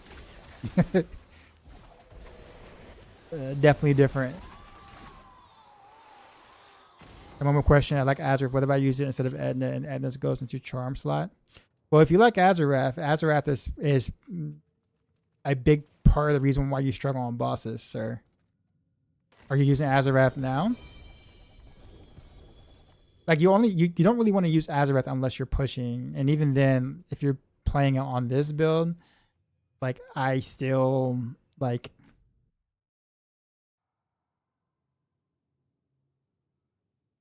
Azurath is like a damage loss on most cases. Outside of like pushing, like high push.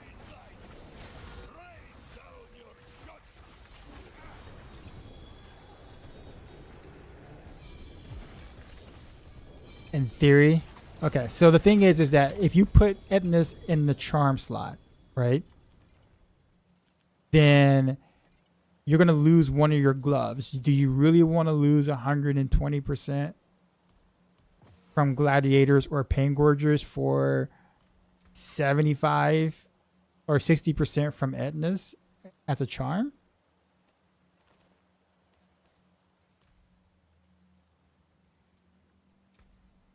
Like, that's the thing you have to kind of think about.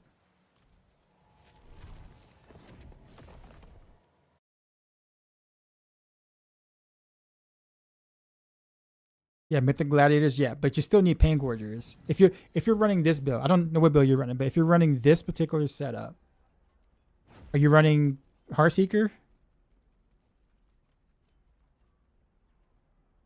Because you need like you don't want to not use Pain Gorgers. Like there's also interaction, which I mentioned on like the build guide. Yeah, so I mentioned it on the build guide that there's an interaction between Pain Gorgers and Gladiators that is double dipping. If you don't have one, you can't double dip. You know how much damage you're losing if you're not double dipping, sir? You need both. So if you remove one, not only are you losing 120 or 125% for the proc that's happening, but you're also losing the double dip that happens, which is an additional 100%. Just to be able to try to slot in Azurath, which means that you do less damage and you do considerably less damage from the boss because Azurath doesn't do anything against bosses until they're staggered. So, I mean, you can if you want to. Like I'm not here to tell you, exactly what to do. If you want to do it that way, that's fine. But then you can't say you can't go, why is your boss damage so bad? And you go that route at the same time. You see what I'm saying? So I'm just wanting you to understand like what's happening to you, or what will happen to you if you if you go that route. Yeah. Is there any tech that makes abilities function as evades on Rogue? No, not really. Found a lazy man solution to boss EC issue for Azurath. There's a couple already. There's a well placed Shadow Step or a well placed Mani dual proc. What's your solution? I can't get Shaco, so I'm gonna get you Nomura. So Shaco is like the last piece. Like Shaco is very like not important at all. Like it's like slightly better than like a normal helm, but barely.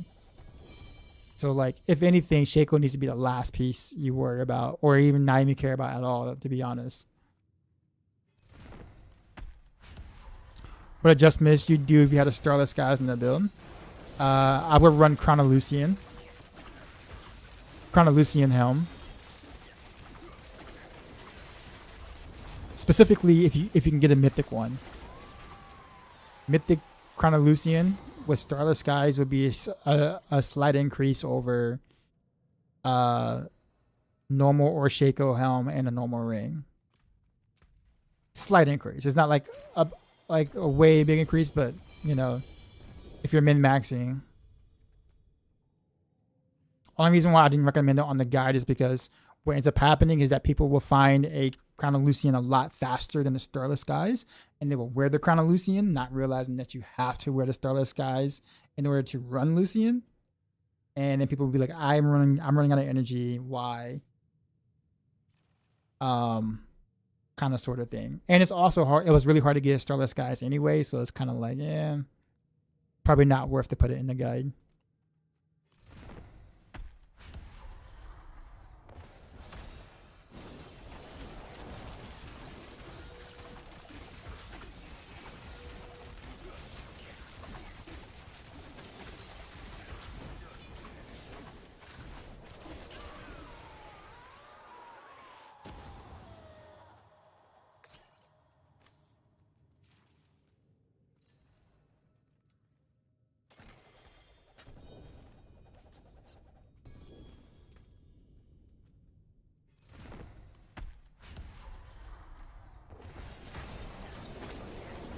Maybe Godslayer's crown? No. Regular helm is better than Godslayer's.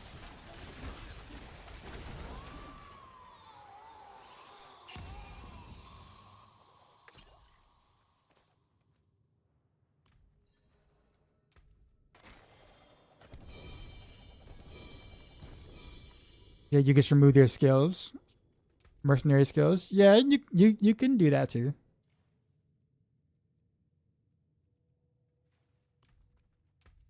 That also works.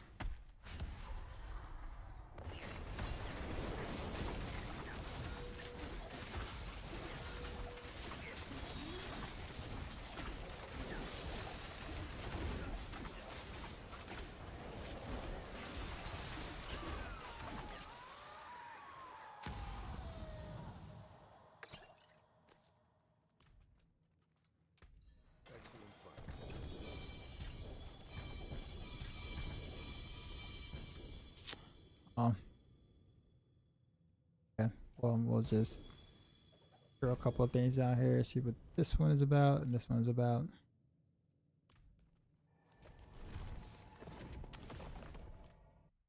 Asking just because I started Sky drop to me back when I first killed Lilith on T12. Also have a Mythic Lucian, but you're on Rain of Arrows now, so though I enjoy your spin the wind much more, just wondering if that make a huge difference or not.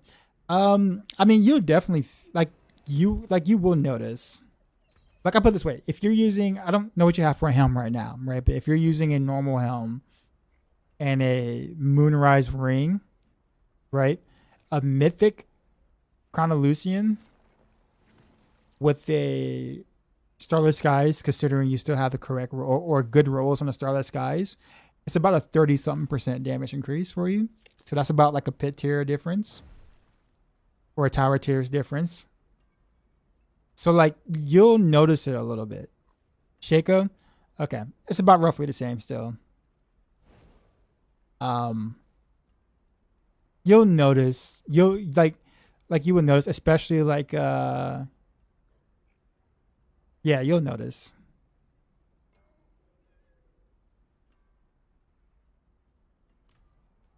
But it will kind of depend on like the role on your Starless Skies ring too, right? So like if you're missing like if you can't get like one of the more important as stats on it, then it might kind of hurt a little bit on that end. But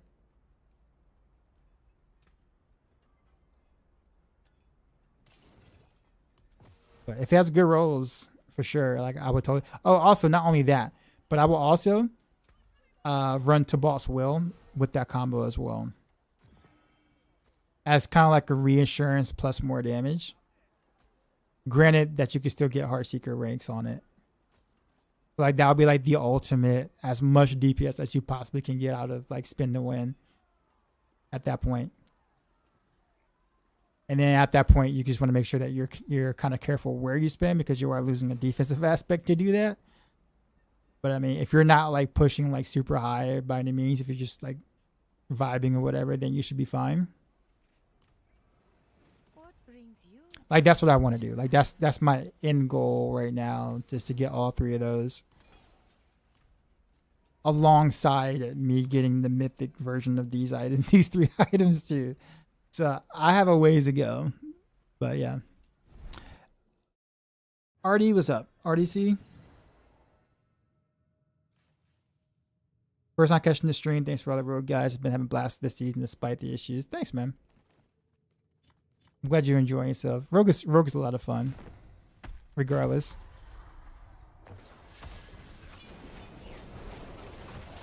Like the season could be real bad, but then the class can still be fun.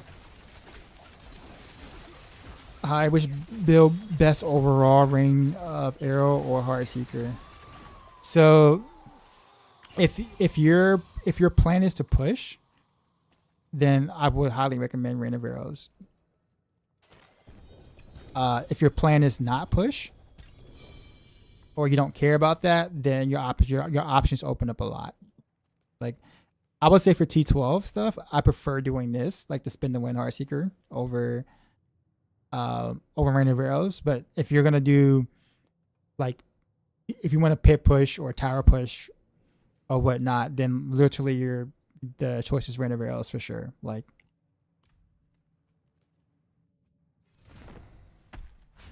so honestly, yeah.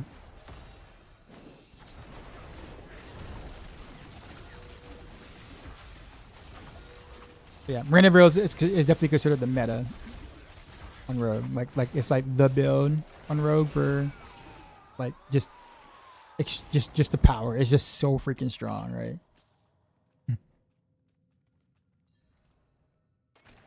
Hey bro, thanks for making the guy build come true. It's so much fun. Just the hearts course also found it. Which mythic item would you craft to get first? Scoundrel's Kiss. Go Scoundrel's Kiss first. For your first, for the very first mythic. How's the season compared to last? Last season, did we even have a season last season? Like it really wasn't really a season last year. It was like, it was an expansion, right? Which introduced a ton of new things. So relative to an expansion, this season is very anemic compared to last season. I wish those were to boss world, by the way. Oh well.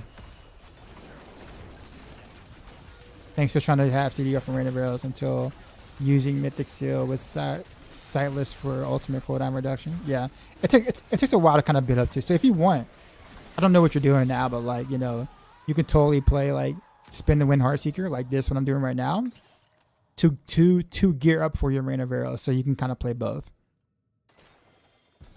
New expansion, but call season 13. Yeah, I mean pretty much, yeah. Yeah. I would call it preseason.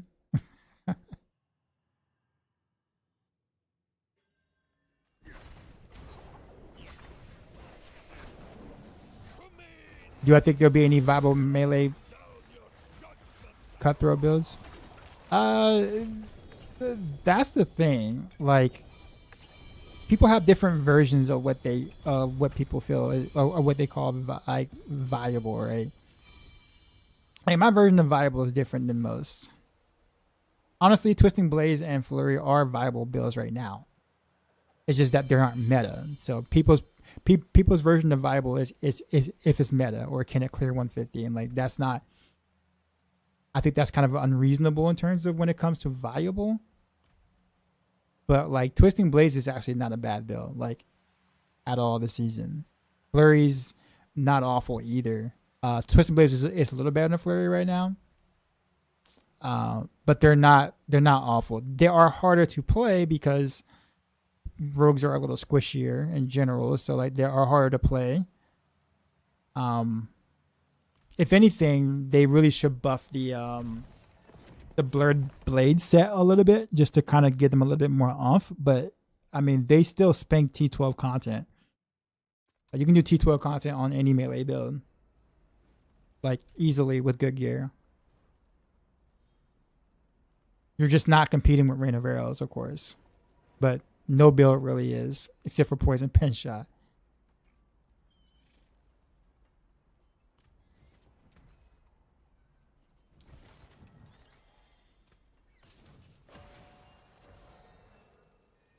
TB seems kind of hybrid. Flare would be more melee. I agree about to say, yeah. I just think they just need to buff. Like, they just need to give this set a little more damage. Like, just like, I know they give it like there is more cast speed, sure, or whatever like that, but they really should probably just cut, like, buff the I don't know, maybe the 2-piece to 100% instead of 60%. That would actually help quite a bit. Or like the 5-piece go from like 250 to like maybe 400. Would be kind of a nice bump. It wouldn't make them OP, but it would put them where, or maybe slightly ahead of some of the marksman skills. But you are in more danger, so it kind of makes sense that it would be, right? But yeah.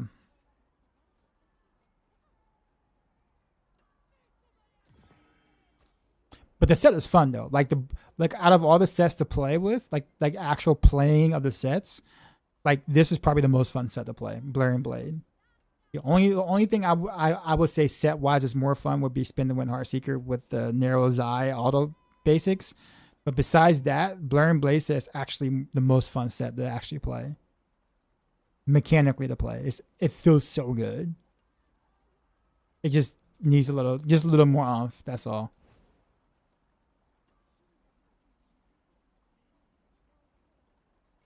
I actually don't even know what I'm like looking at anymore. Do you think that Shadow Clone as only sorts of vulnerable is enough for pushing? If you can reset it enough, yeah.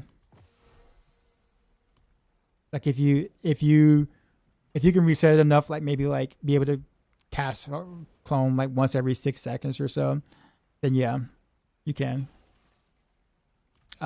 We did that a little bit last season. I think there were some builds that literally did just that had just Shadow Clone. That was it. Or vulnerable. So yeah.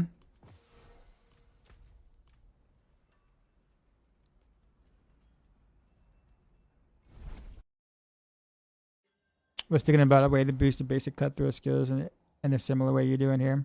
Yeah, so I used to make this build called Shank Rogue, which is technically Invigorating Strike.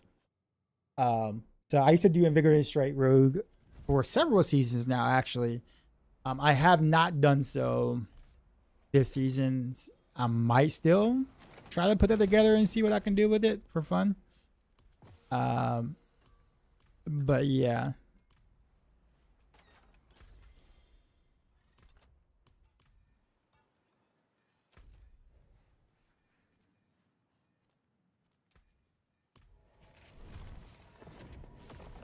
Is Mythic Seal weaker for endgame for Renovaro's endgame? Nah. Mythic Seal allows you to do like get 60% damage as well as like 30% DR, which allows you to be able to run to boss will without technically losing any DR for doing so. So, and then you just wear the Gladiator's Gauntlet, hopefully a mythic one. So it's actually an upgrade to do the Mythic Seal. Why don't you have the War Plan option with 2 boss chests? Because I want Belial to spawn, and like if you do double chests, then you're halving the amount of times Belial can spawn, and you want Belial to spawn. Although I think on this boss Belial is not spawning at all, even though it's supposed to. But yeah, that's the reason why.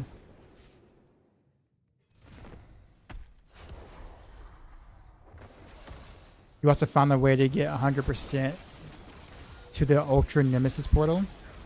Is it a bug or is it just like...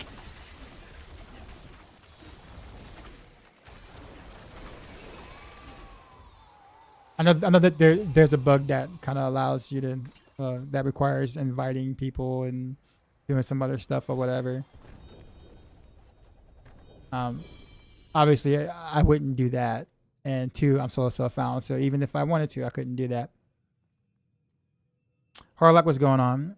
I have a poison pen shot build, works great. Now I'm trying to spin the wheel. I made one pit 120 without problems. And the question is, as a single target, respect the poison pen shot? Well, yeah, poison builds are naturally going to have better single target in general. You have to use the push version for the single target to feel a lot better on like the pit, on like higher pits or whatever. And even then, it's annoying because you have to like make sure that you don't like you don't mess up your procs, your Azeroth procs or your Pale Game procs. So it's a whole like game to try to figure out pushing with cold, which is kind of annoying, honestly. What's Ice Seeker Go playing? Your build right now? It's so much fun, isn't it? I took the point just for the +1 monster power, but you don't actually open the second chest. Can you start the boss without opening the second chest?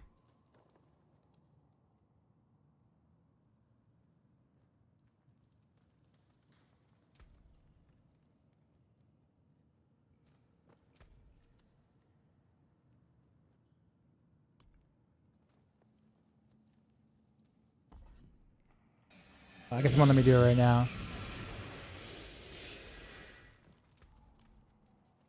I didn't know that. I did not know that. That's actually... Alright, cool. Well, I will make the changes then. Yeah, thanks for that. I had no idea. Nice, that's my lair boss, yeah.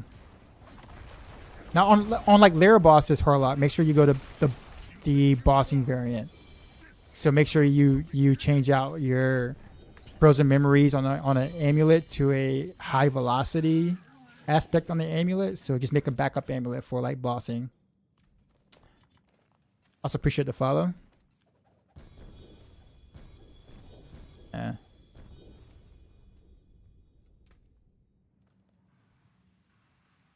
I probably should have just like teleported out first and then try to go back in. Oh well.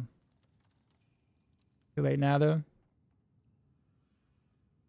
I don't care. I guess those aren't important.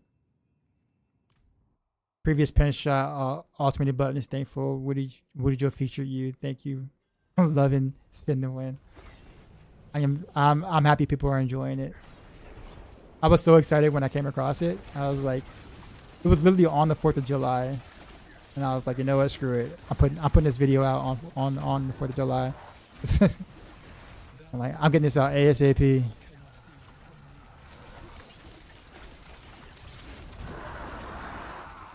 About spending wearing random arrows. I actually made a personal planner for that, like a personal build for that. It technically is a thing, but I would only do it for like open world T12 stuff. I would still spam on like bosses or something, but like open world T12 stuff, you technically can do that. No lie.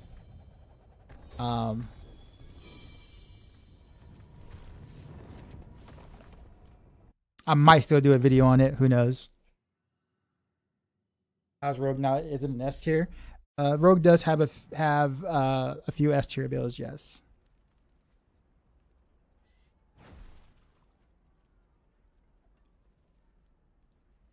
It's actually a pretty, except for the energy regen. It's kind of oof, but everything else is actually not bad. That's it for that piece. Come on, put it up. Following you from Singapore. Yeah, we'll see.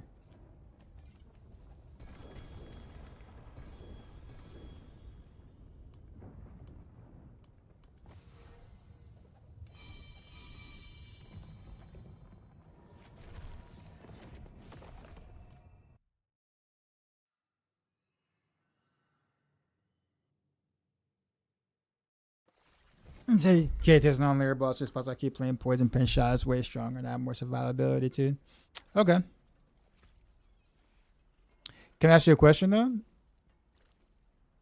How many days have you been playing spin the wind versus how many days have you like how good is your gear for spin the wind versus how good is your gear for poison pin shot?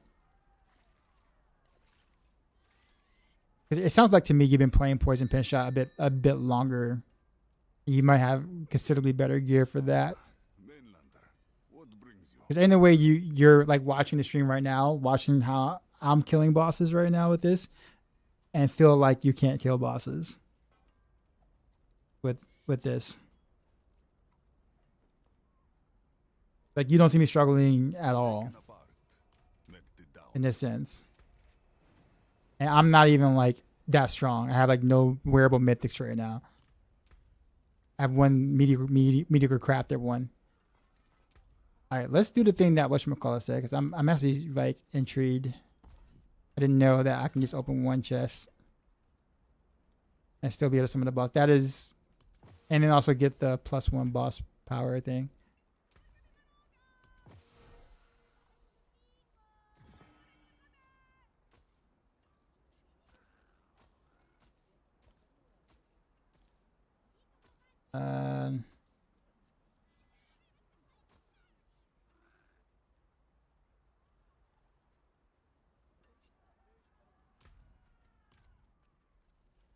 What brings you to the ancient isles?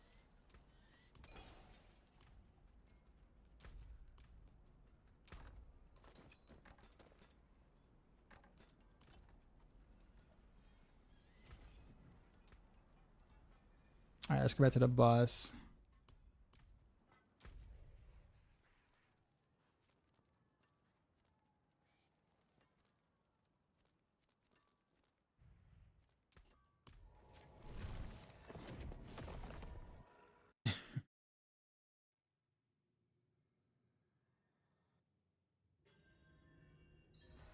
All right, so we don't. I guess in this case, we probably can't open the second chest because Bilal is not spawning on this boss.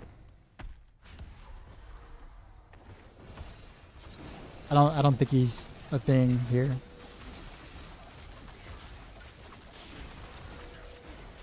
Although,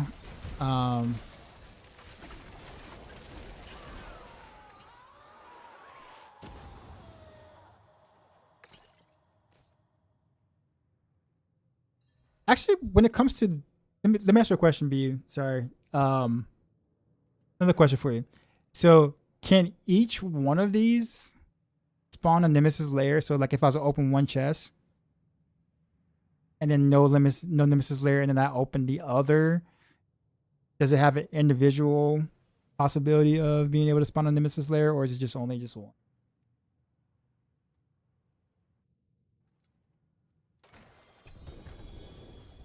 Yep, there it is. The altar is there.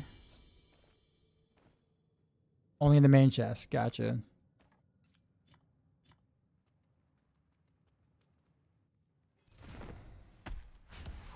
What pick can I do with the spin and win? I mean, honestly, personally, I haven't tried, but mapped it out. With really, really good gear. Like 137. 137-ish. Potentially 138 with like really good transfigurations.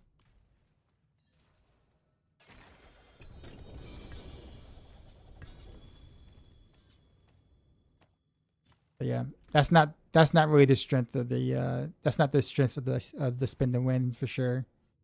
This is actually a really good rolls here. Even well, this is better than my current non-ancient mythic or non-mythic one. Because I have to hold on to that longer.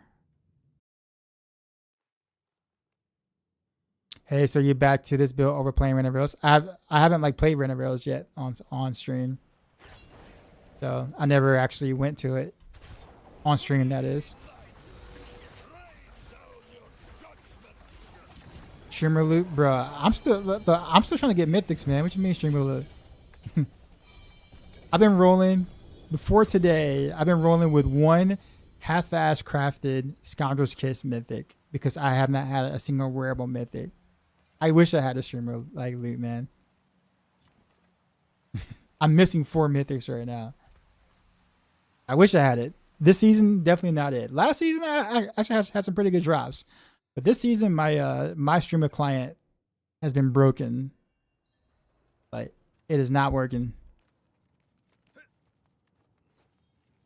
You saw your build on Maxwell. Oh yeah, well I mean I write multiple different builds, right? And I do have to play each build I write, but I never actually like played it. I haven't played Renovaros on live stream. I put it that way.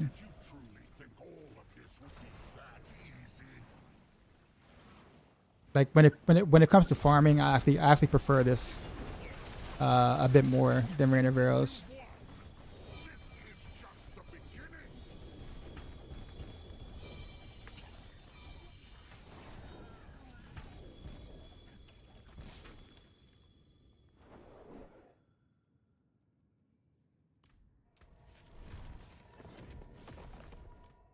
Hey, what's the best way to farm legendaries for materials? Probably progressing getting stuck at TA because half my gear is not enchanted or masterworked. Honestly, Nightmare Dungeons. Nightmare Dungeons with the materials reserve. Affix on it. This one has Blastwave Shrines, but like look for like Nightmare Dungeons and Escalation Sigils are very good. Escalation Sigils will be even better to do. But yeah, if you get a Nightmare Dungeon with like the materials reserve, that helps a ton. And you can also do Undercity and do tributes that way for Masterworker materials, as you see here, refinement. There's a greater refinement 2-1 as well.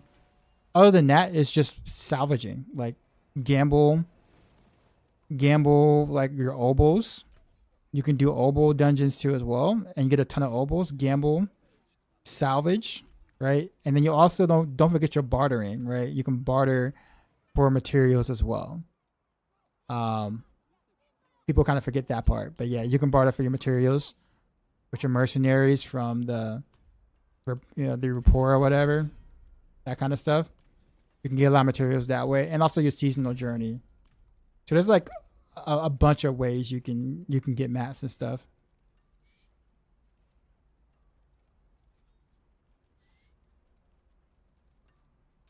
And also just keep in mind, like for your loot filter, just make sure your loot filter isn't that aggressive. Because if you're like filtering out, if your filter is like really strict and you're filtering very specific stuff out, then obviously you're going to get less drops. That's less salvage and that's less material. So just be careful how much you're choosing to filter out at this point in your journey. Escalations are insane now? Yes, they are. For craft mythic, do you need to use 900 gear or A50s? Okay. I think A50 is actually okay.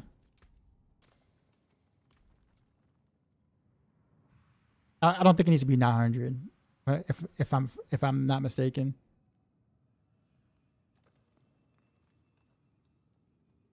In that case, you recommend that one or maybe someone else's since you're not playing. I'm confused. What do you mean not someone else's or someone else's? So if I'm not streaming it, I shouldn't recommend my Maxwell build on Maxwell if I'm not streaming it. That's a weird thing. Like I would say out of all the content creators, I probably have played more Reign of Arrows since its inception than most people have, because I was playing it when it wasn't meta. In fact, most people kind of expected me to play Reign of Arrows various times. I just don't do it this season because I played it so much, and I'm not really the biggest fan of it. But it doesn't mean that what I have on Maxwell does not work, because I'm not streaming my Reign of Arrows gameplay.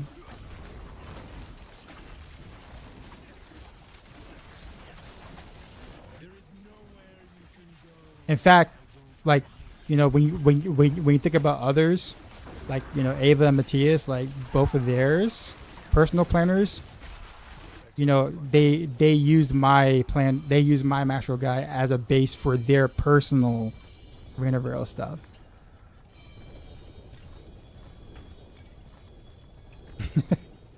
No, it was kind of weird thing is like, oh, I'm not playing Reign of Rails right now, so it must mean that my guy doesn't work. That's the assumption I'm kind of getting right now.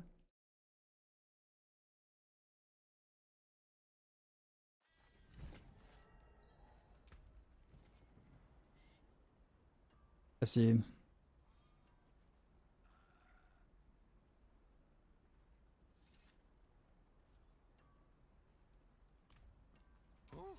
I actually want to put Rain Rails on the map. I did kind of I did put the first video on it. Let me rephrase that because I don't want to say it like that. It wasn't really a thing that was widespread until I made the first video on it in season 6. Like the Flurry Reign of Rails thing that kind of came out. Like I was one of the first ones that kind of put light on it. There were people who have dabbled into it for sure. Like I'm actually looking at the first one to try Reign of Rails, but in terms of like putting it on the map in the sense of making it known that you can do the thing, yes. And every season since then, I've always made a Reign of Rails guide every season since then. But yeah, but it's hard for anyone to kind of like say that like they were the first ones to ever do something because there's always someone out there, probably somewhere in China that's already done it before you even thought about it. They just don't do anything on it for like in like social media or something, right? Like, you know what I mean? So like, it's impossible to know who was first to do anything.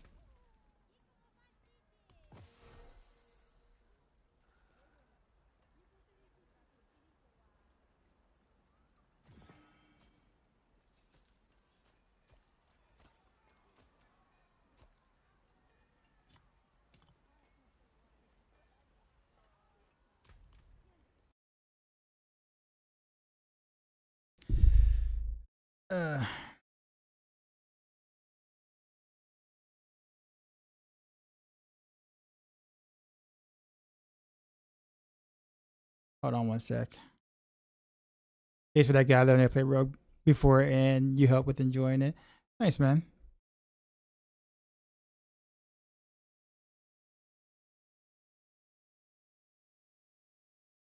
People saying that, but it's not.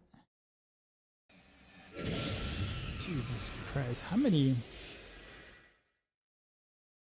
I'm not gonna be able to respond to all these messages. Do that later. Appreciate the follow.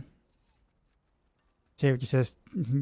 Tell the guy. No, I'm just saying. Like, I mean, it's like as this. I don't know. I just thought that was kind of awkward.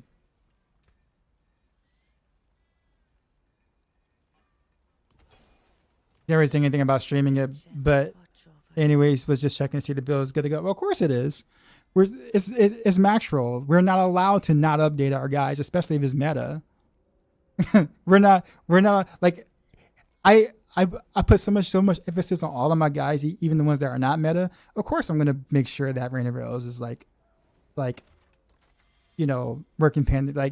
out. Like just because you like stopped by for a couple of minutes and didn't see me play Reign of Rails does not mean it's not up to date.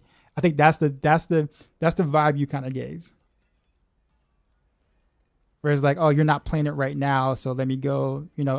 Should I play someone else's? Is like, I mean, if you want to play someone else's Reign of Rails guy, for sure. There's many different ways. There's many different preferences.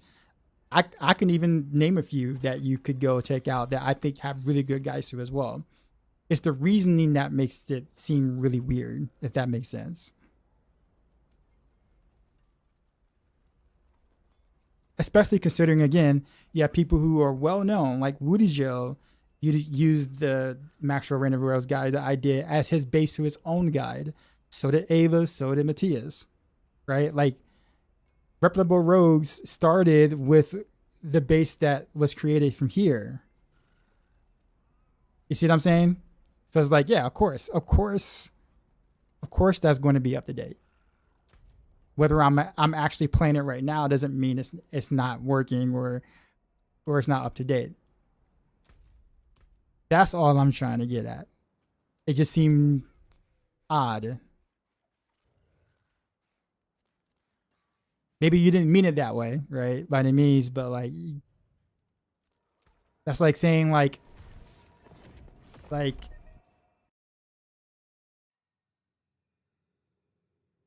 well, I don't have a great example right now, but like if I come up with one, I'll let you know. Realm Walker coming? Nah, I'll leave him alone. Why not Cassius Grace? For what build?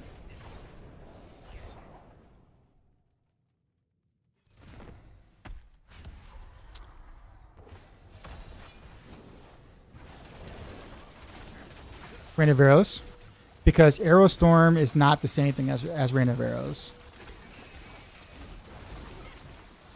Rain of Arrows, Arrow Storm is a proc. Rain of Arrows is a skill. Cassia does not buff Rain of Arrows, like the actual skill Rain of Arrows at all. Now, if you want to sit there and you want to go like Flash Flood and like make it a Arrow Storms build or whatever, you can, but you can't just throw Cassius in there and change the variant and then you're done. You have to change the way the entire build plays. Because you can't do an imbuement because Arrow Storms don't, you can't imbue Arrow Storms. So you have to play physical, which means your glyphs have to change. So you have to go a whole different route if you want to do something like that. But mathematically, it is inferior to just doing it the normal way. But it doesn't mean that you can't do it if you want to. Like if you want to go that route, for sure. But you can't just put the weapon in the regular build and expect for it to function. Yeah.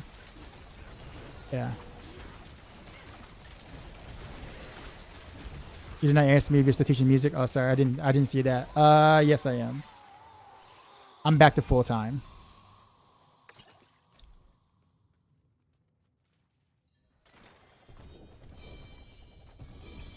Yeah, I have not seen Bilal spawn at all on this boss. So I think I might just do the double chest for her and then do the single chest for the other bosses still. Any idea about the AoE range of cleave? For Invigorating Strike? Sorry.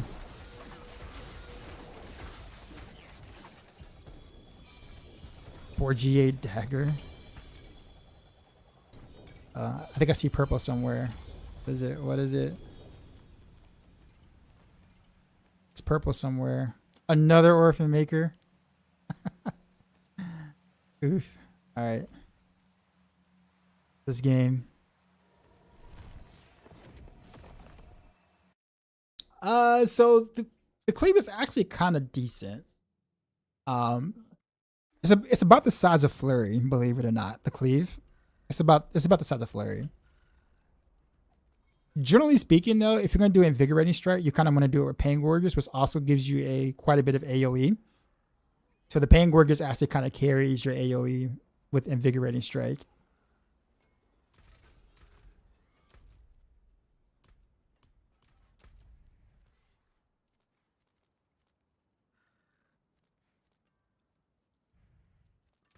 Yep.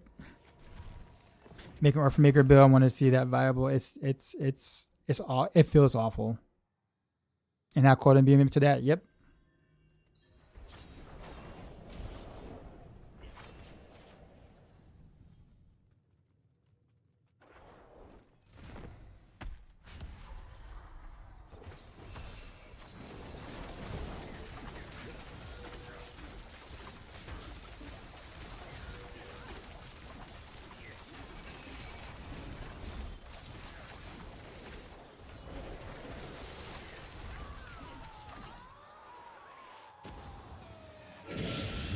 Appreciate the follow.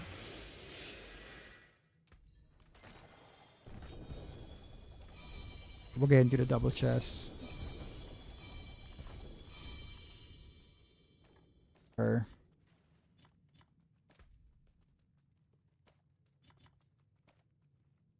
talisman thing. Oh yeah, I'm full.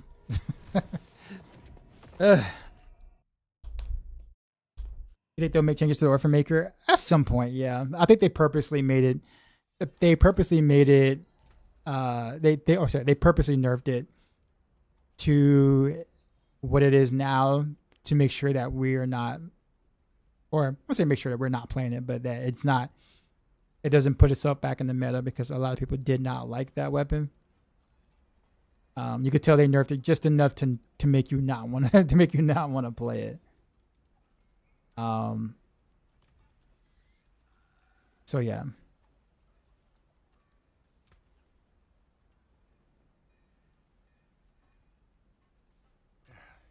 Step up to my anvil. I'll be here, swinging away. You're playing Poison Pin Shop, always think of trying something else. I like your build here. But trying to go melee. I see. It's kind of hard. Like melee builds are kind of hard to suggest. I mean, Flurry's a lot of fun. You would get more. You would get more out of like Twisting Blades than you would Flurry, but Flurry is so zoomy, like fun and zoomy. But like it's just gonna be kind of rough on bosses because Flurry has always been rough on bosses. Like Barrages and Flurry, aren't really great bossers. But like, so have you done any Twisting Blades at all, or you got none? Invigorating. Okay, I got you. Yeah, I need to sit there and sit down and do a planner with it. Because it used to be like back when I did an Invigorating Strike, I would just follow my Heartseeker planner and then kind of like make like one or two changes to make it work for Invigorating Strike since they have the same base. But ever since the expansion, obviously it's a lot different now because they now have completely different sets, which means that building it is gonna like feel a little bit different. They'll use a lot of the same things, or they'll still use Gladiator's Triumph, Shard of Varathiel, Edna's Dagger, Pain Gorgers. Like those four things will be staples, right? And then you got Ferocity. Well, no, not Ferocity.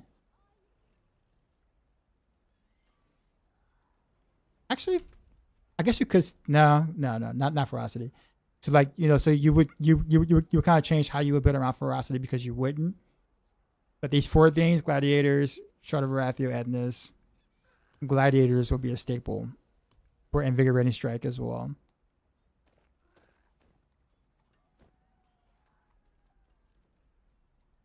TB has too much starter time. Yeah. Okay. I understand that.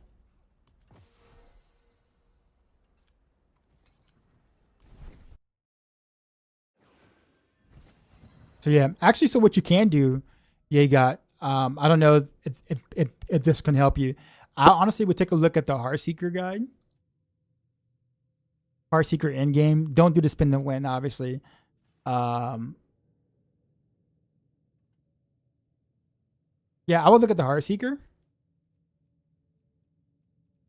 and just kind of mimic as much as you possibly can from that, and like use it as a base. And then think about the weapon choice. Obviously, you wouldn't do Ferocity here. And you wouldn't do Scoundrel's Kiss. And you wouldn't do Narrow's Eye, right? You would do Blurry Blade. And then use that as your foundation and build from there.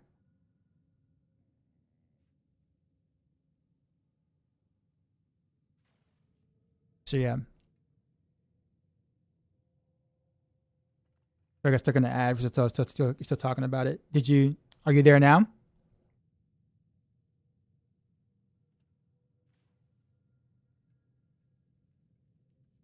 Cool. Yeah. So briefly, what I was saying before, Heartseeker kind of like Invigorating Strike would kind of share very some similarities with Heartseeker, right? The things you definitely want to keep that like. So like you can look at the Heartseeker guide I have right now, the end game. not the spin and win, but the in-game version or whatever. And kind of use it as your base, right? Gladiator's Triumph is necessary. Shard is necessary. Edna's Dagger is necessary. Pain Gorges is necessary. So those 4 things are necessary, right? Past that, you look at the things you're not gonna need. Like you're not gonna need Ferocity. You're not gonna need Scoundrel's Kiss. So Ferocity and Scoundrel's Kiss goes away. But the other aspects, I think, can still be interchangeable. So no Ferocious, no Scoundrel's Kiss, and then most other stuff kind of still correlates. Then you got to think about Blurred Blade, right? So you go Blurred Blade instead of Narrow's Eye, and then you build from there. Your Paragon board mostly can stay kind of similar. Like you can almost reuse most of the Paragon board, because the Paragon board is generic. Like that's generic. Generic. Yeah. So like the Paragon board would almost honestly can be the exact same thing. Now that I think about it, yeah. Except you don't want to take distant damage here. You would take close damage or something instead of distance. But yeah, literally everything else can remain almost identical if you're just looking for a foundation. But yeah. And if you do end up putting something together with some decent gear, let me know how it goes. I kind of met this Venice in the Sky now. What up, Pig, by the way? I just realized who it was when you said that.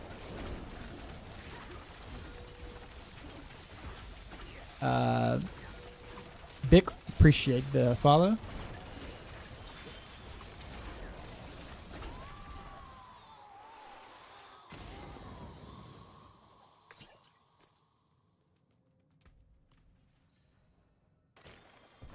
Your chat may take some time for you to put everything together. What build are you playing right now?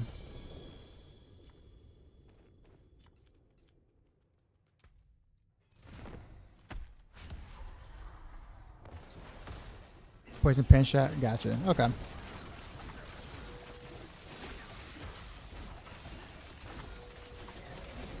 Yeah, Invigorating Strike plays exactly how it sounds.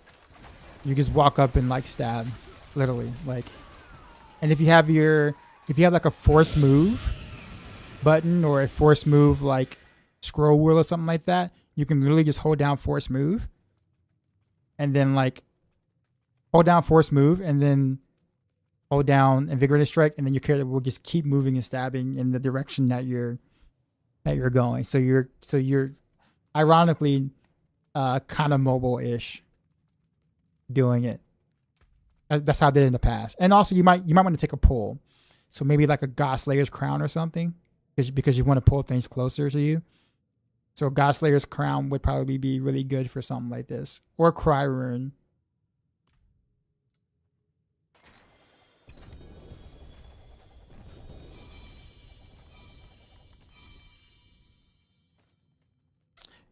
Appreciate the follow. Playing your guys' Heart Secret build is your favorite this season. Nice. Very nice. I'm glad you like. What's the best ratio between imbuement potency and damage over time? 10% on board. Poison builds. Honestly, this season it doesn't really matter. Honestly. It legit doesn't matter. It did last season because imbuement potency was kind of bugged. But it's all good this season.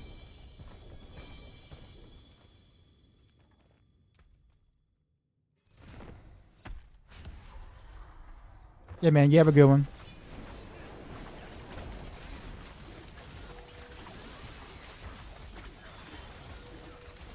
Oh, Ebony Pig is Trep still streaming? Like, does she still do the streams? I know she's like on Double Mortal for quite a bit, but is she not doing any D4 at all?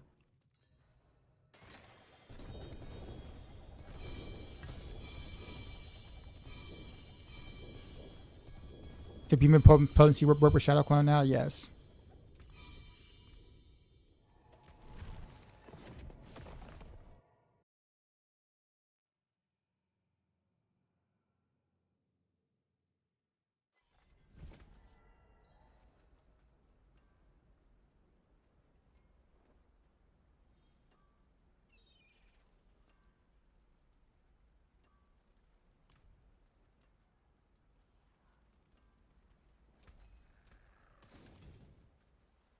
for a game of chance?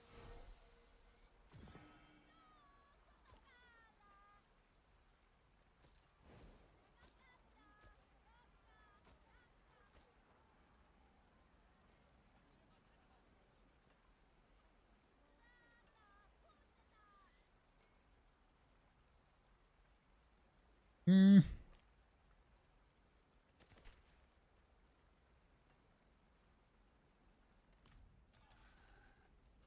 Mainlander, what do you seek? I always want to keep more charms than I really should. Like this whole thing is like all full with things I probably shouldn't keep. Let's get rid of that one.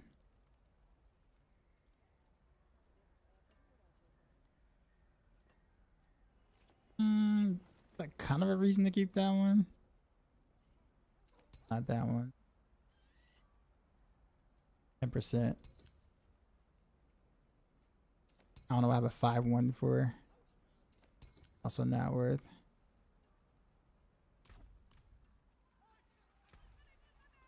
How much level I have on Heartseeker? You mean like how many ranks?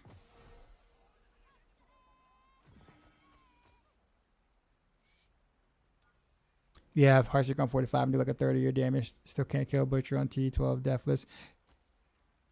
It's about a combination of things. I think you're looking at like just the wrong things. Everything I have right now is basically almost planar perfect, with the exception of mythics. I don't have any mythics, but what I have right now is like planar perfect stats in terms of like the masterworks, where the GA should land, sort of kind of thing. Also, Paragon, my glyphs are about 135 roughly. It's not about. It's definitely not about the amount of skill rates. You have more skill rates than I do. I have 36. But yeah, it's about the whole collective of things. And the other thing to think about is, I don't know like how you're playing, is that also make sure that you are casting your Heartseeker on the bosses like twice a second. If you're just running around with Dance of Knives, not casting your Heartseeker on bosses, then you will do no damage. So there's that to kind of keep in mind as well. Wait, where did I go? I keep bringing up that point because I see that often, like on my video when people ask me that question, and they talk about themselves not doing any damage on like bosses on Heartseeker, and they tell me, yeah, I'm casting Heartseeker like once every 3 seconds on the boss. I'm like, well, that is why you're not dealing any damage. Like the mechanic itself is so important.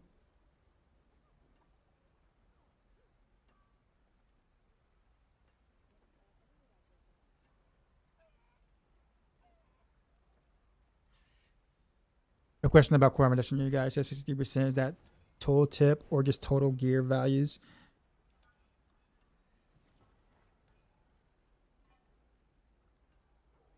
It should be total tip, but generally speaking, an easier way to look at it, Radiant, is to look at the like your actual cooldown on Rain of Rails in game. So basically, continue to get your cooldown or whatnot until you get it as close to 15% as possible.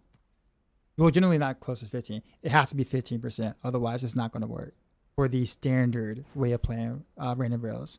So you got that, and you also have the cooldown node here too as well. So don't forget that. So with the cooldown node, you want yours to be right like 15 seconds or below, like right at 15. It can't be 15.12 or 15.14. It needs to be 15 or below. Otherwise, you're going to have hiccups.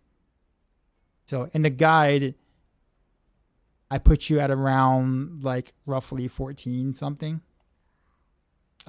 which gives you enough buffer to not have like perfect cooldown, if that makes sense.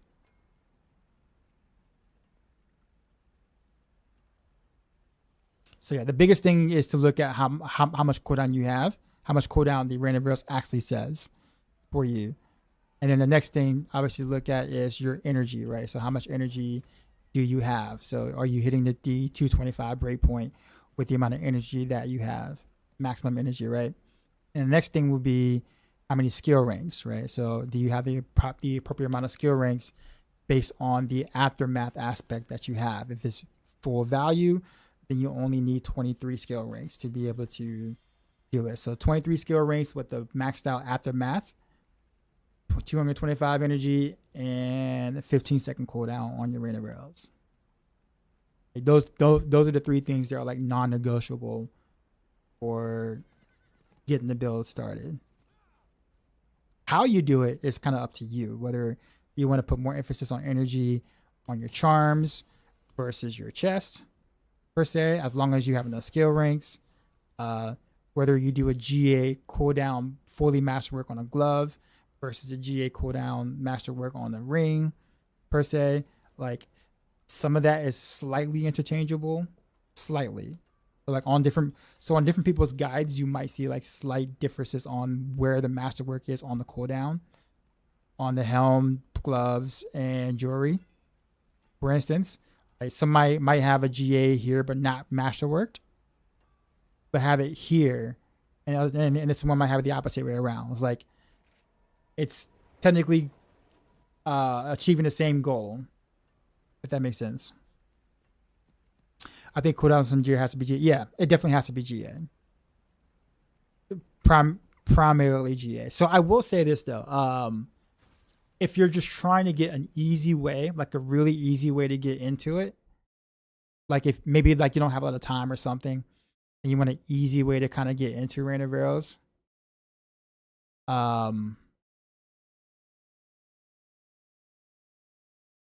you wouldn't want to do this for pushing them. But I would do this for like T12 kind of stuff. So this is Matthias Planner, and this is the Cold Sightless. I didn't add this on like Maxroll. I might do it at some point. But this is the Sightless set. It has slightly less requirements. Slightly. You can go 20 well, he still has it at 15 seconds, actually. Technically speaking, you can do 20 seconds with Sightless. The point being is that like Sightless will make it easier for you to build. But Narrow's Eye set will be better in the long run in case you want to do stuff in the pit and tower. But it's up to you.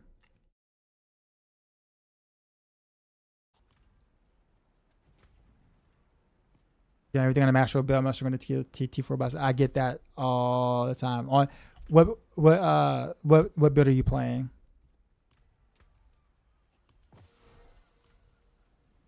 What brings you to the ancient isles?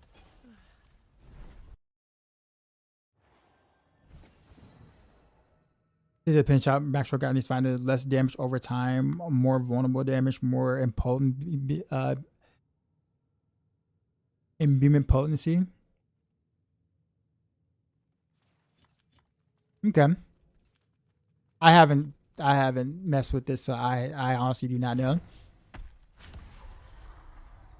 I can tag him.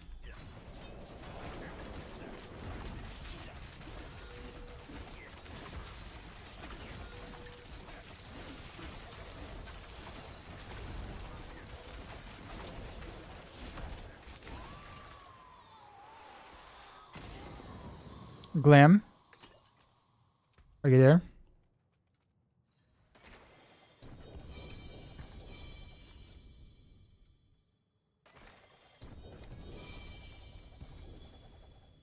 I got the mythic charm that allows one less charm, so he's mixing your tile push with your end game. Oh, okay, cool. So in that case, the only thing I feel like I can get under 20 seconds at worst, but yeah, I'm not over. Okay, gotcha. Yeah, so the easiest way to get into that part is just basically with the mythic seal, you'll do, you will mix the sets, right? 4-piece marks, 4 or 5-piece marksman, Narrow's Eye, and then 3-piece Sightless, right? That means you'll wear the Gladiator's Gauntlet glove, which should be a pretty big bump and survivability and damage. that way.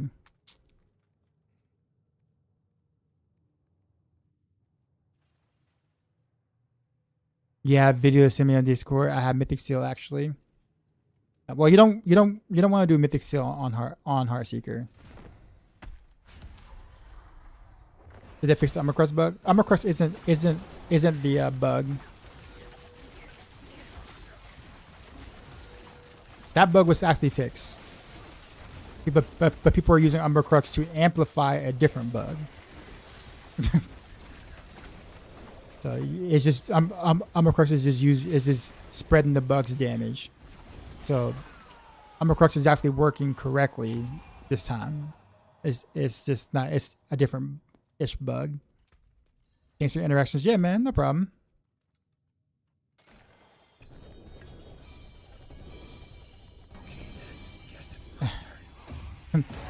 Thanks for the sub, sir. Yeah. So your Heartseeker ranks, Glam, is not the most important part of the build. If you're struggling on bosses, either one, you're not using the bossing setup, which is switching the amulet from frozen memories to high velocity, like I've done here, which is all the bossing setup really is, right? And two, it just literally just could be better stats on your gear. Not necessarily mythics per se, but just better stats on your gear.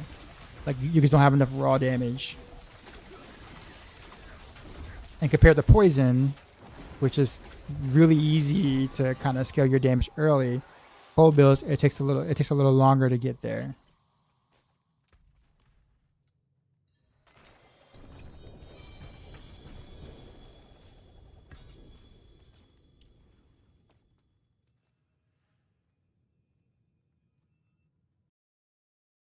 And also make sure that you're actually weaving in your Heartseeker twice a second on bosses.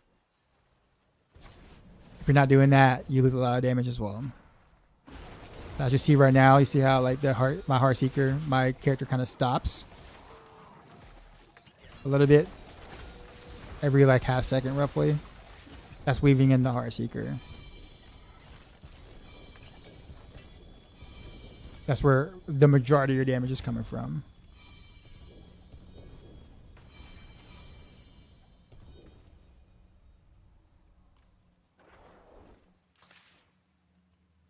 And all this stuff. And I gotta pick it up because I need the mats. For solo self-found. And I said, what's the best rogue build to progress from level 70? I would say the easiest would be Dance of Knives. Are you mixing Heartseeker and Dance? Looks like you don't do right clicks. I mean, kind of. So Dance of Knives isn't dealing any damage. It's still a Heartseeker build. Dance of Knives is only there for the mobility, to move around really fluently, and also be able to proc the auto arrows of the 5-piece as well. So I'm weaving in Heartseeker inside Dance of Knives.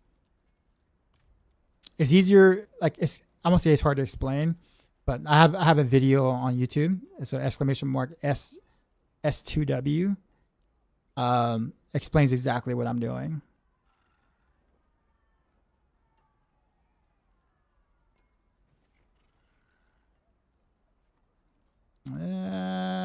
Nothing.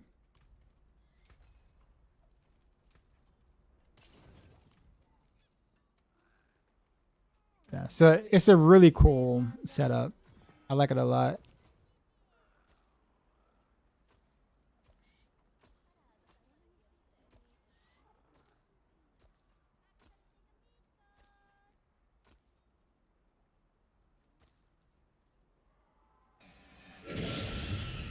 I was gonna make a charmer of that. I guess I don't have to now. Appreciate the follow. How many keys I got left for the 7? Okay. All right, we're almost out of that. Gotten one upgrade basically so far. most of the keys I spent. I still have a lot of greater lair keys, but I'm probably not gonna do that tonight. I'll probably do it tomorrow. Been boss farming this entire literally this entire time. I'm coming from the following barrage. Kobo, I was wondering how you can get biting cold and frozen members on an amulet. So there's so in the cube, you can use this material right here. It's called the Colian Prism. Add. All right. That always happens.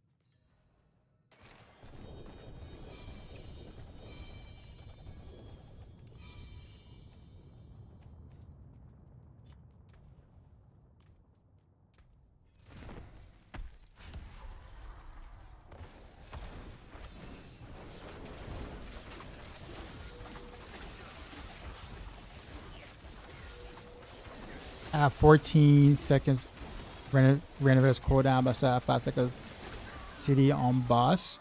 How much energy do you have?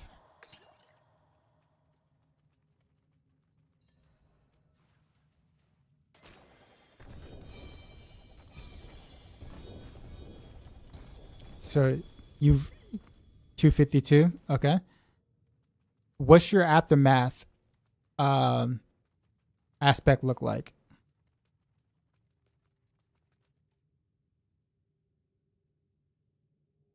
Yeah. So what does your aftermath aspect look like?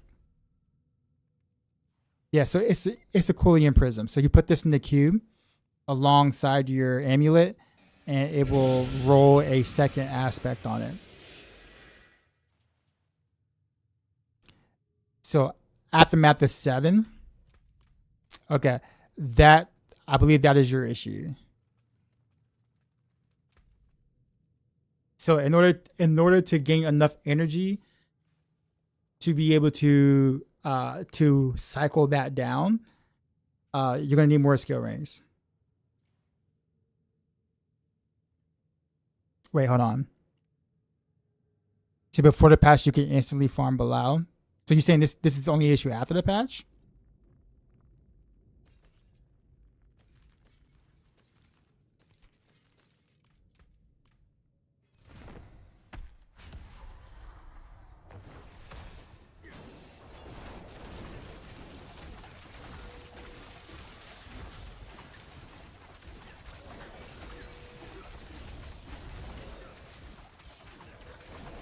You sure you didn't change anything? You're like the second person that has some sort of issue with random rails after the patch. His was that he couldn't do any damage on bosses at all, which I thought was quite odd. Like that should fit that like I would have heard so many people being upset. Like if that was like the case. All right, hold on.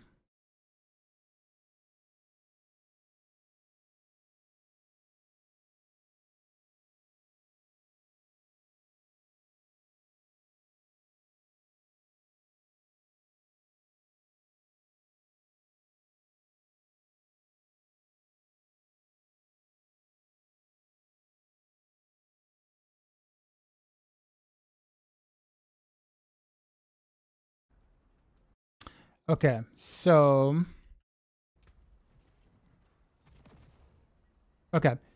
if your aftermath, okay, if your aftermath has is 7 and not 8, okay, if you have 25 skill ranks, that means you are regenerating 175 energy. Okay, you add the 25 from Beast Fall boost, that means you are generating 200 energy. Okay, you need 225 energy to be able to get that additional 5 seconds taken off. Because what's happening for you right now, okay, is so you have 252 energy, but you're only generating 200 energy per cast. So the problem with that is that with preparation, you have to spend 75. So each breakpoint is 75 energy.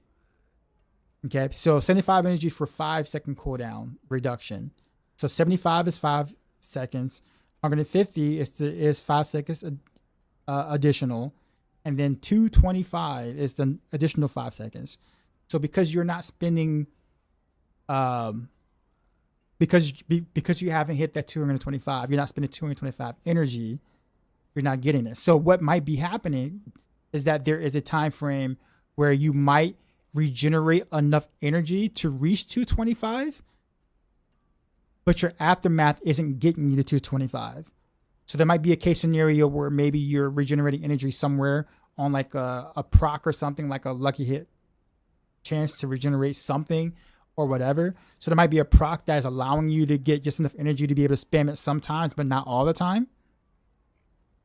You see what I mean?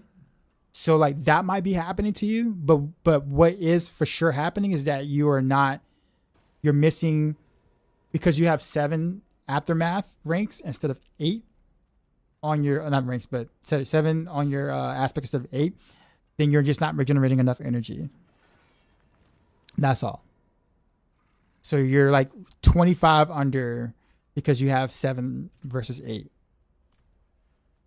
Like I say, you can kind of get around this, kind of. I mean, it'll still be a little bit like weird, like, you know, trying to spam it like that. But like, if you can get like some sort of like resource restore, like lucky hit resource restore or something, that can technically help you. There is trying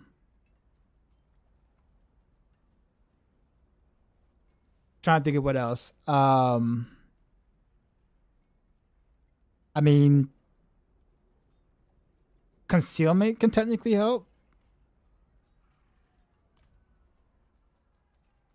But yeah. But that's basically your issue right now.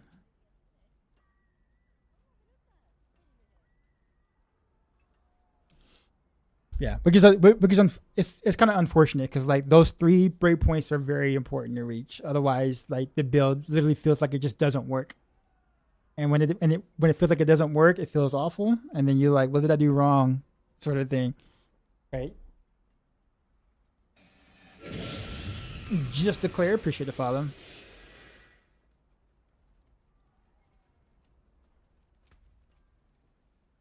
So what you can do is what Kostak said. If you haven't transfigured your amulet yet, like if you haven't transfigured it yet, or you haven't transfigured your ring yet, you can just swap the aspects. Like throw aftermath on the ring, and then throw aftermath on the amulet, and then throw whatever that was on your amulet into a ring, which is probably what frozen memories. You can do that right now just to get around it until you can get the an upgrade on the aftermath aspect. So that's the quickest way to like fix it for now. And then once that aftermath aspect is what it is what it should be. If it's at once it hits 8, then you're golden, and then you can just switch it back.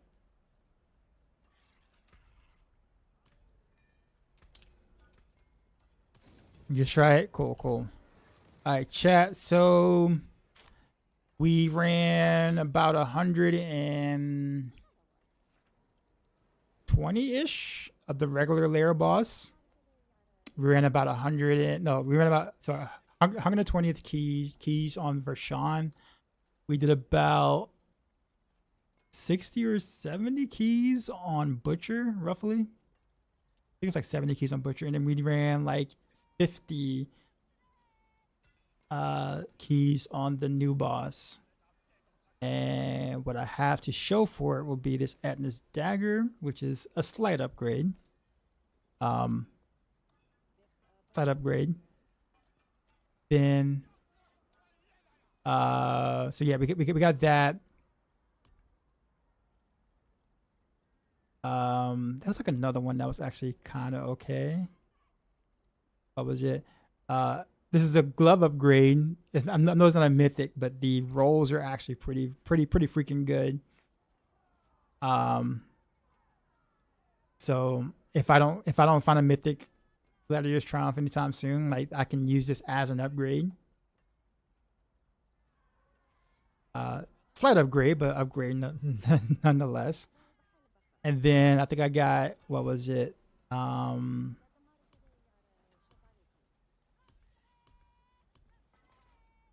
yeah, Scoundrel's Kiss ring. So not an upgrade. It's the exact same ring I have.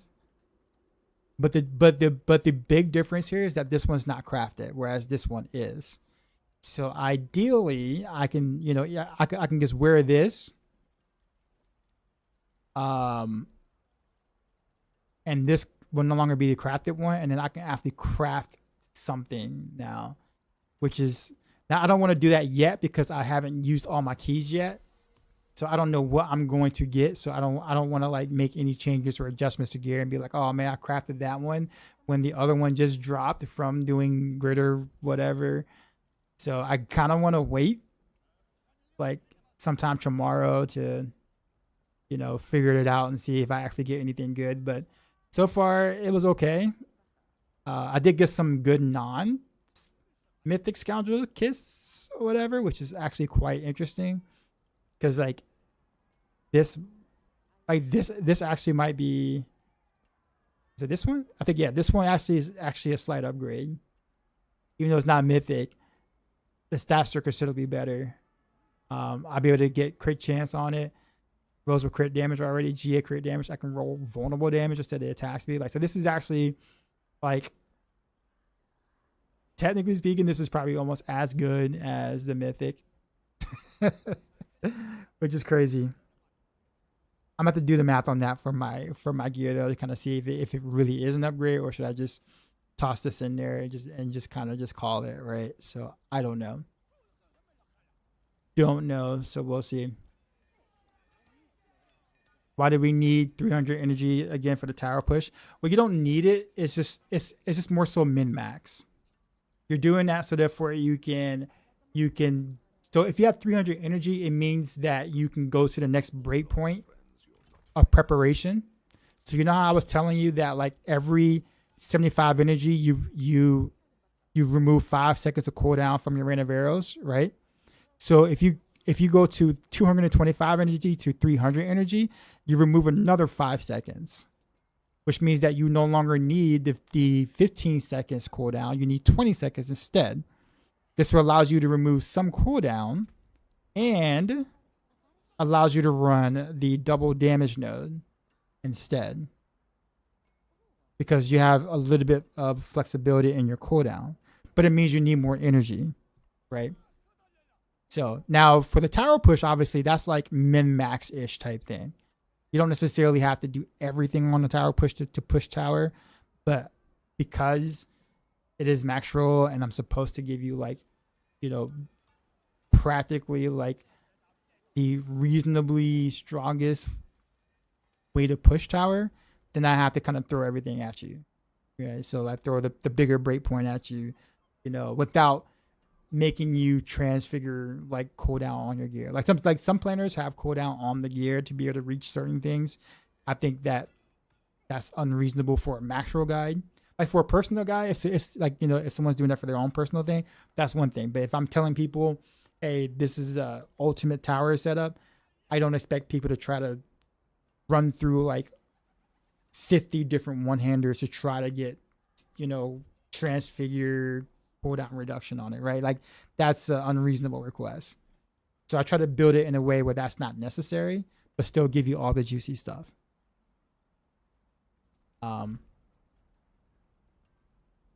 What's with the new mythic update? How's it work? Can we equip only one mythic at all? No. You can only equip one crafted mythic, but you can equip as many dropped mythics as possible. Only thing that the new update did was kind of make it a little easier to obtain mythics. Just a little bit. Not a lot, just a little bit. So, it's not like a big update by any means, but it is something. I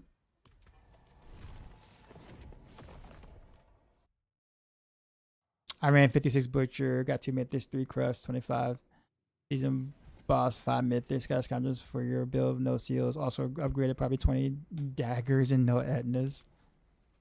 Yeah. There's Renavero overall compared to the spin build, Heartsinger spin build. Renavero's is our meta build for the season, so it is the strongest rogue build we have in terms of just pure power. Now, if you don't plan on pushing, like if pushing isn't really important to you, then you have a lot of options on rogue. Like there are a lot of builds that can really do T12 and speed farm pits like really well. But like if you're trying to go like 140 plus in pit with like extremely good gear, then you can only really accomplish that by, with Renaveros. So it's up to you. Like most of these builds, like most of the rogue builds are fun to play. Like they're actually fun to play, which makes it hard to kind of pick one, right? But yeah. Let me change my specialization back there in a site before I mess things up. But anyways, that is it for me for this evening. You'll see me tomorrow. Hopefully, I won't be in boss jail for as long. Maybe we can try to put some of the pieces we might find tomorrow together, and whatnot, and try to min max our setups as much as we possibly can, just for the sake of it. Let's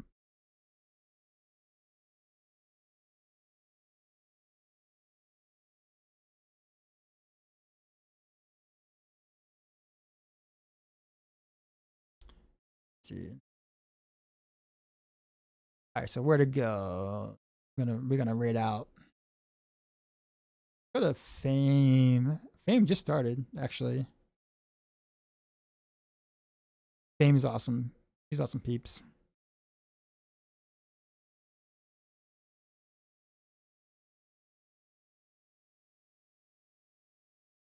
Yeah, thanks for streaming. I said, yeah, man, no problem. No problem. Always happy to help. Be quiet, pig. You didn't give me the sleep command, pig? Oh, there's Zio. Zio, what's up, man? All right, well, enjoy Fame. Like I said, she's awesome. Awesome peeps. Super omega casual blaster is probably the best way to like describe her. I know that sounds weird to say casual blaster because she has more level 100 tunes or more maxed out tunes than probably anyone else I know, like overall period across the entirety of the game's lifespan. So she plays a ton, right? But she's also like super chill and plays a lot of everything. But enjoy Fame. See y'all, I guess, later on tonight. And as always, till next time.